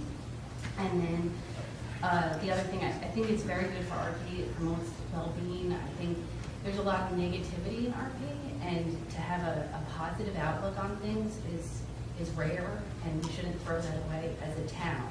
Not just being because I like going to Jean's, because I'll go wherever she goes, but for a town it's important. And to keep young families here, I think it's important to keep businesses operating. I don't need to really reiterate how much like I like Jean's. We all went through that before. The parking, I've never had a problem with parking. I live 0.8 miles from. I know because I walk it when it's light out. In the winter, I don't, because I don't think it's that safe necessarily to walk down West Clay all the way. But I've never had a problem finding a spot ever. I always park on, I guess. You mean coming to the classes? Yeah, coming to the classes. I've never been searching for a spot. I usually park, I guess, in front of, there's like I don't know if it's a law officer or something, but there's always like, that whole area is open, always. Even now with the snow. What time do you come? I like to do the 5:30 or 6 class, and then sometimes I do the 8 class if she changes it up, like whatever. On Friday nights, the 5:30 class, there's maybe 2 or 3 of us that go to it. Like, there's certain classes that there's only always 1 or 2 people at it. So I can understand like maybe some of the bigger classes having a problem. The other issue I was kind of worried about was, so people said that the issue came when Jeannie came here. So how can we differentiate between if the business is Jeannie's, the studio, or both of them together? And then who suffers? Should we shut down the studio to see if it was just Jeannie's, would there not be a parking problem? Is it the combination? Do we have to shut down? I don't understand what you mean by the Like, combination. if the dance studio wasn't open, would there be a parking problem? Oh, there wasn't before, apparently, from what the people have said that live in the area. But, I mean, I'm saying like, the dance studio not being open at all, Jeannie's being open. Oh, I see, if the dance studio closed. Right. Is it really the problem, the 2 businesses, not the 1? And then how do you say to one, you can't do it, but the other one can? So how would you know who's really causing the parking problem? And I understand like a lot of people are making assumptions that all of the negative things that happen on their block are caused by Jeannie's guests. I mean, I live on East Bay. Nobody is going to Jeannie's from my house and someone hit my car. Like, it's not necessarily somebody that's going to the business. And I understand people are angry, and I would be too, like, you know, if I had a parking problem, but I think it's like misdirected a little bit. And I think Jeannie is a very understandable person, and I think if people approach her, or we can approach this in more positive way, then maybe it would have a better outcome. I know I felt like defensive for Jeannie when most people up here spoke, except for the one gentleman back there, and then I felt like I would really want to talk to him and work things out with him, but other people, I wouldn't want to do that, and so maybe it's our approach that's not necessarily He's cute, isn't he? I'll be in line right behind you with him. Yeah. So that's really it. I understand people having the parking problem, but I don't know how you can blame the whole street's issue on her when there's other businesses. Okay. Thank you very much. Can I make one more comment? Okay, and then we have another gentleman. Real quick. I just wanted to say, Just say your name and address again, yes. Jackie Hurdle, 305 West Clay Ave. We haven't had a problem with the dance studio because we're all home and parked by then. They usually open 8 o'clock, 9 o'clock at night. So I don't feel that they are part of the issue. Okay, thank you for that. Yes, sir. Good evening. My name is Thos Shipley. I live at 824 Larch Street. Last name is spelled S-H-I-P-L-E-Y. Thank you. I just wanted to make a comment, just in everything that I've been hearing this evening, and just something overall. I just feel like just to make things, to clarify for myself, and just I feel like things are getting just a little confused. And just want to state that for myself and what I'm hearing is I don't think it's not so much an issue of anything against her personally or the quality of the business. The bottom line is that the business, as it stands, violates the code. And the parking is an issue. The business demands more parking than is available. There is a safety issue.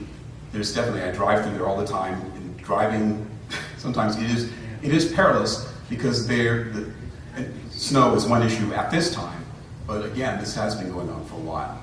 And the issue with the variance with the crosswalk, I've seen that numerous times, seeing kids come through, seeing cars moving in and out of there. It's just, I just can't believe that you actually have parking in a place that's, variance. There's no way you can avoid not having to pull over the crosswalk to park. You can't do it.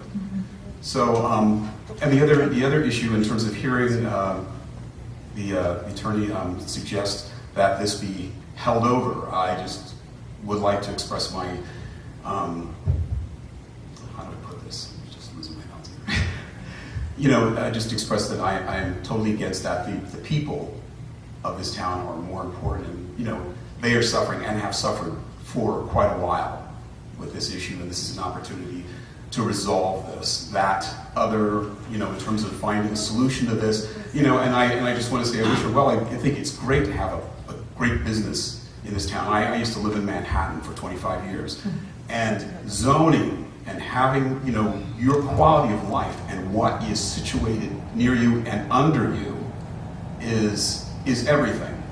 And it's not so much that you don't so much want the business, dislike the business. It's just a matter of, you want to put things for the quality of life in a town, for the quality of the town, for the property values. Now that I own a home, you want to put them in places where everyone wins. And I think it's great to have, a business, positive attitude and all these things, but it needs to be in the right place. And I don't feel that this is the place for it, and it violates the variance, or violates the code. Thank you very much. Hello again. Amber Reyes, 126 Roosevelt Street. I, again, with a lot of my neighbors that are here, and I think it is great that a neighborhood has come together till 11:30 at night to voice our opinion, and I hope that we are heard. I would like to present some more photos. On the back of each photo are dates. I do have photos of when the studio was closed, October 4th, and it does have parking available. So I'd like the board to review that as a reason of the issues that we're here tonight for. Could you just show those to the applicant and then have them vote here, please?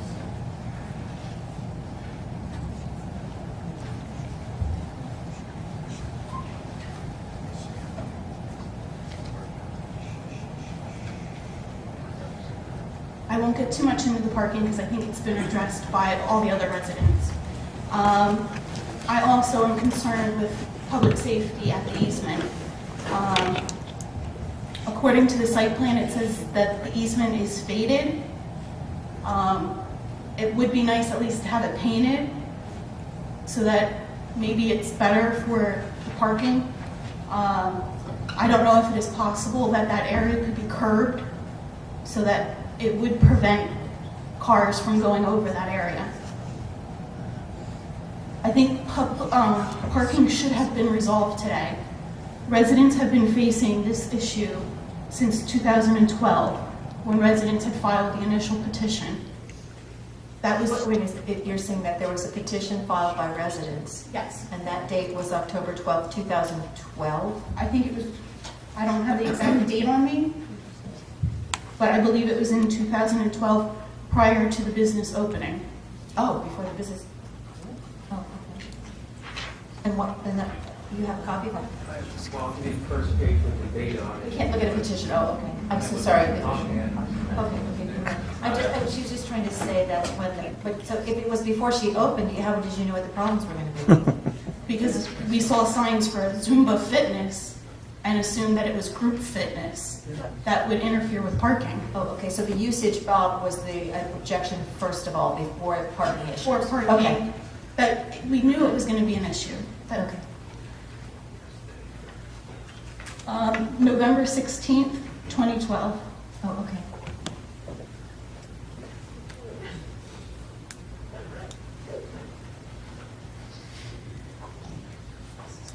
I also live within 200 feet of the business, and I have witnessed loud music, clapping, and yelling within the business.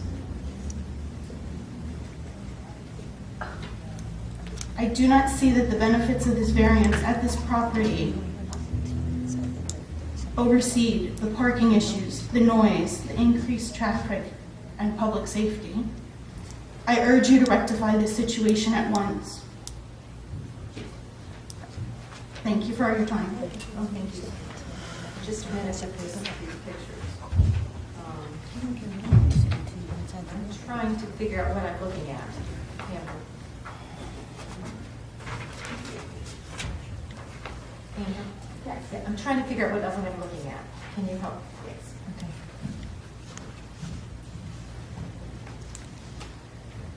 This is a car that's parked well into the yellow. What's the date on the back? March 27, 2013. So that'll be 014, they have it? This is another example of cars parked within the yellow. Within the what? The yellow. Oh, yellow. I thought you were saying LL, and I thought, what's it? Okay. There's been issues of cars parked to the corner of the of the street. We're just going to go through this one at a time. 015 is dated September 24th, 2013. This is an example of how when the business was closed for the temporary period, that there were parking available. And that's October 4th, 2013. And the same. And this is also an October 4th. 16, such, the 17, October 4th photograph of a red truck on the street. You know what street that is? That is Roselle Street. Okay. All right, now we have January 7th, 2014. Again, cars parked all the way to the corner of both Roosevelt Street and West Clay. Yes, I see that right there and there. Yeah, okay.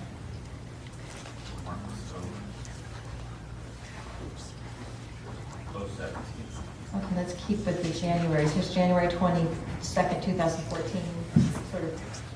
This is a car, this is a car, and that is a car all the way to the corner. All right, this to me is I can't. Okay. All right, how about this one? This is the same evening and the same street. There's a car, and a car. Okay, this one, January 22nd, 2014. This is with the snow. And then this one is September 24th, 2013. Again, to the corner. Oh, both corners. Again. Okay. So I'm going to give you this one back. Okay. Thank you. How are we doing? Is there any other comment? Can I, Mr. Deering.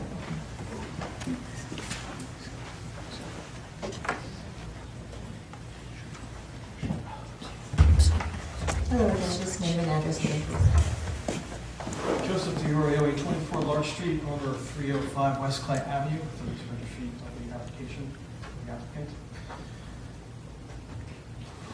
Bear with me for 1 second, please. I want to provide some additional information as part of my concluding remarks. One is, I want to focus on not just the parking, but the use and the pedestrian right-of-way, because this is what makes this application unique. As I asked before, there was a question that I posed: are there any other properties similar to this one that has a pedestrian right-of-way that cuts through private property? There's one other, which is on the other side of the tunnel.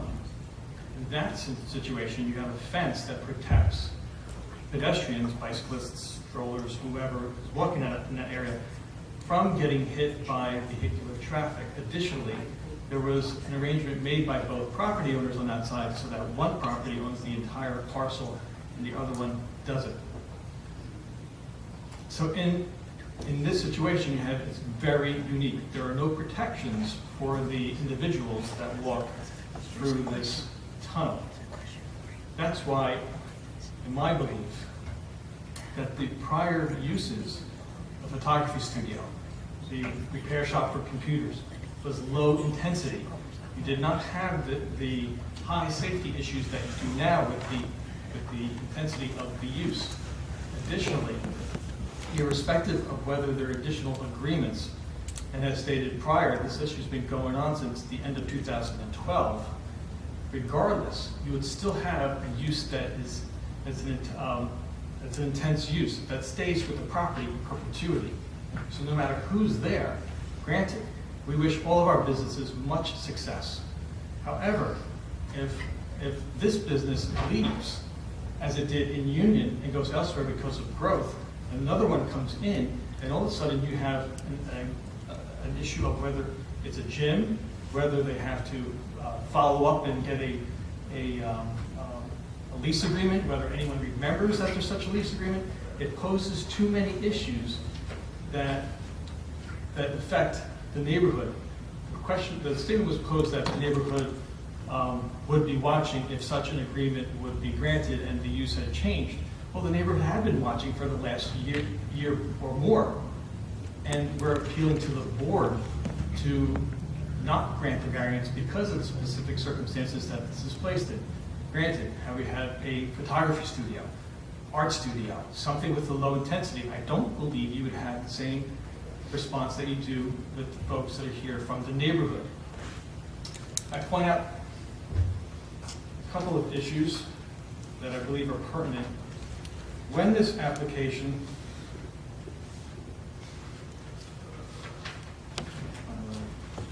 when the waiver of site plan review for change of tenancy was presented, it was submitted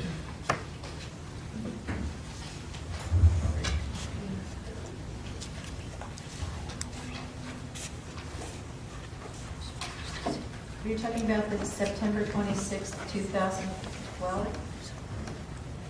The waiver of site plan review for a change of tenancy? There was a letter by the attorney at that time, Paul. Mr. Roselle? Yes. Do you have that as? No, I have. I have a signed letter from him when this application was originally submitted. September 24th letter, Joe? September 27th letter, 2012. 24. I had his submission of the application when he represented the applicant. September 2013. This was September 27th, 2012, when the request for change of tenancy was submitted to the borough. In that, it states that it's the applicant's belief that the uses, I'll quote it directly. The waiver is appropriate because there are no alterations as opposed to the change of the exterior building dimensions, as we mentioned earlier. The proposed use is permitted in the B1 zoning district, which we now, based on the interpretation, have determined that it's not a permissible use, and that the proposed will not increase parking requirements over the previous use. The previous use was the Center for Family Services, a daycare facility for the developmentally disabled adult community. The parking was much less than what, the parking needs were much less than what's being proposed today. I'd like to submit this. And in addition to that, while the permitted use was a center for daycare for the developmentally disabled, there were also issues concerning the pedestrian safety by vehicles trying to cross or park along the pedestrian right-of-way. Here's a transportation van. The facility would transport its clients to and from their homes. Madam Chair, I understand. want to object, if only because we have hearing about complaints about a prior use, and I don't see how that relates to this application. He's complaining about incidents that occurred with a prior tenant on the property, and I don't see how that relates to the current use or proposed use of the current application. Can I submit this? Yes. The letter? Okay, can you show it? Show the letter to the attorney, please.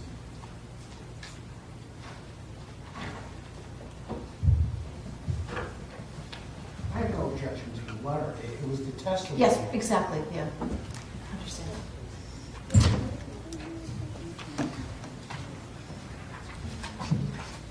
Focusing back on the use, while the neighborhood. Just a minute, While- let's just get this into Sure, evidence. sorry.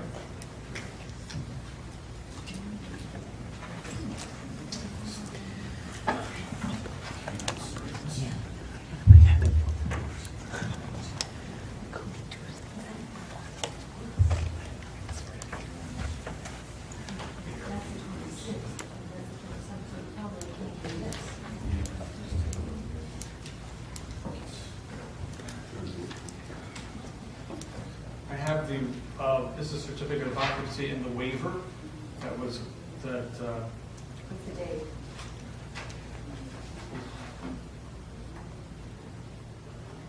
date entered, this is the date entered. There is no date signed off, but date entered was 10/5/12. I'm just going to enter this September 27th, 2012 letter from Rob Bernard to the zoning board, -20, which is the applicant's. And now what are you talking about now? And then there was the waiver of site plan review for change of tenancy. That was also, was entered on 9, I can't read the list, but it's 2012. But I'll- Do you want it? Yes. Actually, I'm sorry, the comment says 9/26/12. 9/26, yeah. Okay. So is it this? Oh, okay. Because if it is, we have this. There's two of this. No, I don't have the other part. There's a cover letter that accompanied it. Oh, okay. That's Mr. Reynolds' letter. And then there's a second attachment.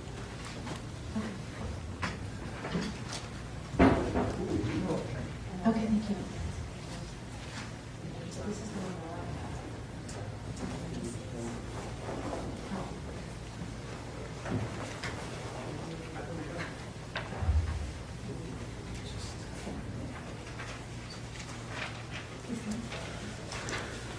Where did these come from?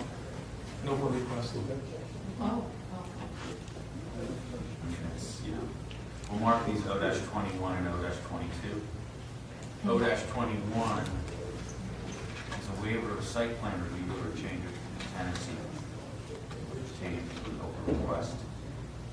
Dated September 26, 2012. And then O-22 is a business certificate of occupancy. Metrics properties.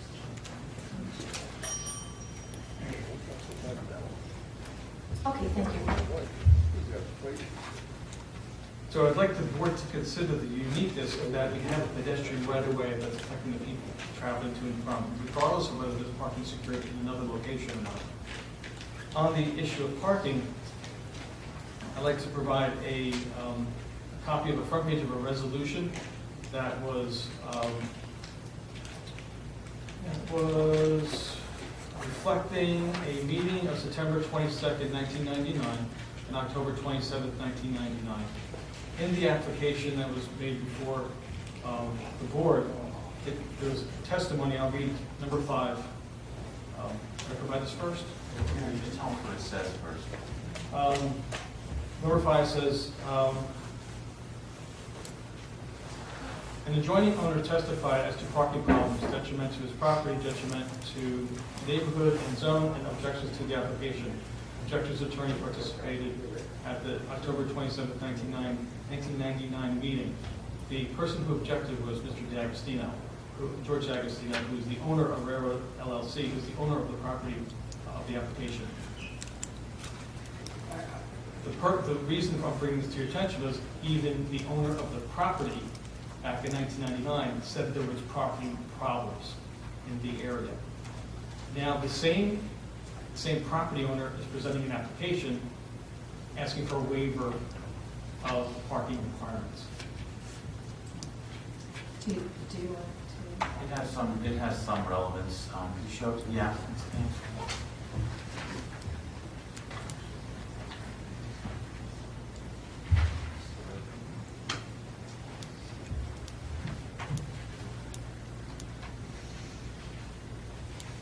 Fortunately, Mr. D'Agostino's not here this evening, so.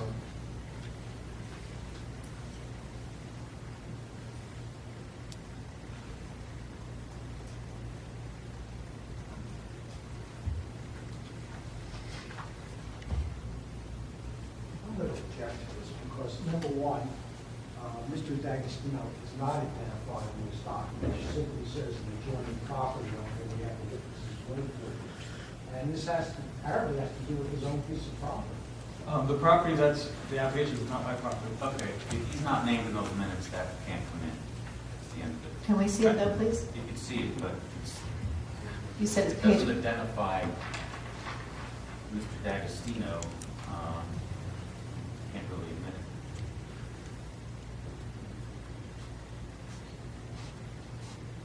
And people attest that were there on those dates, attest to that.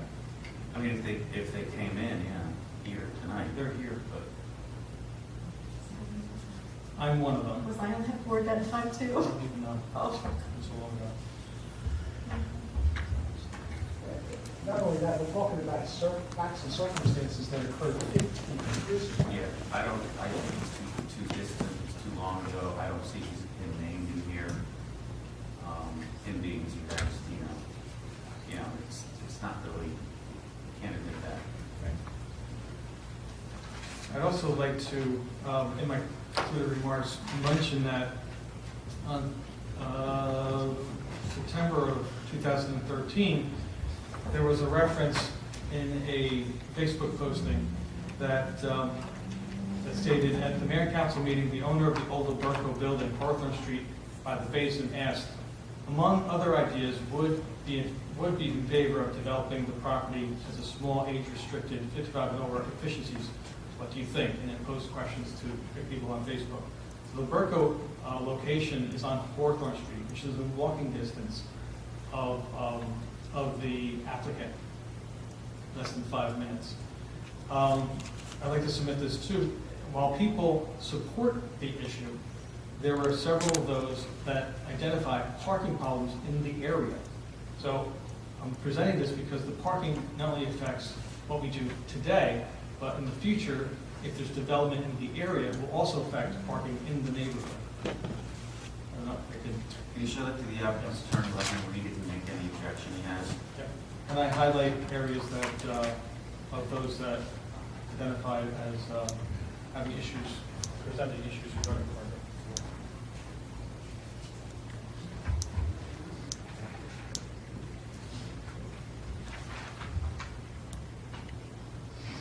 Since the witness isn't identified in the document, it's a hearsay source document, what other people are saying.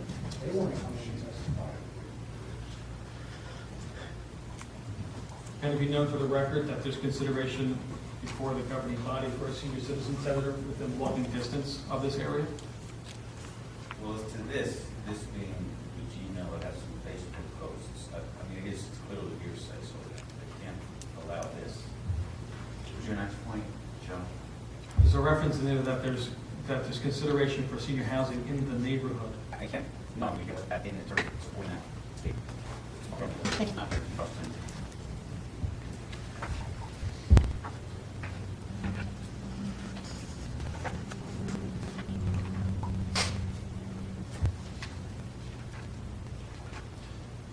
I also have a video of, short voice-over video of a child with a scooter trying to get through the tunnel, through the pedestrian right away, having to turn around, a car being over the pedestrian right away, scooter, just that missile.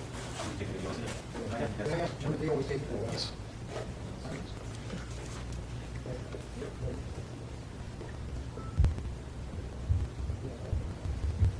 Nine 26, 2013. So the temporary file of this application and the issuance of notices from the town. I understand what you said, I'm sorry. Exactly the question. Oh, sorry. At this approximately the same time that the municipal notices were issued by the construction official that put into evidence that were facilitating events for this application. I took on 9/26/2013. I didn't receive notice of that. I don't think we were told it was supposed to go to the planning board June 2013. Where did I get that? I could have slipped it. I don't know. Is there somewhere to, why don't you show the board video, show the applicant video first? Show the applicant And then show us, please. How long has it been? It's like 10 seconds.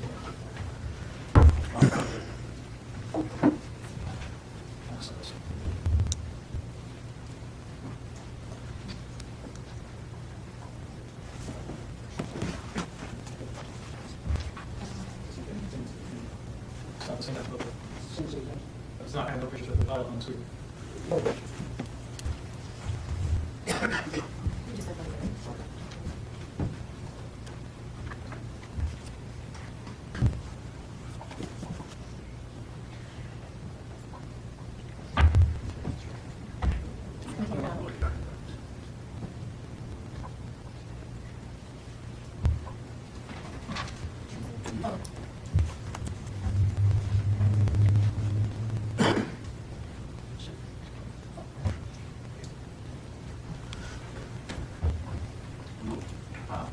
Somehow, if you've seen that last, the word. So that's secure. Download on some flash on your Mark 013.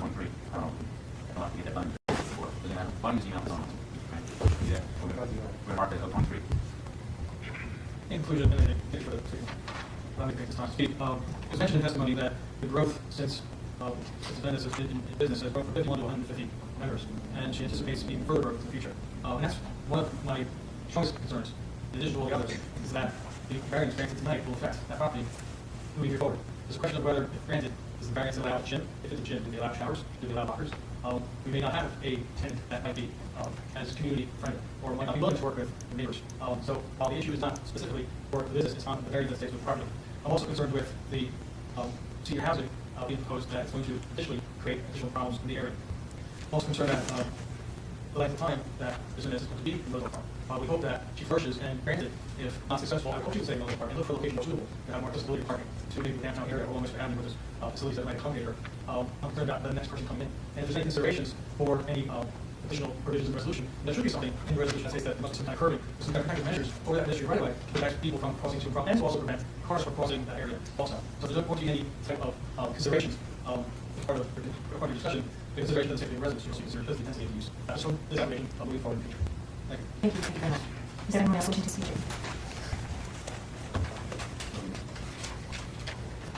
Okay. Just name and address first, please. Saul Kirsten, 50 Grove Street. Yes, I just have some questions and comments and points to say about that. I guess first to the chair. So now the testimony, this is testimony. These comments. Just make sure. I thought just address some points that were just by previous speakers. With regard to the proposed senior housing, that was one of the several positions given by the police who deal with commercial property. And currently there is senior housing at Street High School that's being proposed, and that seems to be for so all it was a proposition, and I understand the point of that parking was an issue. Unless this commercial owner decides to become a full-time developer for senior housing, that's pretty unlikely to happen. So maybe that's consideration. With regard to this made by Mr. Gioro regarding the 1999, I guess not taking that, so I'm not discussing that. I just want to make sure, if I speak with or through the chair,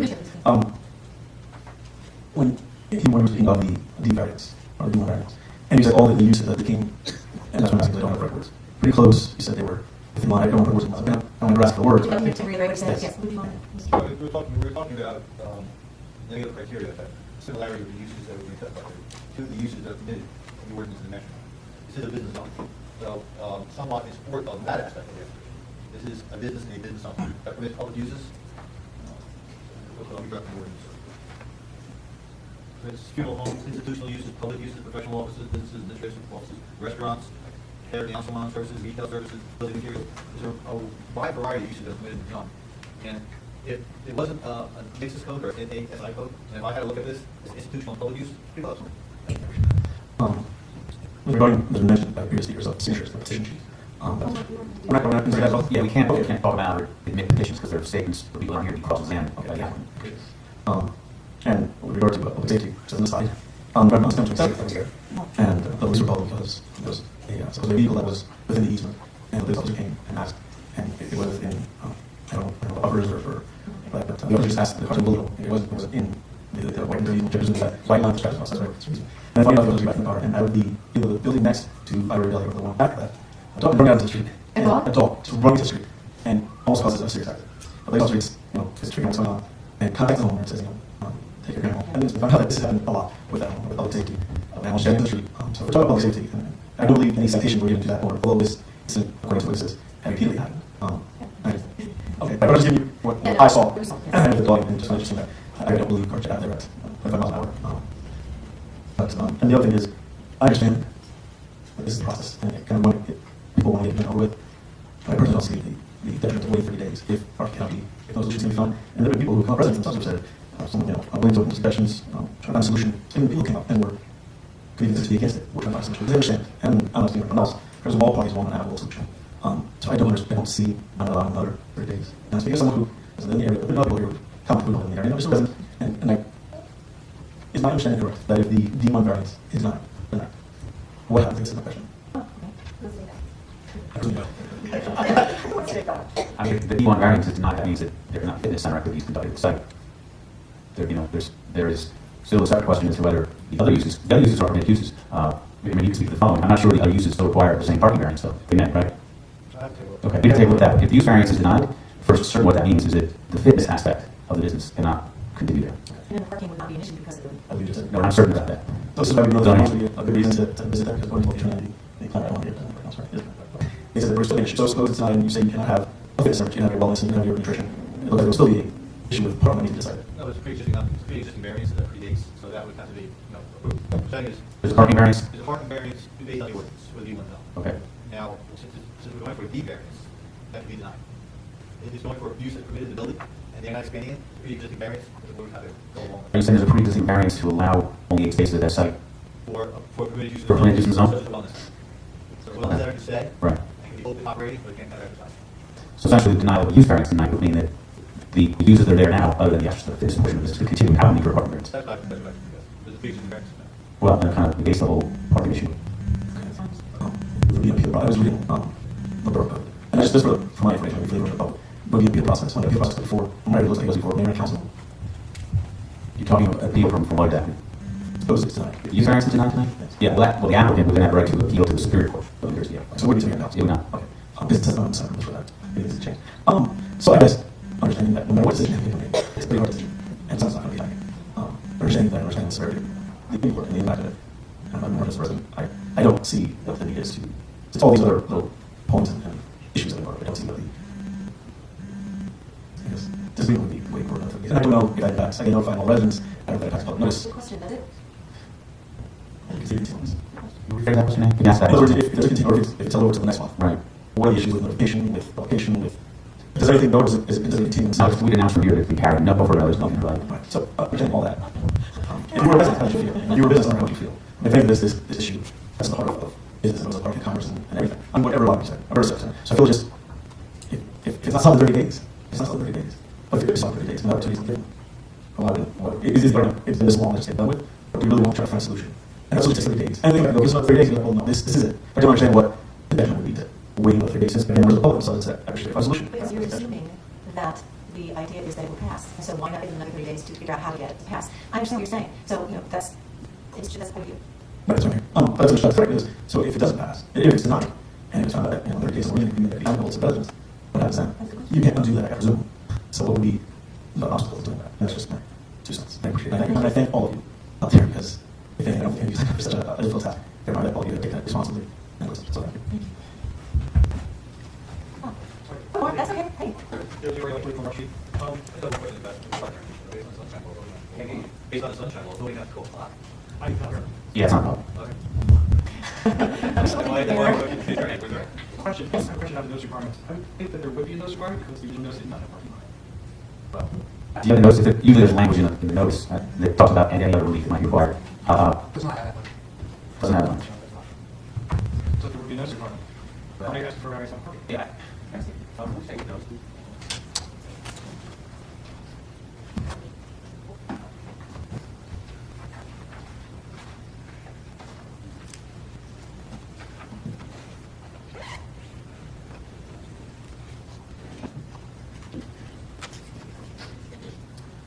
You are correct, Mr. Bureau, and that there would be need for you notice because there's nothing about parking variance in there. So, that's, yeah. All right. I thank everyone for being here. this is all. And now, I would like, is there anyone else who would like to talk? Mr. Jerry, you want to talk? I was just getting to that. I'm just saying, anyone else would like to talk? So we have a motion to close the motion. All the motions. Okay, so we're now at the discussion portion of this. Oh, no, you want to make your closing as well. Absolutely. So now I want to discuss adjournment. So Speaker, I guess the most appropriate form of relief for the session. But the U.S. Park is a problem which should be addressed.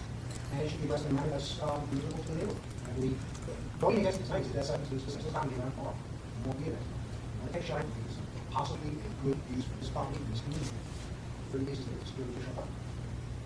You know, the candidate, Now, so this is a quick question. You think if we did choose to adjourn for this evening and go to next month, I'm a little bit right now, so I'm sorry. And you will attempt to secure parking to alleviate the concerns of the citizens that have spoken, residents. And we don't have a specific answer to that question because you don't know what you're going to find or not find out. We're going to come back again next time. We know exactly what's going to happen. We're going to come back to something. Okay, that's what I want to understand. That's fairly obvious. If you don't have anything on the front, you should just know. You can find those out parks next. And that's not going to happen unless we have parks. And that will be the same people next month. That would be the same person. I think those are people at least don't have that question. So you can Okay, so what is the board's plan this evening? I need a motion to something. Here's our options. We either make a motion to carry over until next month, and then when we come back next month, we sort of have to recap where we are, and then allow for the applicant to address us again. Or we go into discussions tonight and spend more time here discussing this and coming to a conclusion this evening. So those are our two options. It is 12:25 a.m. And I need a motion for some discussion on something. It's not the notice that we're given, some is an issue as to why uncounted on this one. I don't know what to do with that. I can't move it to 30 days. Is there a second? 30 days, we can have them back in with, the site plan, parking lot, not a professional way, lease or some kind of arrangement for it. You gotta meet the burden of proof. In other words, they have to satisfy the yeah, maybe, but all it requires is the parking area. There's a real burden of proof issue too, you know, you satisfy for these parents. It's a negative criteria. It's a negative criteria about the parking. Okay. All right, is there any discussion? All those in favor of continuing to vote, or do we vote? Mr. Nichols? Yes. Mr. Mr. Stevens? Yes. Mr. Rowland? Yes. Mr. Miller? Yes. Okay, yes, carries, so we'll see you next month. Meetings on the 17th. We just have, thank you very much. Yeah, we'll just have to finish our meeting, our agendas are somewhere, and we'll be on Thursday.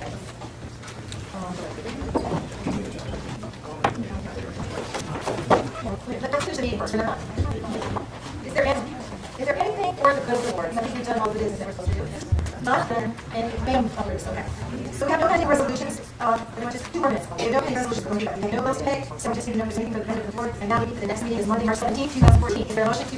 Yes. Second. All those in favor?